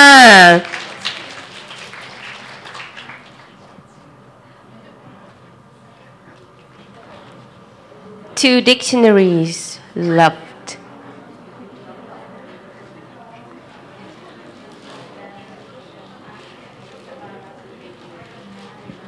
Last 2 prizes. Who's you? Okay. This for อาจารย์วาสนาอำนาจโทษนะคะอาจารย์จากสมุทรปราการค่ะเดี๋ยวอาจารย์รบกวนนิดนึงนะคะ Monkey Party for the reader. These are graded readers to encourage your students to read outside class. อาจารย์ excuse me I'm not sure. I'm sorry for that อาจารย์ congratulations. And the last one. The last one. Where's mine, sir? Where's mine?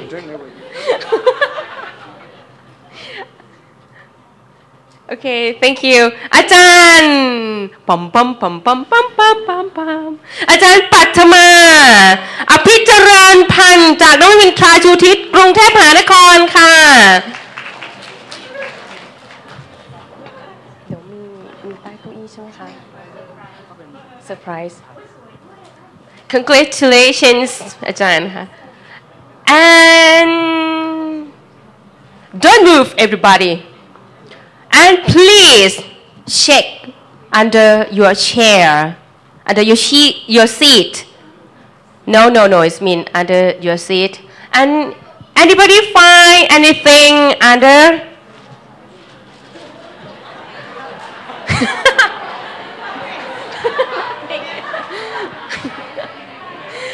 This is the last prize for today. Anybody? พูดจริงค่ะเขาว่ามาตัวนี้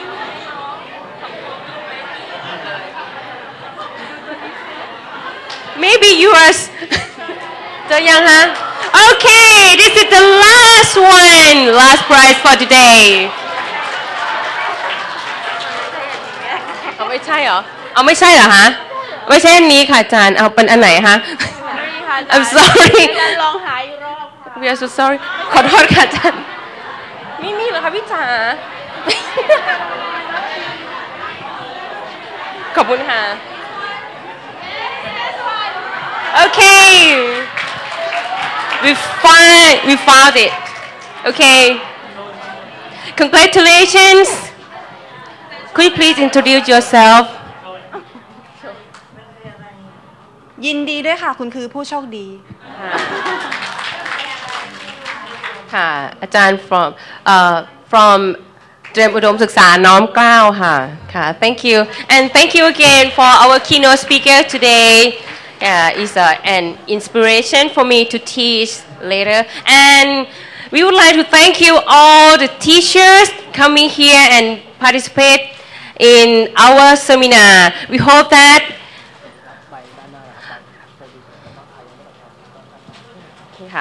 we hope that for the upcoming seminar we can come and join together and last but not least and everybody when you go out and please receive the certificate for participating in this seminar and anybody who doesn't hand in or receive the member card please go and take outside the room okay when we have chance, we hope that we come and join together and participate the seminar like this again. Have a nice trip and a safe trip. Thank you.